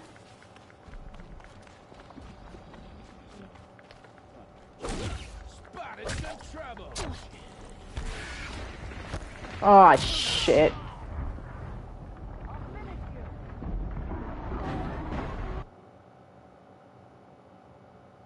Oh, there's your friends. Oh, and their friends. Jeez. Yeah. You're watching the stream a little behind where things are happening, and your sacrifice is gaining you rewards in heaven. Yeah. Oh, okay, I'm gonna get to heaven pretty fast without money for food. Yeah. 300 months from stipends to 200 from 3 people back home. You literally lived off $500 a month. Literally. So much ramen and rice. Yeah, it's not nutritional. Nope. Meanwhile, like, how is it that people can afford, I don't know, like, hours flying a plane while their people starve? That seems a little weird to me. Like, I get, like, you know, leaders are entitled to be compensated for the work they're doing, but like, your people are literally starving, dude. Like, leaders eat last. The spirit of the Tabernacle of David is also to have monetary means to fund the Tabernacle. Like, yeah. He was a king, and therefore he funded it. Well, he wasn't allowed to build the tabernacle. That's the funny thing. I was like, why is it the spirit of the Tabernacle of David? David wasn't allowed to build it because he murdered Uriah in his covetousness. And then you joke about how everyone's so covetousness about each other's bass players and always getting into fights about it. I'm like, you're joking about the thing that kept the tabernacle from being built. Exactly. It's not adultery, because Solomon had many wives and concubines. It wasn't sexual immorality. It was covetousness. Right. Yeah. It was his heart, not his action. Well, it was his action, but it was his heart. You want a heart of David? His heart led to his fucking actions. got it. Yeah. Right. Yeah. You totally are there. Like, what the hell, people? Like, did we read the same Bible? No, because you only read the New King James and Mike's notes. That's right. Okay. Not everyone, but a lot of people, if you don't quote the New King James scripture, they'll, like, not recognize that it's scripture. Sometimes. On occasion. I've had it happen. That's what I'm saying. Everyone, like, either quotes Mike's notes or one translation. I'm like, I was taught to read, you want to read one paraphrase translation, one super literal translation, and then something that's either the King James or New King James, because that's a different source text. And so that you find the truth somewhere in between all of them. Oh, Sierra Claus is telling me to tell you to read something. I couldn't find it. I was scrolling and I didn't see it. I think it's right here under one of my comments. It says, here, I'll say it. It says, I know I'm being jokeful. The name is sounding like a modern Sherlock Holmes, and then in parentheses, previously in just in case. Right? So when I read that, I was like, ah, there it is. Just in case. Now I get it. That's funny. That's or it'd be really like, good. just in case. Just in case. Got a case of the Justins. Oof, don't we? Well, there's dinosaurs everywhere, so... Oh no, I'm sorry, buddy, did I just say that out loud? That's what we call a high context reference. That is a high context reference. It's only mocking if you make it. Yeah. You don't know my intent.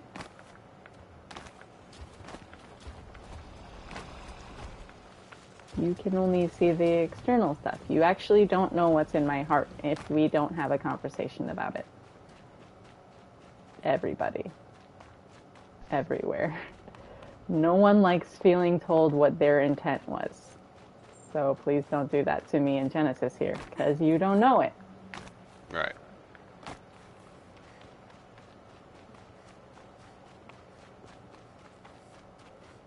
Guys, are you ready for what's about to happen? We're going to get ready. a poem. We're going to get a poem. You're a question waiting for an answer. You're a question waiting for an answer. Aloy is a fucking poet. Collectibles. Metal flower Mark 1C. Lightning flash, what I thought were faces, are plumes of pampas grass. All flesh is grass. Interesting. The dust of many crumbled cities settles over us like a forgetful doze. But we are older than those cities. We began as a mineral.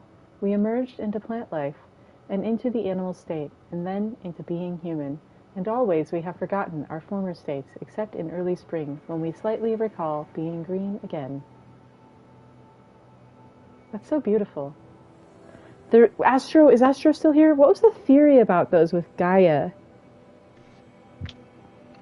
Like, I think it's still worth exploring even now that we've met Demeter, because it's still like, is this Demeter talking, or was this in there from the programmer who loves Tennyson and etc.?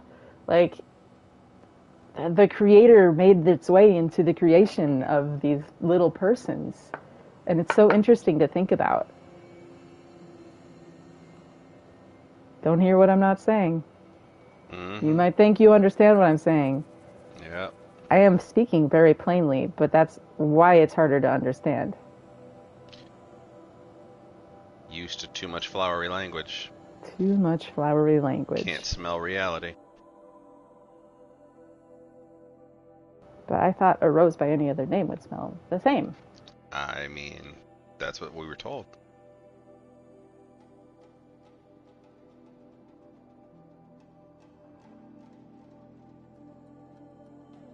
Regardless of intent, I enjoyed that. Hey, that's what we're here to do.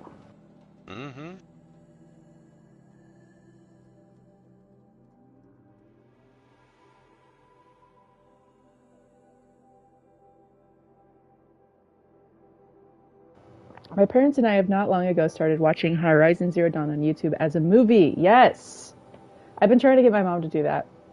I actually got her to start playing it. She's never played video games like this. She's very bad at 3D spatial controls. And so a game like this that's like a shooter is really hard for her. But we've gotten past the proving. We need to pick it back up. Nice. Yeah. On story mode, but that's still like the camera is a whole game for her to learn. So it's like Right. We had fun with it. We got past the proving. I actually we streamed it a little. But nice. Okay. Yeah. I don't remember if it's up or not. I might have taken it down. Thinks it's good, has no interest in seeing video games. We've seen 28 minutes. Hey. Commented that it's unbelievable how much good music is being made for games. Dude, the soundtrack to this game and the other game, like, it's just, like, all I listened to for the last year. Horizon Forbidden West soundtrack. It's just healed my relationship with music after it was traumatic, because it, like, approached things in a new way, and I got it passively where I was playing the game, and so I was able to, like, start liking songs again. Mm-hmm.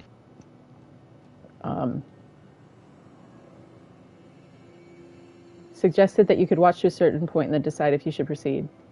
Showed disinterest until having seen it. That's how it was that they were messages sent to warn Aloy for the poems. I can see that. I still can see that, because, like, what if... I'm just really curious what we're going to find out with stuff that I don't want to reveal yet, because I don't want to spoil stuff that happens down the line in this story for people watching. Mm-hmm. Like, we're going to, like, a little spoilery, but also not a little spoilery, so that things remain seeming esoteric, so that you don't know what's a spoiler and what's not. And that's to actually help cover so you don't ruin things for people. One of my favorite soundtracks is the first Devil May Cry game soundtrack, maybe from 2003. I've never played any of the Devil May Cries. Oh, you're, like, way behind Astro. I was like, where are you, buddy? I need to refresh mine, too. Don't forget to, if you haven't, I don't like being this person, but if you haven't hit like and subscribes and stuff like that, just so that we don't miss out on hanging out, and the likes help get attention on the stream so we can get the attention of the people who need to hear what we're saying.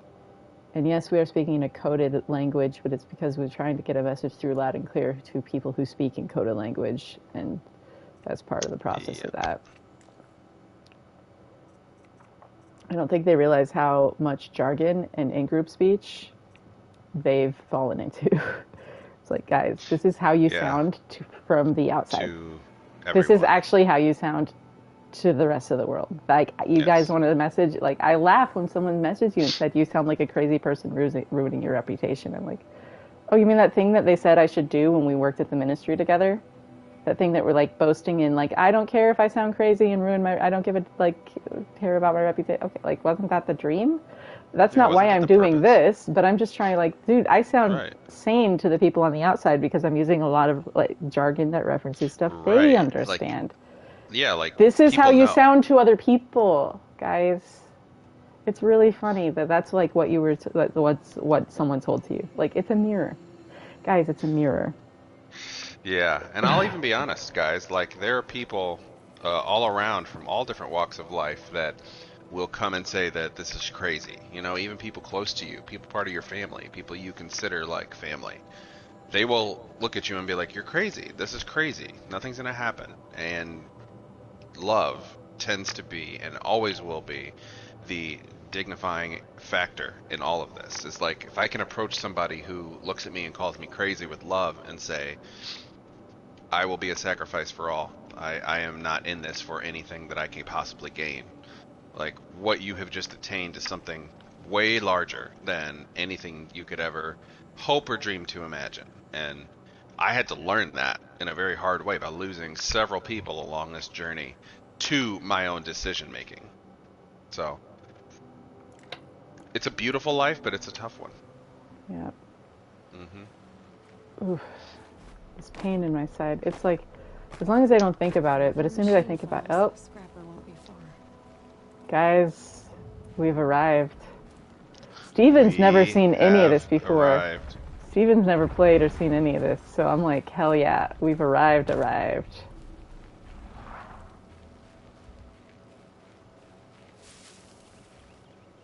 What if you didn't, Scrappers? But it's not my niche, religious linguistics. Man. Oh, gotcha. That's fine, Astro. Welcome back. Gotta cling to your family. What would Vin Diesel do? Right? Steven, do you see what we're looking at right now? Isn't that incredible? Welcome to the grown-up horizon. We've now escaped the training area. Just stay out of their way for now. I consider everything up before now the training area, and now you're in the full game. I don't want to fight you guys. Can I override the scrappers? I don't think I can. No, I think maybe I can't. No, it's Sigma. Oops. Ah, damn it. I was just going for a stroll and reading poetry.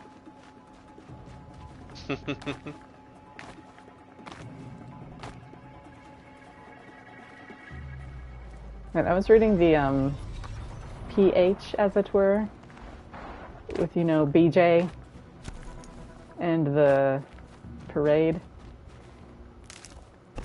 You know what I'm talking about? About? I do not. Can you explain a little? I don't want to explain too much. I'm trying to take this one extra high context. Oh, were you talking about where you're at? No, like in life. The other day I was reading something from the place we used to be. Something they used to talk about once a year in September. I now know what you're talking about. The September thing that we always Yes, that was always BS.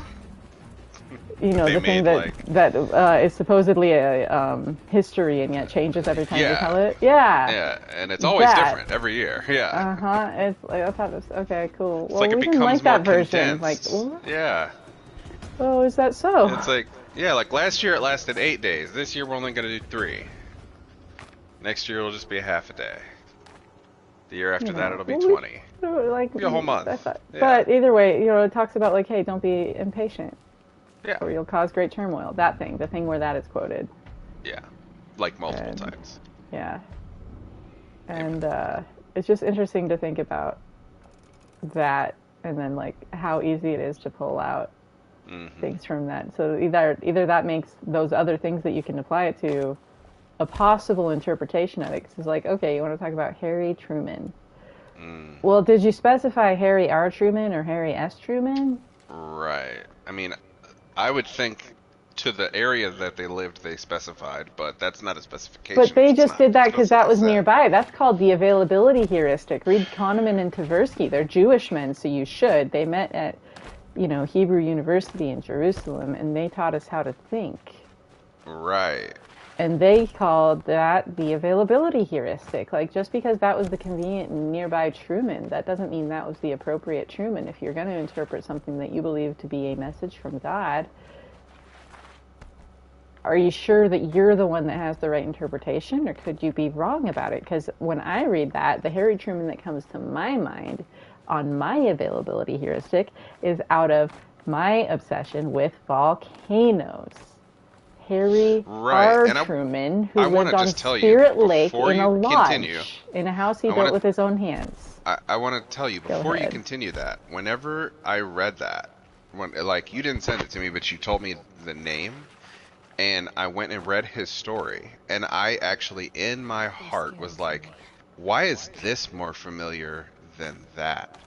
Like, it feels more like what happened. And, yeah.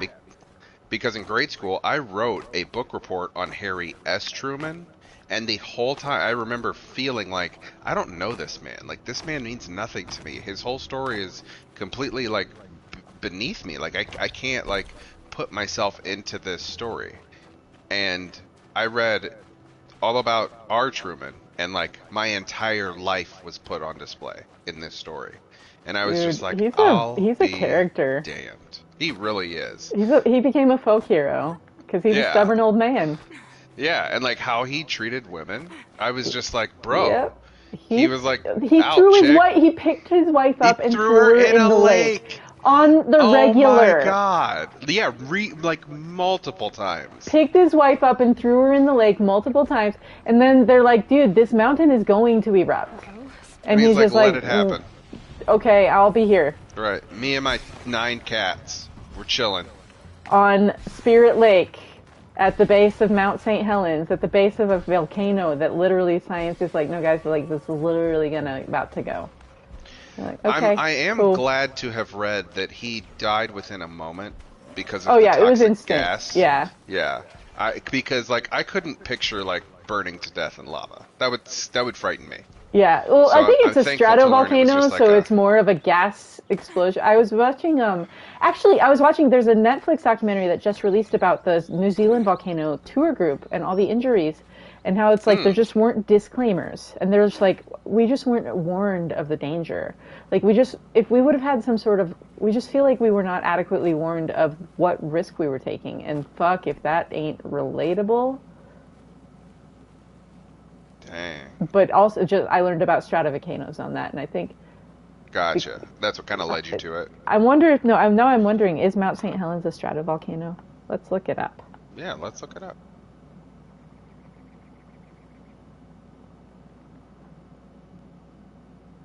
A composite volcano or stratovolcano. A term for steep-sided, often symmetrical cone. Mount St. Helens is a stratovolcano, so those erupt by more of a gas buildup that then gets increasing pressure and is just a destructive cloud of ash rather than lava flows. Because there's also like Pahoehoe and A'a lava and stuff like that, and like the Ropey lava, but like it's the gas buildup that increases more than the pockets of rock can hold, and then the heat, blah, blah, blah stuff happens. They explained it in the documentary, so you should watch that instead of take my mouth words for it, because they're not very useful sometimes. I watched the thing, but not enough to teach it, right? Like, I can picture it, but don't let me, don't ask for You terms. enjoyed it enough to, like, say something pivot, like, promising about it, but not enough to tell what Guys, it is. I can tell you it was really cool. But the documentary was just like a play-by-play of like how this event played out and how many signs there were that were just totally overlooked, and how the people just didn't feel adequately warned, and it led to death and permanent injury for people, and that sucks. The end. Like, and some people who died were like, there was like tour group leaders who had gone on 1,000 tours. They'd done it before. But the volcano had erupted on more than one occasion. It just always had been at like night. So it was like, y'all, like nature warned you. Like, you knew this thing was an active volcano. You take tour groups there, but you just, you grew complacent and didn't look at the signs that were in front of you.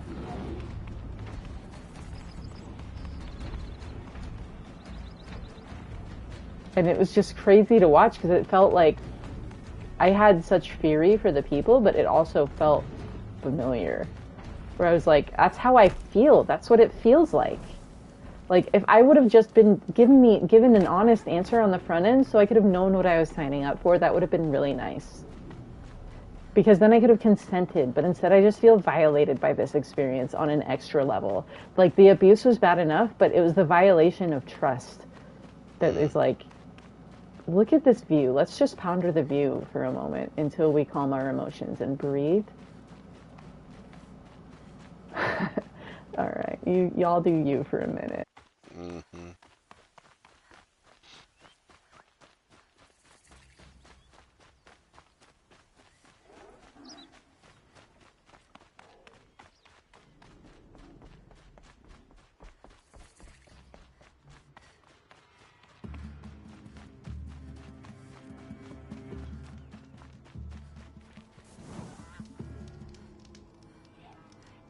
Lured and trapped is how it felt. I literally told everyone in my high school that asked me that my goal in life was to get on staff and get on a team at IHOPKC. IHOPKC was like my dream as a teenager / young adult, for real. My life got immensely easier when I finally decided that I could be wrong and not everything is personally related to me. What an introduction to the full game. Check out Helgast Mach by Joris de Man, same composer as To Horizon. Can you drop a link to that? Is that up on a website to streaming or on Spotify or something? Because you should be able to add links in the chat since I gave you a wrench. We're gonna take a walk into this place with our new arrowheads. Oh, we do need to go back and do the arrowhead quest, and we need to talk to Rost.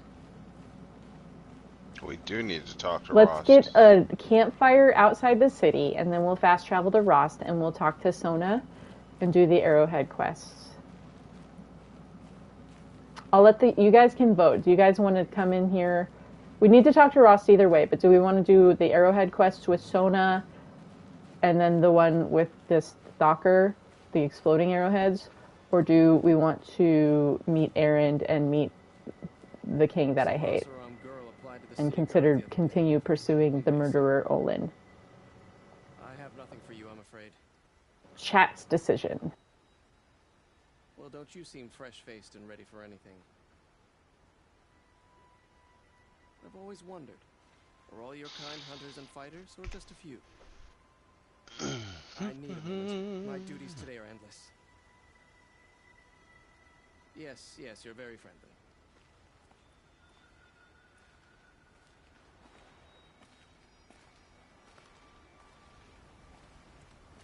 I cannot get over how good this looks on PS5. It's like a whole new... Disney, don't come at me. World. Oh, they're coming for us. Have you seen the feed the AI bots Disney to get to send like basically two great enemies to fight one another? No. It's because people are like, okay, the enemy of my enemy is my friend. Let's feed the AI bots Disney art so that Disney's copyright lawyers will come after them. Oh, that's awesome. And so they started doing it. I don't know if it's going to work, but we'll see. We'll see.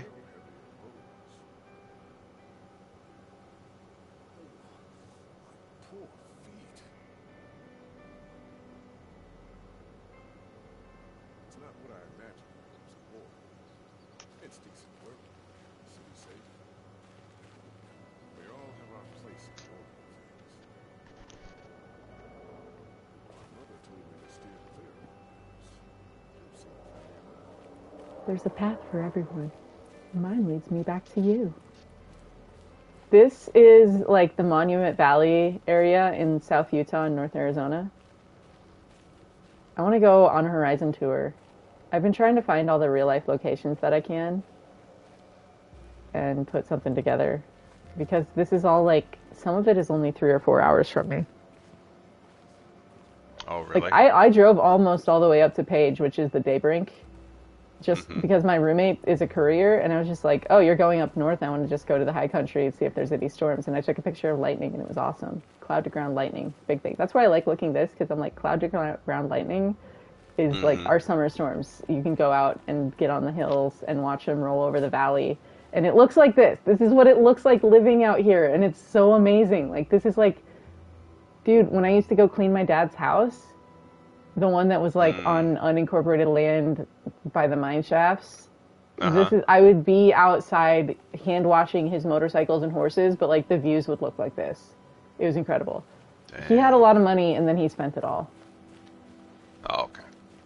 This place becomes important later for a very relevant quest for what we're talking about. It's already been partially defaced. But we'll be coming back here later. Look at that Oseram craftsmanship. Karja and Oseram working together. Not everyone on equal status. Let the reader understand. Look at these bromeliads. Or maybe that's not what this is. Is this a bromeliad? Does someone else know better flower words than me?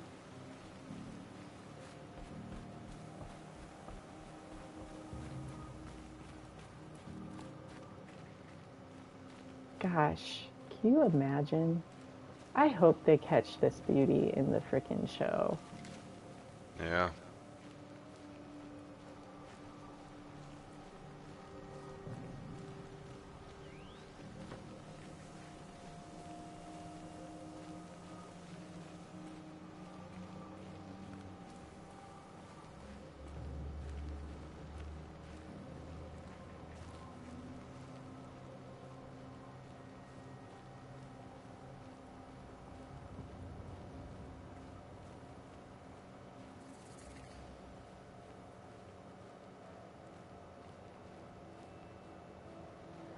I had like a little Canon power shot, and I would take it and I would up the saturation and I would just kind of expose stuff just like this.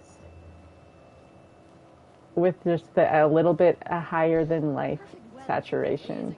And so it's just really funny because all my vacation pics from when I like went scuba diving and stuff like are kind of this kind of color palette and this kind of saturation with slightly overexposed clouds at times, but it like with a balance where like you can see the places where it whites out, but it like doesn't look bad. It's like looks deep. But you can see the deeper blues in the sky. And like this is like what my pictures from Mexico look like. When I went scuba diving in, when was that? 2006? San Carlos. Look at how beautiful this area is.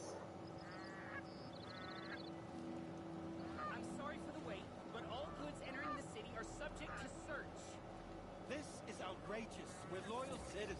How long do we have to wait? What am I supposed to do? Just sit here and let everything spoil? I thought Meridian was open to all Carja. What happened to Ursa has nothing to do with us. Same sun all this time. Imagine that. You know what I love about like the Carja scenery? It's very like old English or maybe even French like castle. It's not like what you would think given their location. Every minute I'm stuck here costs me good shards. Like it's obviously a fort, but it almost looks like like a broken like they built a castle. Maybe the first Sun King found Casa Bonita. This is in Colorado area. Yeah. No, the Carja, they found the leaves of the old ones, and it had, like, instructions for some stuff, and then they backworked it and built artisanal shit and whatever. They had some knowledge to work with. But this is an Oseram Carja combo project for some of it as well. Right. And but not all of it. You gotta read Liberation, which yeah, I need to review. I've read it once, and that was a while back. Okay, I need to go talk to Ross before we queue up the errand cutscene. Where was the campfire? I'm gonna hit the fire, and then I'll fast travel. I just want to make sure that I don't, like, not get the fire. I'm paranoid about losing fast travel points. Look. I've been burned before. Okay? Daddy! Literally. And Ohio, how's the weather for you? It's been crazy for everyone. Steven. Are you guys getting the storm of the century too?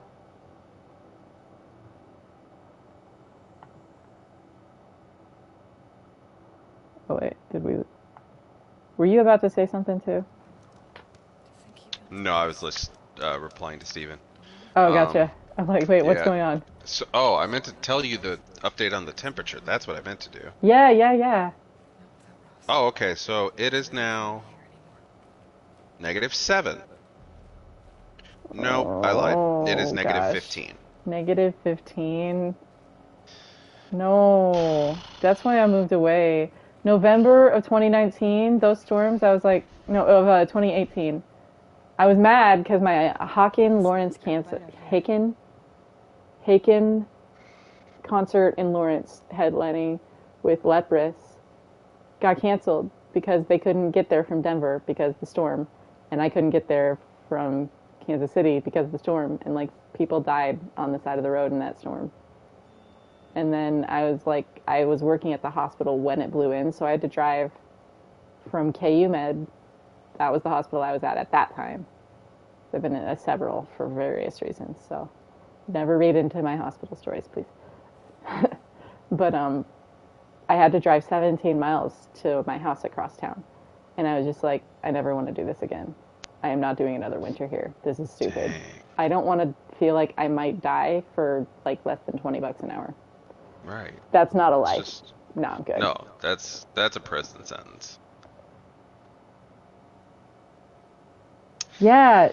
Are your horses okay? Like, you've got the fire and stuff, right? Well, yeah, it's like I built that makeshift -51 in Ohio. fire. This isn't normal, right? This is not normal. Yeah, it's not been this way since 1983, at least in my area. I don't know about Stevens. So, yeah, these record lows are like you're right. Like you're right. People's Yeah, pipes are Astro's saying you bursting. guys got hit People's harder than Wisconsin. And Astro, it doesn't surprise me that you also don't show your pain externally. You seem like the kind of person who would just silently, like, not even zen, but just like, not just a like, silent sufferer. yeah, that, which I think that's why we get along. Let's see. Hey Google, what's the weather? Right now in Scottsdale, it's 49 degrees and clear. Okay, Tonight, that is the cold for forecast us. is around 46 and clear. That's very cold for us. That is cold for y'all. Yeah, so there you go. Do you have any All right. snowfall or? Oh, nothing to say with Rost. Northern Arizona does, but I'm in the valley. Okay. Oh, okay. Yeah. Steven asks, how close to Chandler, Arizona? Not very far. It's in all, they're all in the Phoenix metro area. You got buddies there? Yeah, I have a friend in... Alright, checked on that. So I guess we're going to Meridian. There was nothing to say to Rost, but I'd rather check it too often than forget, so... Amen. I'm out of fast travel packs! Oh no!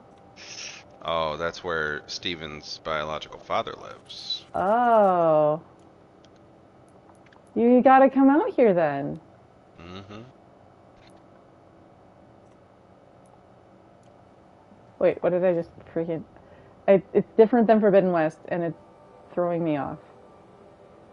I don't do... Switching back and forth between games throws me off, but that's fine. It's just, I am amused by myself.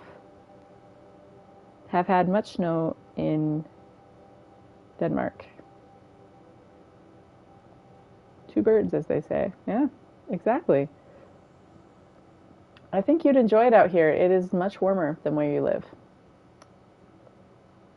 Other than that, everywhere's getting expensive, so it's not like that means anything anymore. We're all going to be homeless anywhere. Right? Like, literally what the hell all is of us on going the on, streets. people? Like, what is going on? Yeah. Guys, why are we doing this to ourselves?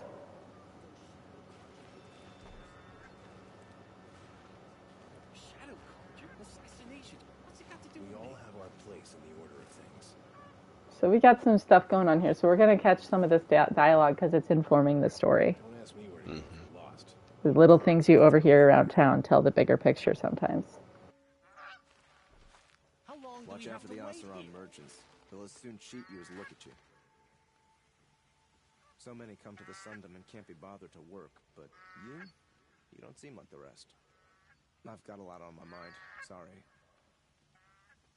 So that's like, look at, you can see the Karja stuff is all that elongated hexagon diamond-y thing with the like computer circuit chip looking motif or whatever, motif. Our Sun King must cleanse his father's sins. Don't let your guard down. Every minute I'm stuck here costs me good shards. You don't like hot temperatures? No, I'm awake and alert. I don't mind the cold, it's just I don't want to feel like I might be in danger of dying, basically. Shadow called you. Assassination. What's it got to do with me? My wife was cheated by one of them. Not for the first time. I face the sun with pride, because I know I earned Just my be place. patient, and everyone will get in. Oh, hello. I wasn't expecting you to speak to me. The colors and stuff here show the class status of the different Karja. So you can see like how ornate their outfits are, kind of show like kind of their trade and their class status. It's very interesting how much they put into it. Fresh-faced and ready for anything. You wouldn't be so eager to speak with me if you knew me. It's almost like Final Fantasy-ish. Like, I freaking love this character design. It's so much fun. I tell you, never have children if you can avoid it. Who hurt you, lady? I need a moment. Right? My duties today are endless. By the sun, I'm hoping for a better day tomorrow. Just be patient, and everyone will get in. Eventually. Oh my. Soon as the sun's rising, you're a Nora. Yes, yes, you're very friendly.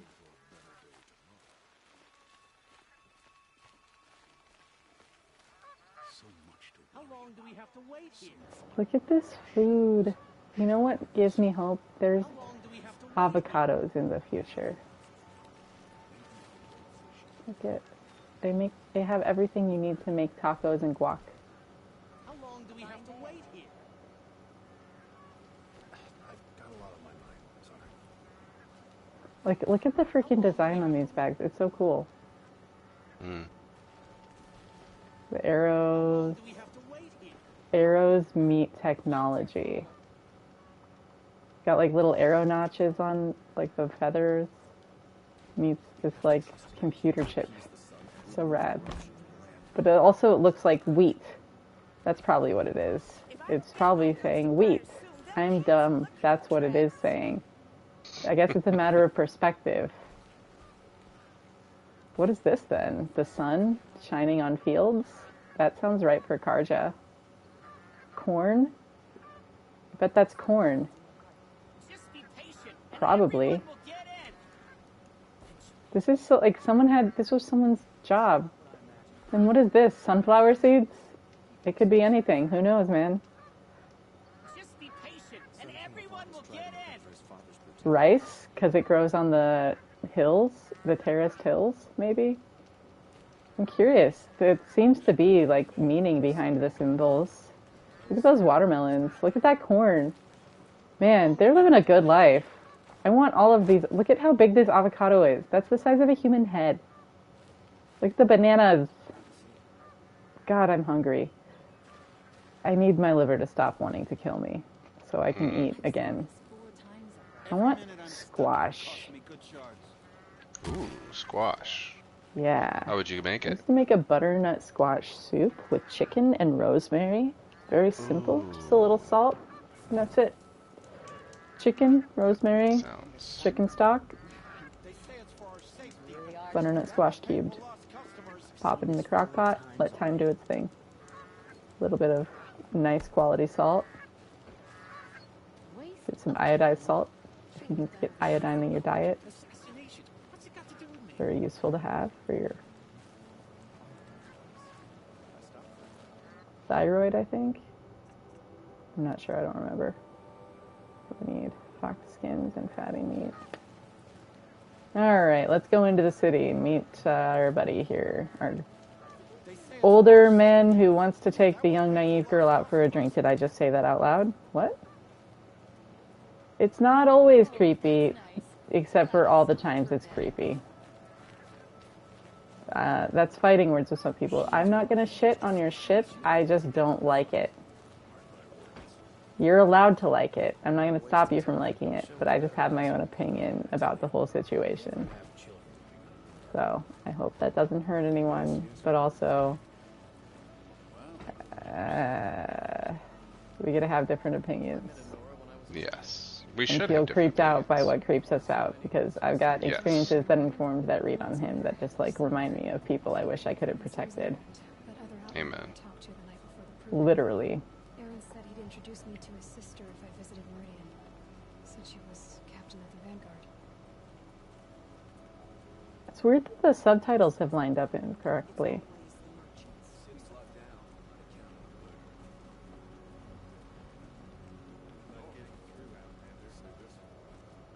Kit makes you look fierce. It's my resting bitch face. Look at how pretty this city is. This reminds me of being in Sedona. Sedona has a lot of laws to restrict light pollution so that the sky remains the sky. And so the McDonald's there is teal. It's like turquoise instead of yellow arches, and they don't glow. Mm. They're not allowed to. Oh, really? Yeah, look at the spire.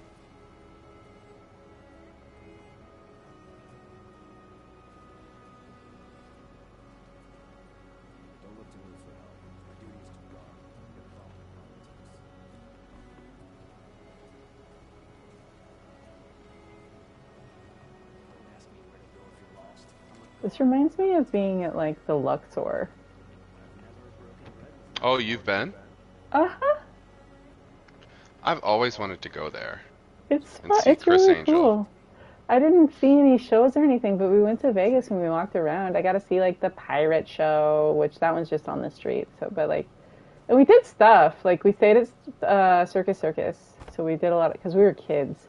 My Dad's uncle used to live in Vegas, but now he doesn't. But we went up there. So when we went, you actually still drove on the Hoover Dam.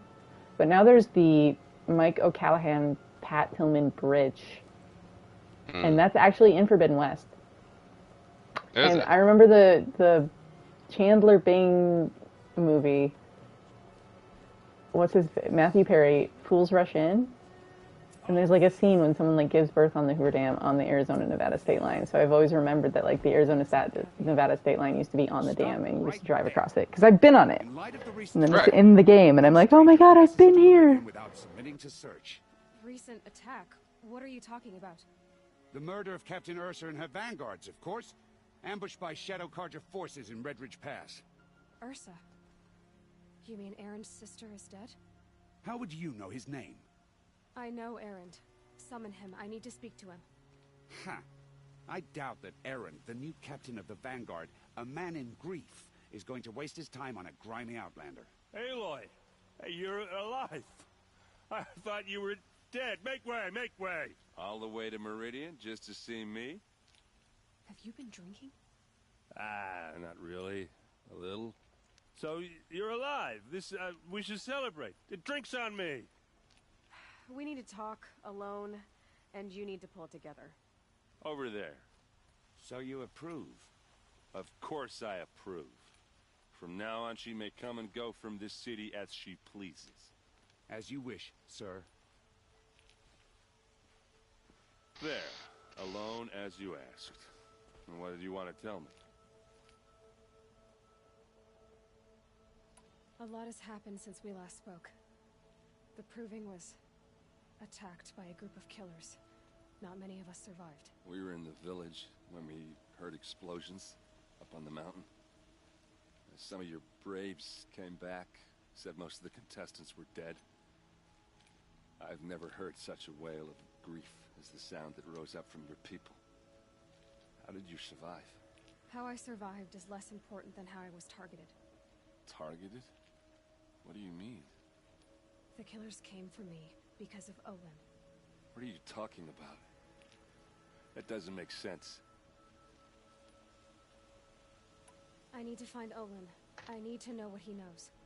But he's a friend. No, he's a traitor. I don't know who the killers are or what they want, but I do know that Olin is working with them. But, I mean, this... I don't need you to understand, Erend. I just need you to take me to him. Back to... He went scrounging for scrap and relics days ago. It could be anywhere.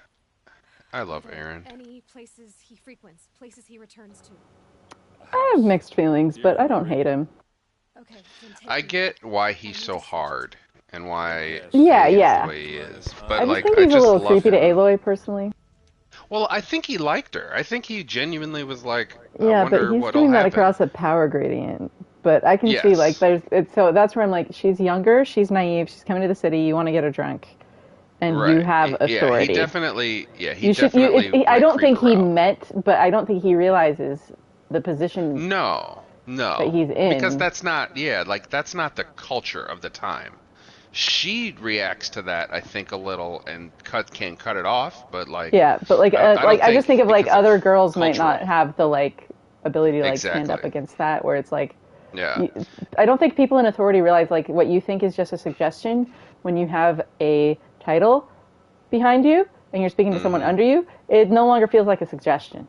And you got to be mindful of that. Demand or a command. Yeah, and I think Aaron is used to dealing with Oseram women who are just hardened, aggressive, definitely speak their mind, are probably liable to fight, in case they feel threatened or whatever. So like Aloy's purity and her stoicness, I mean, she's still very battle hardened. She will definitely throw down, but that's not usually her first go-to, That's like her last resort. And yeah, I totally get it. I totally get the like power difference. And I'm just glad that he doesn't lean into it enough to make it like, all right, she's going to have to submit or he's not demanded about it, and he uses it generally to defend her, but there's a little bit of a like, bro, you are like raging drunk right now. You're not raging, but you're like... But you are definitely internally rageful. stewing. And it's just more of the like, don't hit on people across a power differential when you know that they're naive to the culture and etc. It's a little weird. Please don't. Yeah. I heard what happened to Ursa. Yeah. I love Aaron for the fact that, like, She was special to you. he allows his emotions to be seen, but pretty much only with Aloy. And that's something that, as a man, I think it's very difficult to do with women, because, like, we tend to think that, like, we have to be above it, we have to be, like, stoic, and we have to be without it, you know, without the pain, and we can't let you see that. Even though you see it very fully, we wear it on our face, we wear it on our skin, but, like, we have to be like, no, I'm good, it's okay. And I like that, even if he is drunk, he still makes his emotions available. I like that about him. I don't see that a lot, especially in the video games. Well, he does have a vulnerability, like, where it's like, this guy's literally, like, becomes the replacement captain of the guard, and yet he's, like, a big, vulnerable, bear huggy, like, kid, and he's, like, honest about, like, he's got a lot of, like, insecurity that he's always talking down on himself, and it can be really sad, but it's like, gosh, bro, I just wish that people had been there for you a little more. All right, Steven, thanks for hanging out. Rest well. Steven, thank you so much. I want to see you next time that you're able to. Y'all, good night, Steven.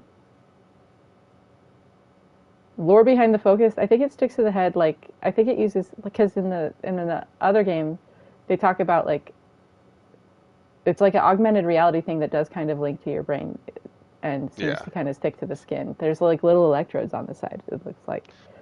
Yeah, it's almost like a... I was going to say, yeah, you said it best. It, like, sticks to your skin electronically. And, like, gets to your... whatever that is, that part of your brain on that side, like, under your ear. We get a poll, guys. Poll time? Yeah.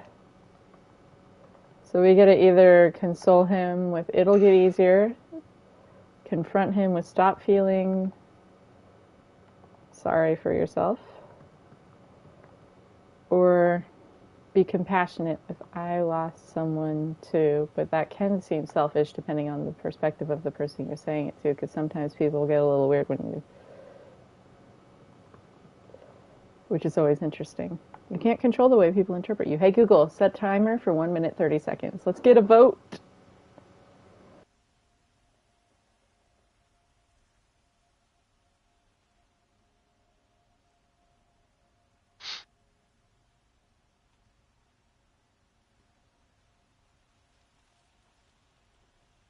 The poll is in the chat, and then I think once we get in the city, I'm probably going to have to call it a night because my side is hurting. If you guys haven't hit that like and subscribe, I hate asking people to do that, but I'm trying to get the attention of some people that have stopped up their ears to the cries of justice from people who were their spiritual children under their leadership, and I've tried to go to them in private, and they didn't even follow Matthew 18 with me, so if anyone wants to say that's not Matthew 18, like, I'm not here to argue that.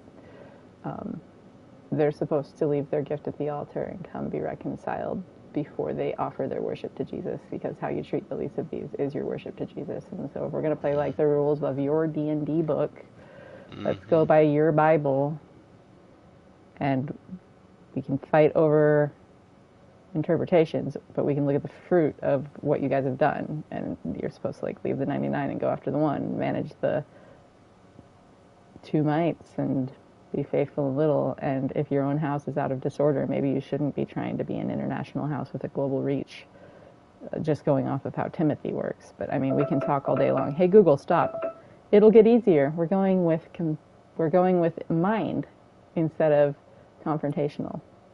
We are moving from Angry-Loy into Intelliloy. Intelliloy. Intelliloy. All right, I'm going to stop talking so we can hear what they say. Give yourself some time. You'll find your footing. Not at the rate I've been drinking. And what would your sister have said about that? I know, you're right. I should expect more of myself. She always did. I need to see Olin's place. Now. Okay, okay. Come on. Look to me for help. My duty is to guard. I don't get involved in politics.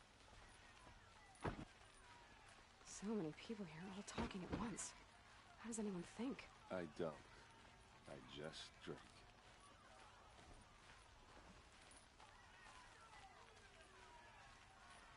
That girl. Is she a Nora? Apparently they're letting anyone into the city these days. Oh, I felt that. Vengeance for Ursa! How long will Avad hide in his palace? To lay siege to the city. Blood for blood. Vengeance for Ursa. How long will Avad hide in his palace? Year after year, why does he spare those who enslaved and tortured and butchered? Erend, you should want vengeance more than anyone. Your own sister, murdered, and her death, unavenged? One more word, you scorched out slag, and I'll throw you in jail myself! Now get out of here, or I'll give you all a kick in the ass! What did he mean about Ursa's murder? Not now. Sun King Avad should end their rebellion. I'm sure you can find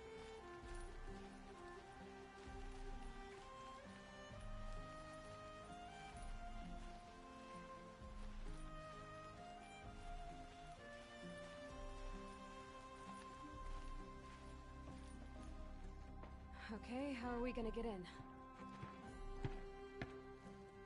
Oh, that was subtle. Here we are. Try not to break anything. Other than the door. All of this for one man. It pays to have connections in the Sun King's court.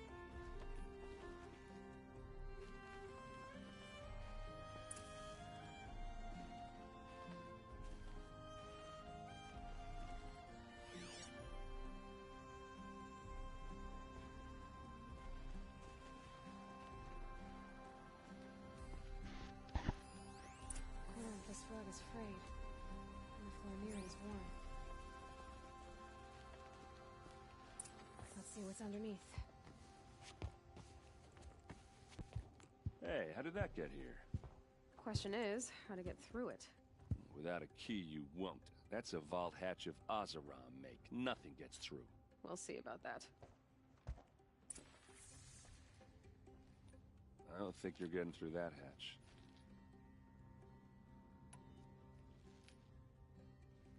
Are you sure you're okay? I'm sober enough, all right? I don't need another lecture. That's not what I meant. I was talking about what happened outside with the crowd. I don't want to talk about that. We're here because of what you said about Olin, so do what you need to do.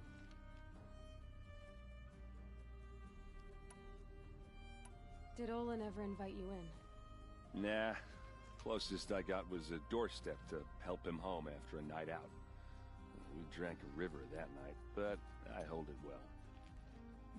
Usually.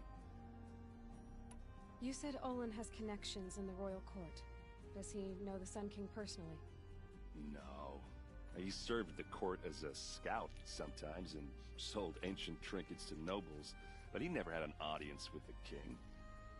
If you're right, and Olin's into something dark, Sun King Avad has nothing to do with it. I'd stake my life on that. I'll look around. That's what we came for.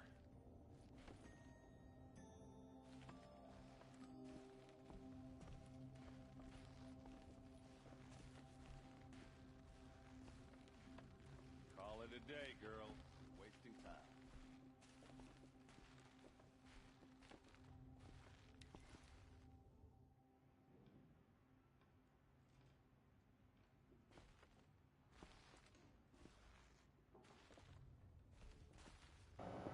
When I was a kid, we made a mosaic very similar to this for the foyer at our church, and it was made of copper tubing and broken stones.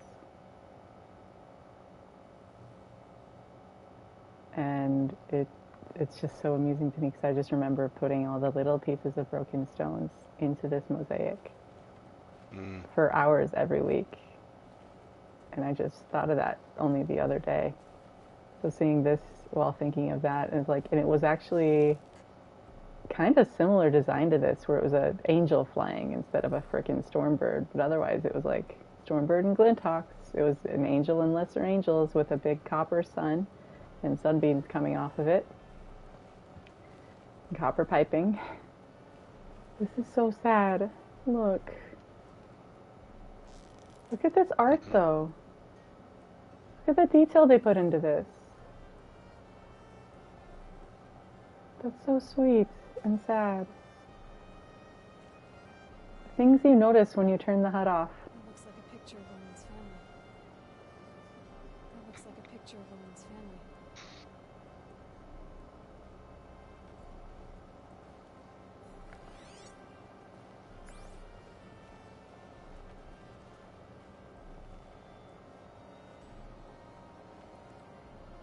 Look at that freaking silverware and scissors. You got forks and spoons.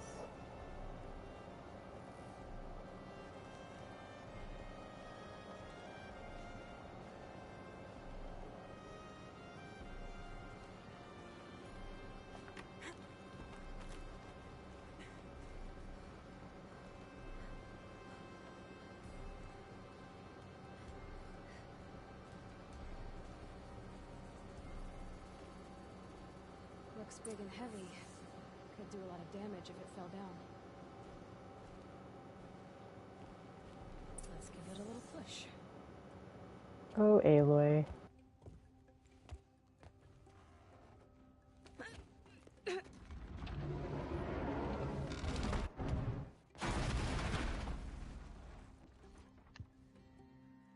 I did say not to break anything, didn't I?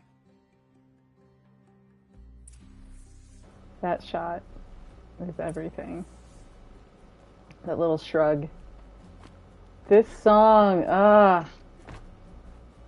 I'm time traveling right now. I can't believe it's been so long.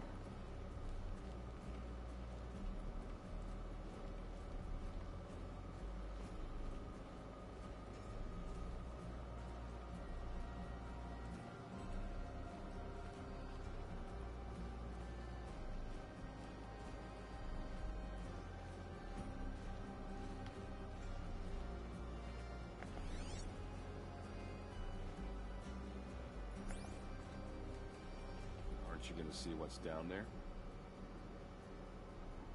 All right, back to it.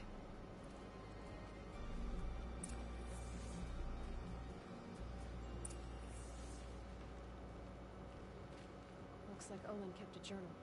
Olin? I knew he could read contracts, but I never took him for a poet. No doubt now. Olin knew I was targeted.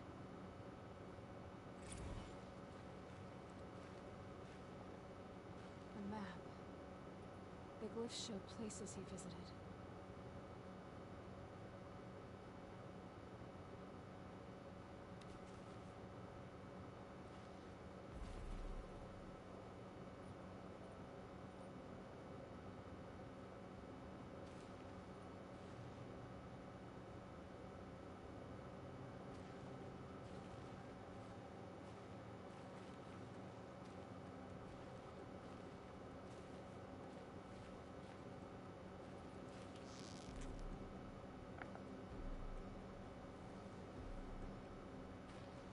Could use my focus. See what it turns up.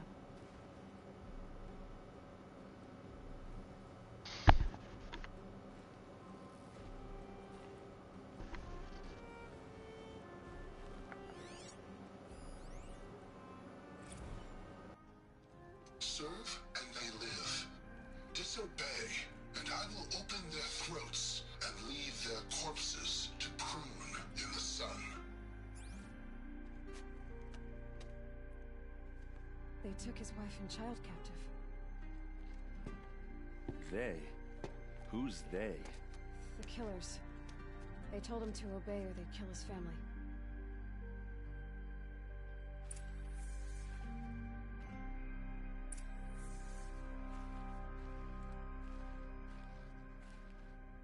There's your proof.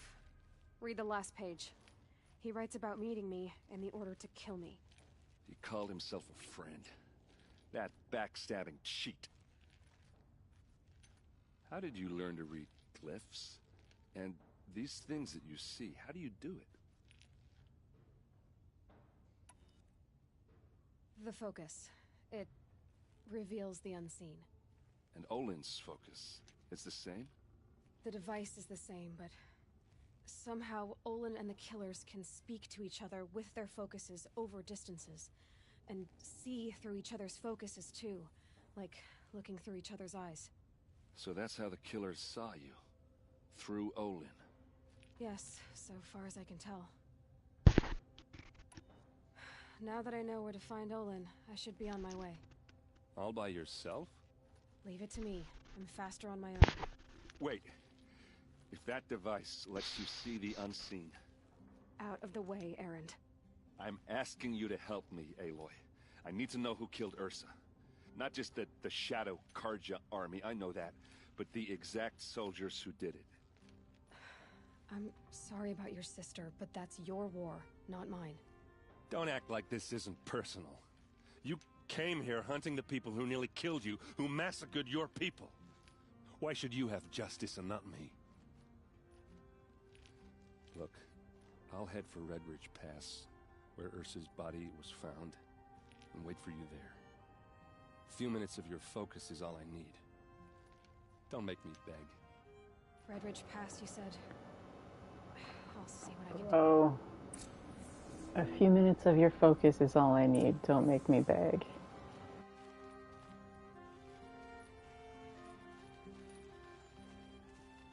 What an interesting line.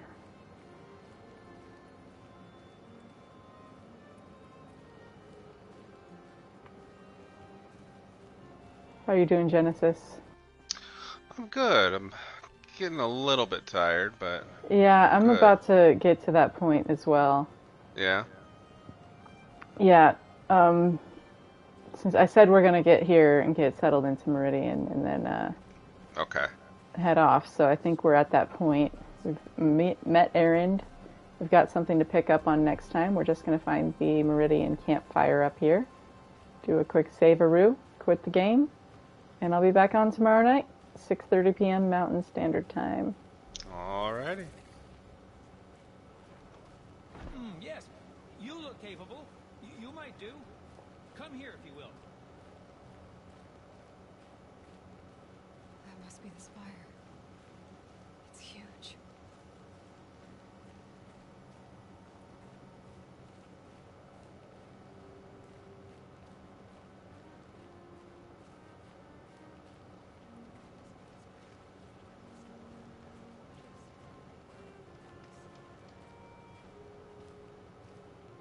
Alrighty. Any closing remarks? Yeah, I think we're going to head to bed because it's midnight here. Approaching midnight, and my side still hurts. I'm not sleeping super well. There's almost 1 here, so... Try and see if I can't find a little extra time to sleep and get this body of mine not in pain. Amen. Oh, yeah, for Crave in the Flood, I mean the song. There's a song in the Flood in Horizon Forbidden West. And so hearing them play that little guitar-y sounding bit, that is in the cutscene that leads into the song in the Flood when it plays in Horizon Forbidden West. So when I hear it, it makes me think. Oh, wow. As far as is it a metaphor for something? Probably, but I'm not. Yeah. That's not for me to answer for anyone. Mm-hmm. That's for each person. I don't want to interpret art for someone else. Like I have my fun. I do like interpreting art for someone else, but not always. Sometimes it's just like. So when I brought it up, I don't want to define most of the things I bring up in this stream. Normally, yes, but because this is the cUltra hard, no skill, IHOPKC tell all. I will not be interpreting metaphors upon request at all times. Sometimes I might, but there's some stuff that's explicitly left open-ended on purpose, because of the overarching purpose of this, you could call it art project of sorts. Yeah, art is very individual. Bread.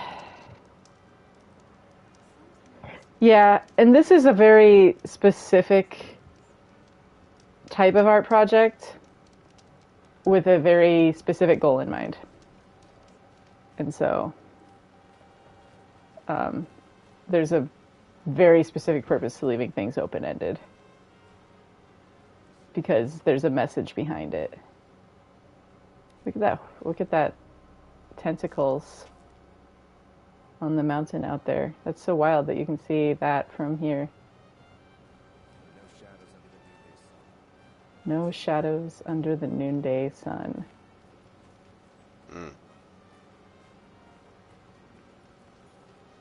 Look at how beautiful this game is.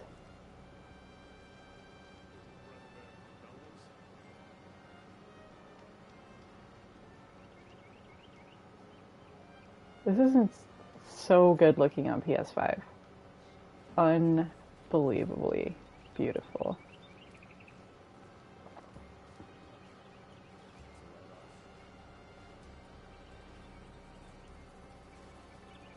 Gosh, that's like really what it looks like living out here, though. They did such a good job. Okay, it hurts to talk because of this whole stabbing pain in my side, out of breathiness. If I keel over dead, I don't know if it's my gallbladder or not, but know that I spent my last days playing a video game that I loved. Yeah, Zero Dawn's facial expression is definitely not as good as Forbidden West.